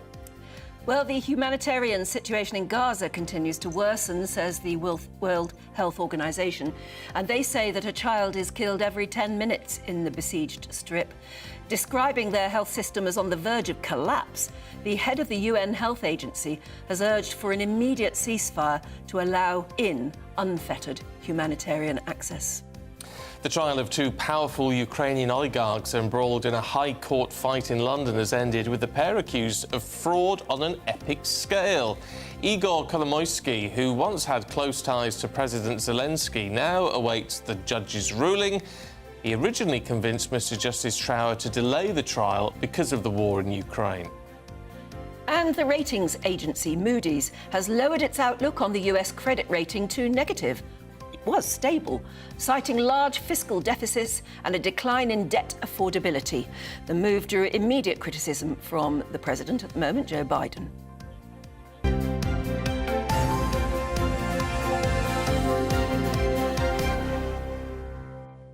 Well, let's have a look at another one of the big stories that we've been covering this week. Donald Trump. Now, he complained of unfair treatment in his testimony on the witness stand at the civil fraud trial about his New York business, prompting the judge at one point to threaten to cut his testimony short. Because it's a scam, and this is a case that should have never been brought, and it's a case that now should be dismissed. Everybody saw what happened today. Everybody saw what happened with their star witness, who admitted that. I never told him what he originally said. I did. He admitted that he lied, and he has absolutely no credibility whatsoever. That's their only witness. Well, let's discuss this with former Republican Congressman Joe Walsh, who joins us now. A very good morning to you. Thanks for your time. Oh, I find it all very confusing because we talk about this being a fraud trial. He's already been found guilty of this, hasn't he? So this is just all about what sort of punishment there is. Yeah, this is a civil trial. He's already been found guilty. This is to decide how he and his family will be punished. And it looks like they will probably be punished by not being able to do business in the state of New York anymore. But look, this is a show. This is a preview of what the world is going to see in America during the campaign in 2024. It's going to be Donald Trump inside and outside of a courtroom for 9 or 10 months. Very interesting, his strategy, actually. I mean, it doesn't matter what you throw at him at the moment, he just bats it back. And that's what he was doing there. And I've just been looking at a report about him in The Economist, and the headline is, Donald Trump looks terrifyingly electable. Nothing's going to stop him, is it? Well, first of all, Donald Trump is an idiot. He doesn't do strategy. He doesn't know how to do strategy. He just reacts. And the key to Trump's success is he's a victim. It's what he all his supporters believe, that he's the most persecuted person in the history of humanity. But what's really scary is, yes, he has a very good chance of being elected president of the United States again next year, because America's got real problems and Trump's more popular than people realize. All right, look, talk us through this then, because we hear this a lot from Democrats. We hear from a lot of Republicans who say Donald Trump is the saviour of the United States. What would you need to do as someone who was a Republican congressman to convince people that the man who wants to lead again for your party isn't the right man for the job? Because he's the biggest threat we have to our democracy. I mean, it's kind of crazy when you think about it. We're almost 3 years removed from Donald Trump leading a violent attempt to overthrow an American election. You think about what he did after 2020, you think about what he did on January 6th, he should have been banished from America. Yet here he is, the leader of one of our two political parties. Look, Joe Biden is weak, he's old, but right now he's the only thing that can stop Trump. And Joe Biden and all the rest of us have to make the case that if Trump is reelected, our democracy may cease to exist. He's that much of a threat. So if it is that important, why can't the Democrats come up with a better candidate? Well, Joe Biden would have to step aside. And it's really up to him. I know the numbers look bad, and I know the polling looks bad, but what the world needs to realize is the campaign really isn't engaged yet, especially on the Democratic side. Republicans are running to become the nominee, but the Democrats aren't really engaged yet. Once we get into it next year and it's mano-mano, one-on-one, Trump versus Biden, I think you'll see Biden do better. But right now, every Democrat's waiting. And if Joe Biden stepped aside, you'd have 100 Democrats jumping in. What about those Republicans who, there was a survey, I saw it a couple of weeks ago, I can't remember the exact figures, but it was indicating that if there was a criminal conviction, that would be enough, it would create just enough of a dip in Trump's popularity, it's a sort of dissent from traditional Republican voters who were uncomfortable with the conviction to swing it the other way. It'll be too late. I mean, it'll be too late. And look, most of the Republican Party voters are not going to leave him. You hear a lot of people say this, but Trump is a cult leader. My former party has become a cult. So he's got 50 to 60% of Republican voters who will never leave him. If he's sitting in a jail cell, they're going to visit him once a month. So, and by the way, these trials, maybe one or two of the trials will take place before the election. So I don't think we'll have any sort of conviction or any verdict like that before the election. It's already too late. He'll be the nominee. OK. Joe Walsh, good to talk to you this morning. It's fascinating. Thank you very much indeed. I mean, look, whether you agree with what Joe Walsh is saying or not, it's interesting to hear someone who was a Republican congressman being anti-Trump, because that's not a perspective we hear a lot of over here in the UK. But, you know, the more trials that Trump gets dragged into, he just, as Joe was saying, he just becomes more of a celebrity. He plays the whole thing as though he is the most put-upon person, innocent, and there's a sizable amount of Americans who completely believe him. Yeah. There you go. Interesting, isn't it? Now, which sort of ties in beautifully with this in a way. Coming up for you, fake or fact? With social media awash with horrific videos from wars and all sorts of stuff, how are you meant to know if what you're watching is real? We'll show you a bit more in just a tick.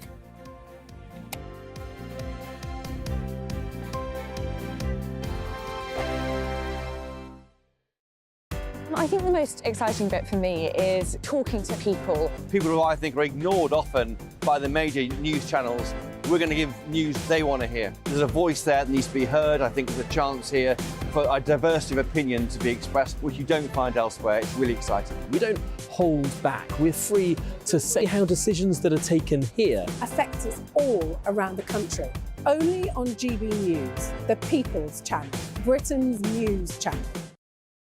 There's only three people you can trust in life: your doctor, your lawyer, and your nana. I'm not sure. So join me, Nana Acquare, at 3 p.m. every Saturday and Sunday, where we discuss the biggest topics of the weekend. Be ready for battle. Could you be quiet? What is this? It's my new It's teeth. your new Yes, I teeth. know. I don't bite. Well, not without a good reason. Always honest, always fun. Every weekend at 3 p.m. on GB News, the People's Channel, Britain's news channel. So Jubes and Kerr, we tackle the issues of the day with real, robust debate, both sides of the fence, battling it out with me in the middle with my forthright opinions and views. And often really interesting things happen because you start with a position and then by the end of the debate you find actually, I might not have thought about that one. What we need in this country is two new political parties. You should maybe think about doing a 2024 calendar. I'm Michelle Dewberry and I'm keeping you company right through until 7 o'clock this evening. GB News, the People's Channel, Britain's watching. Join us every night on GB News at 11 p.m. for Headliners, which is 3 top comedians going through the next day's news stories, which is exactly what you need, because when the establishment has gone crazy, you need some craziness to make sense of it. Headliners. You don't have to bother reading the newspaper. We've got it covered for you. Every night at 11 p.m. and repeated every morning at 5 a.m. We won't send you to sleep like some of the other paper review shows out there. So join us 11 p.m. every night on GB News. The People's Channel, Britain's news channel. GB News, unlike other broadcasters, isn't obsessed with the London-Westminster bubble. We think there's a nation beyond the M25, and that's why we talk about the issues that matter across the land. Join me on State of the Nation, 8 to 9 o'clock, Monday to Thursday, on GB News. Daisy's listening, and you should too.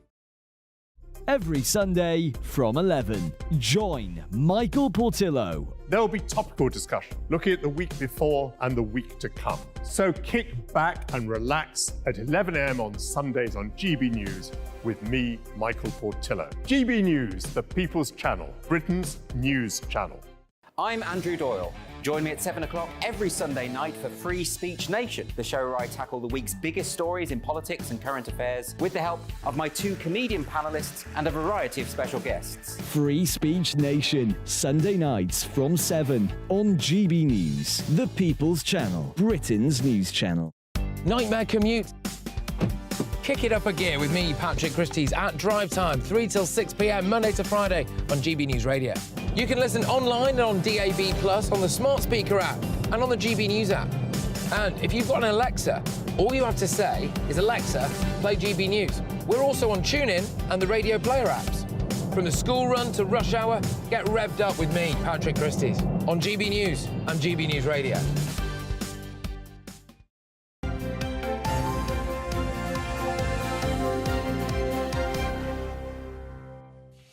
It is 9:45. Good morning to you. This is Breakfast with Stephen and Anne. Now, it's time now for what could be, actually, it's almost building into a sort of game show, Fake or Fact with Andrew Eborn. He's going to take us on a tour of the fake news that's around at the moment and try and educate us into how we can sort of look at something and then question whether it's the real thing. Yes. And, of course, today is Armistice Day, and fake or fact was actually an issue during the war as well, wasn't it? Because absolutely. propaganda and fakery, well, it was very big weapon in the war. Absolutely, and fake news has been used as a weapon of war for actually eternity, going all the way back to the Roman times and beforehand. But I thought we'd have a little canter through some of the fake stories, and you can guide me on this sort of stuff as appropriate. But during the 1917 war, for example, there was a big story which happened about British newspapers, including the Times and the Mail and the Express. They carried a story about dead soldiers being used to basically for soap and margarine, bodies being abused. British soldiers. And also German soldiers. Right. And the whole idea was to control the mindset against the Germans. And some of the headlines, I think we've got some of these here from the old newspapers. We can pull those up. You can see these. This is the headlines in the Times. It's the headlines in the other bits and pieces as well. I think this is slightly different. This is some old footage. But there we go. These are the headlines here. So you've got the bits about Britain was basically trying to bring China into the war on the Allied side. The Huns Corpse Factory. Exactly. Says the middle one. And the Kaiser's Ghouls. Cannibalism. Horrors of the trade in the dead. Well, people must have believed those. Well, and this is the problem. They always say if you don't read the newspaper, you're uninformed. If you read them, you're misinformed. Well, this is a classic story from 1917. And what happened, a little bit confession later on, basically it was to get China involved in the war. And they did join the war. They declared war against Germany on the 14th of August, 1917, because they were appalled by this story and saying, look, they're barbaric. We must absolutely support this. And it turned out there was a confession later on. I mean, you know that's false now because we've said about that sort of stuff. But John Chanteris, who was head of intelligence, he confessed that what he'd actually done to fool the Chinese, he'd swapped the pictures of horses going to the glue factory with the corpses of the soldiers. And he basically said, look, this is what Germany's doing on that sort of basis. And that's what caused the outrage. But it's a classic example of actually where the papers conspired as well to spread this misinformation and disinformation about the war. Doesn't seem right somehow. I have to say, I am uncomfortable with that. Yeah, but then it's war. But it's of the times. I mean, that wouldn't happen now to that extent. Well, you say that. You say that. So. And this is the problem, because I always say, and it's famously said, that the first casualty in war is the truth. And what's happening at the moment, we'll come on to this as well, but you can guide your way through all of the wars throughout history. History repeats itself. And you might remember there was during the World War II with Churchill at the head of it, in 1941, he authorised the setup of a transmitter called Aspidistra. Yes, do you remember Aspidistra? Yeah. Fantastic. And it was the most powerful transmitter in the world at that stage. And there were they put two transmitters together from RCA in the States, because it was illegal to have those transmitters. There you are. There we go. There's a picture of it. It looks, which is in Cromer. It's still there. You can go and visit it. And what happened? This was used for two purposes. One is they used to do fake news stories, because they could, being the most powerful, they could transmit to virtually anywhere. And they transmitted to German, and they did a sort of German station for the German soldiers. And they would play jazz music for people with but the news at 9, would turn around and give these fake bulletins. And they were basically, the idea was to control the hearts and mind of the German population. So these fake bulletins would be sort of telling the listeners that the war was going badly for them. Exactly. So they would get demoralised, and as a result... whereas that as a tactic, I can sort of understand and say, yes, you know, what a good idea. Whereas the first one... it's distasteful, isn't it? Is different somehow, but Aspidistra works. But that's what happened. You're trying to... It's all about hearts and minds. It's about poppies and propaganda, I call it. We see one which is was almost sort of in the spy game, if you like. It was Operation Mincemeat that a lot of people have heard of. And turned into Colin Firth, was in a brilliant movie. If you haven't seen that, 1921, he was in that movie. It's called Mincemeat, I think, isn't it? It's called Operation Mincemeat. And what happened, again, this was Churchill. He's sort of, and you can see this is the letter authorising, saying that Churchill has basically authorised this. And the idea is they wanted to dissuade Germany from the fact that the real target of an invasion was Sicily. So what they had to try and do is come up with this glorious plan where they would have this fake body. They created a Major William Martin, who was a completely fictitious character, but they made him, you had to give him an identity, so they had a little theatre star, he had a picture of his fake fiancée, had an engagement ring receipt, all that sort of stuff. And what they did is they got the body from the local morgue. Yes. And it was of a homeless man. Who'd been poisoned with rat poison, what it was. And then they dropped it in the sea somewhere. So they dropped it about a mile off the coast of Spain, and what happened, it floated in, it landed in the enemy's hands, and they looked at all these secret documents. They were convinced by the story, and rather than looking at Sicily, they deployed double the forces elsewhere. So as a result, they could go to Sicily, and on 30th of April 1943, that's when the body of this fake Major William Martin was... and it fooled them. And it totally fooled them. The invasion of Sicily happened on the 9th of July 1943 and was successful because the Germans had deployed their plans elsewhere. So it's the idea of creating a sort of fake story on that sort of basis. It reminds me of Churchill's plan as well to tell the nation, and therefore spread it to Germany too, was that we were feeding... The reason our pilots knew there was incoming wasn't because of radar, because we weren't owning up to actually inventing that. It was because we fed our pilots carrots. Yes. And carrots help you see in the dark. And they don't. It's just that... And we've believed it. Generations have believed it ever since. But it was a really, really very famous propaganda And it's really powerful. And Edward Bernays, the father of PR, he always said the best way of selling anything to anybody is through fear. And you work on that sort of basis. And a really powerful human emotion. Also, hate is a powerful human emotion, which is why you're getting all these images. And I always urge people, you will absolutely question everything. But yes. I was going to say, the difference is, and what is worrying now, is these are sort of official things, if you like, on a major scale, because only governments could do this. Yes. Whereas now we're in a situation where people can do, individually, almost whatever you want with a little bit of skill. And look at this Sadiq Khan, as you know, whether you like him or loathe Sadiq Khan, this new video which has emerged of him, where he seems to be suggesting the Remembrance Weekend commemoration should be delayed. And I won't play you the audio, but I can read you what was said. It's basically said, the buck stops with me, Mark reports to me, and obviously... Mark Rowley. Exactly. Yeah. I know we have Armistice Day on Saturday, but why should Londoners cancel the Palestinian March on Saturday? Why don't they have Remembrance Weekend next weekend? What's happening in Gaza is much bigger than this weekend, and it's current. And it was done with his voice. And it fooled a lot of people. And the problem is this. It got spread to everybody. And talking about fear, you know, they sort of say that a lie goes halfway around the world before the truth has got its boots on. And what happens, lies spread.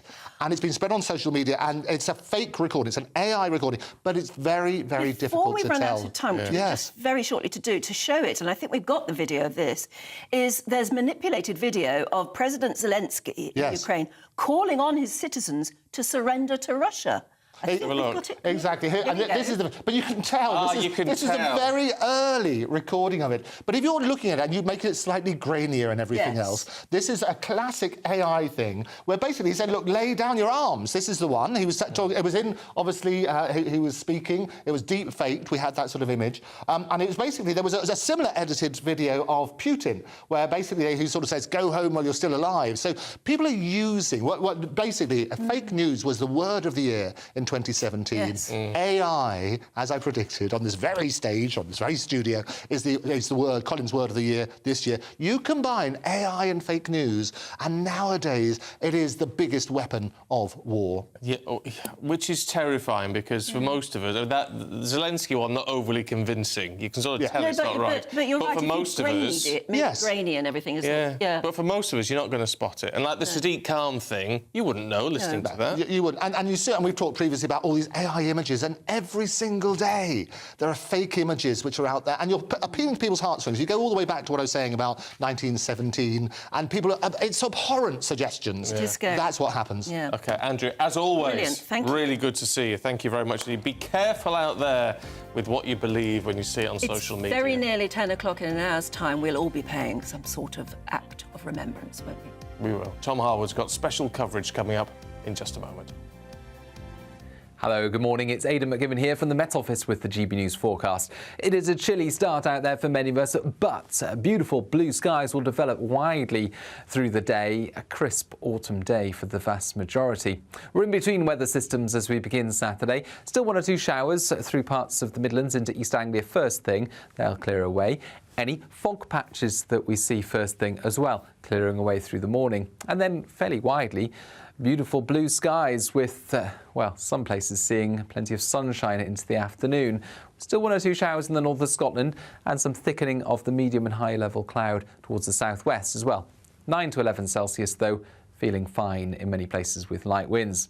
That's all going to change though towards the southwest into the evening. Outbreaks of rain, a strengthening wind move in, that affecting southern counties of England, especially towards the southwest. Overnight, increasingly cloudy for Northern Ireland, parts of Wales as well. With that, it's going to be a mild night, but elsewhere we keep the clear skies, we keep the light winds, and so frost and fog in abundance across Scotland, northern and eastern England to begin Sunday. A cold start with temperatures well below freezing for some sheltered parts of Scotland and a widespread frost elsewhere in the east. We've also got some persistent fog across Yorkshire, slow to clear through the day. Outbreaks of rain pushing in from the west elsewhere. Mild in the southwest but breezy, cold but bright elsewhere.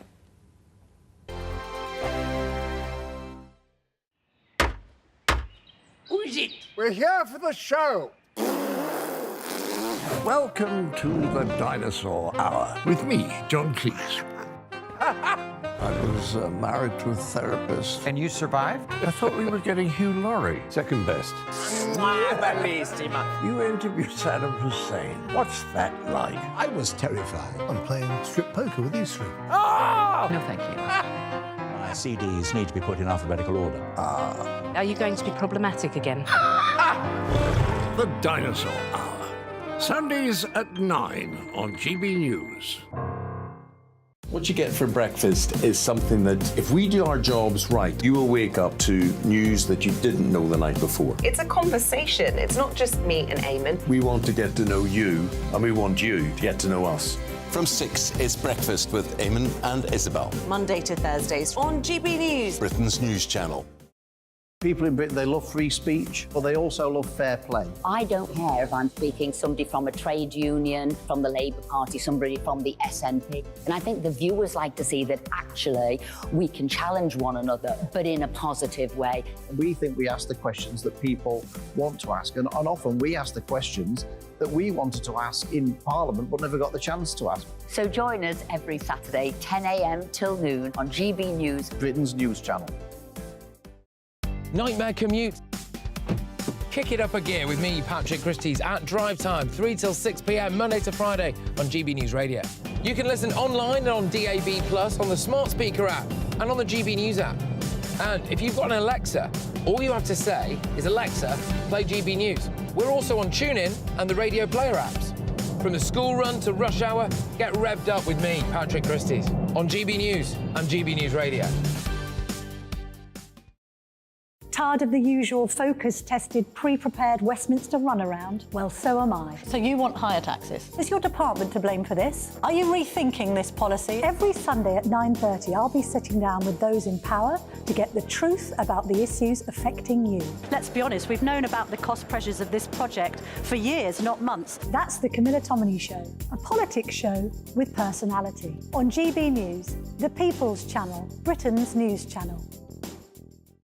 In the GB Newsroom, we bring you the news as it happens. With our team of dedicated journalists across the UK, we're ready to give you accurate reporting every day. When the news breaks, we'll be there with bulletins on GB News, the People's Channel, Britain's news channel.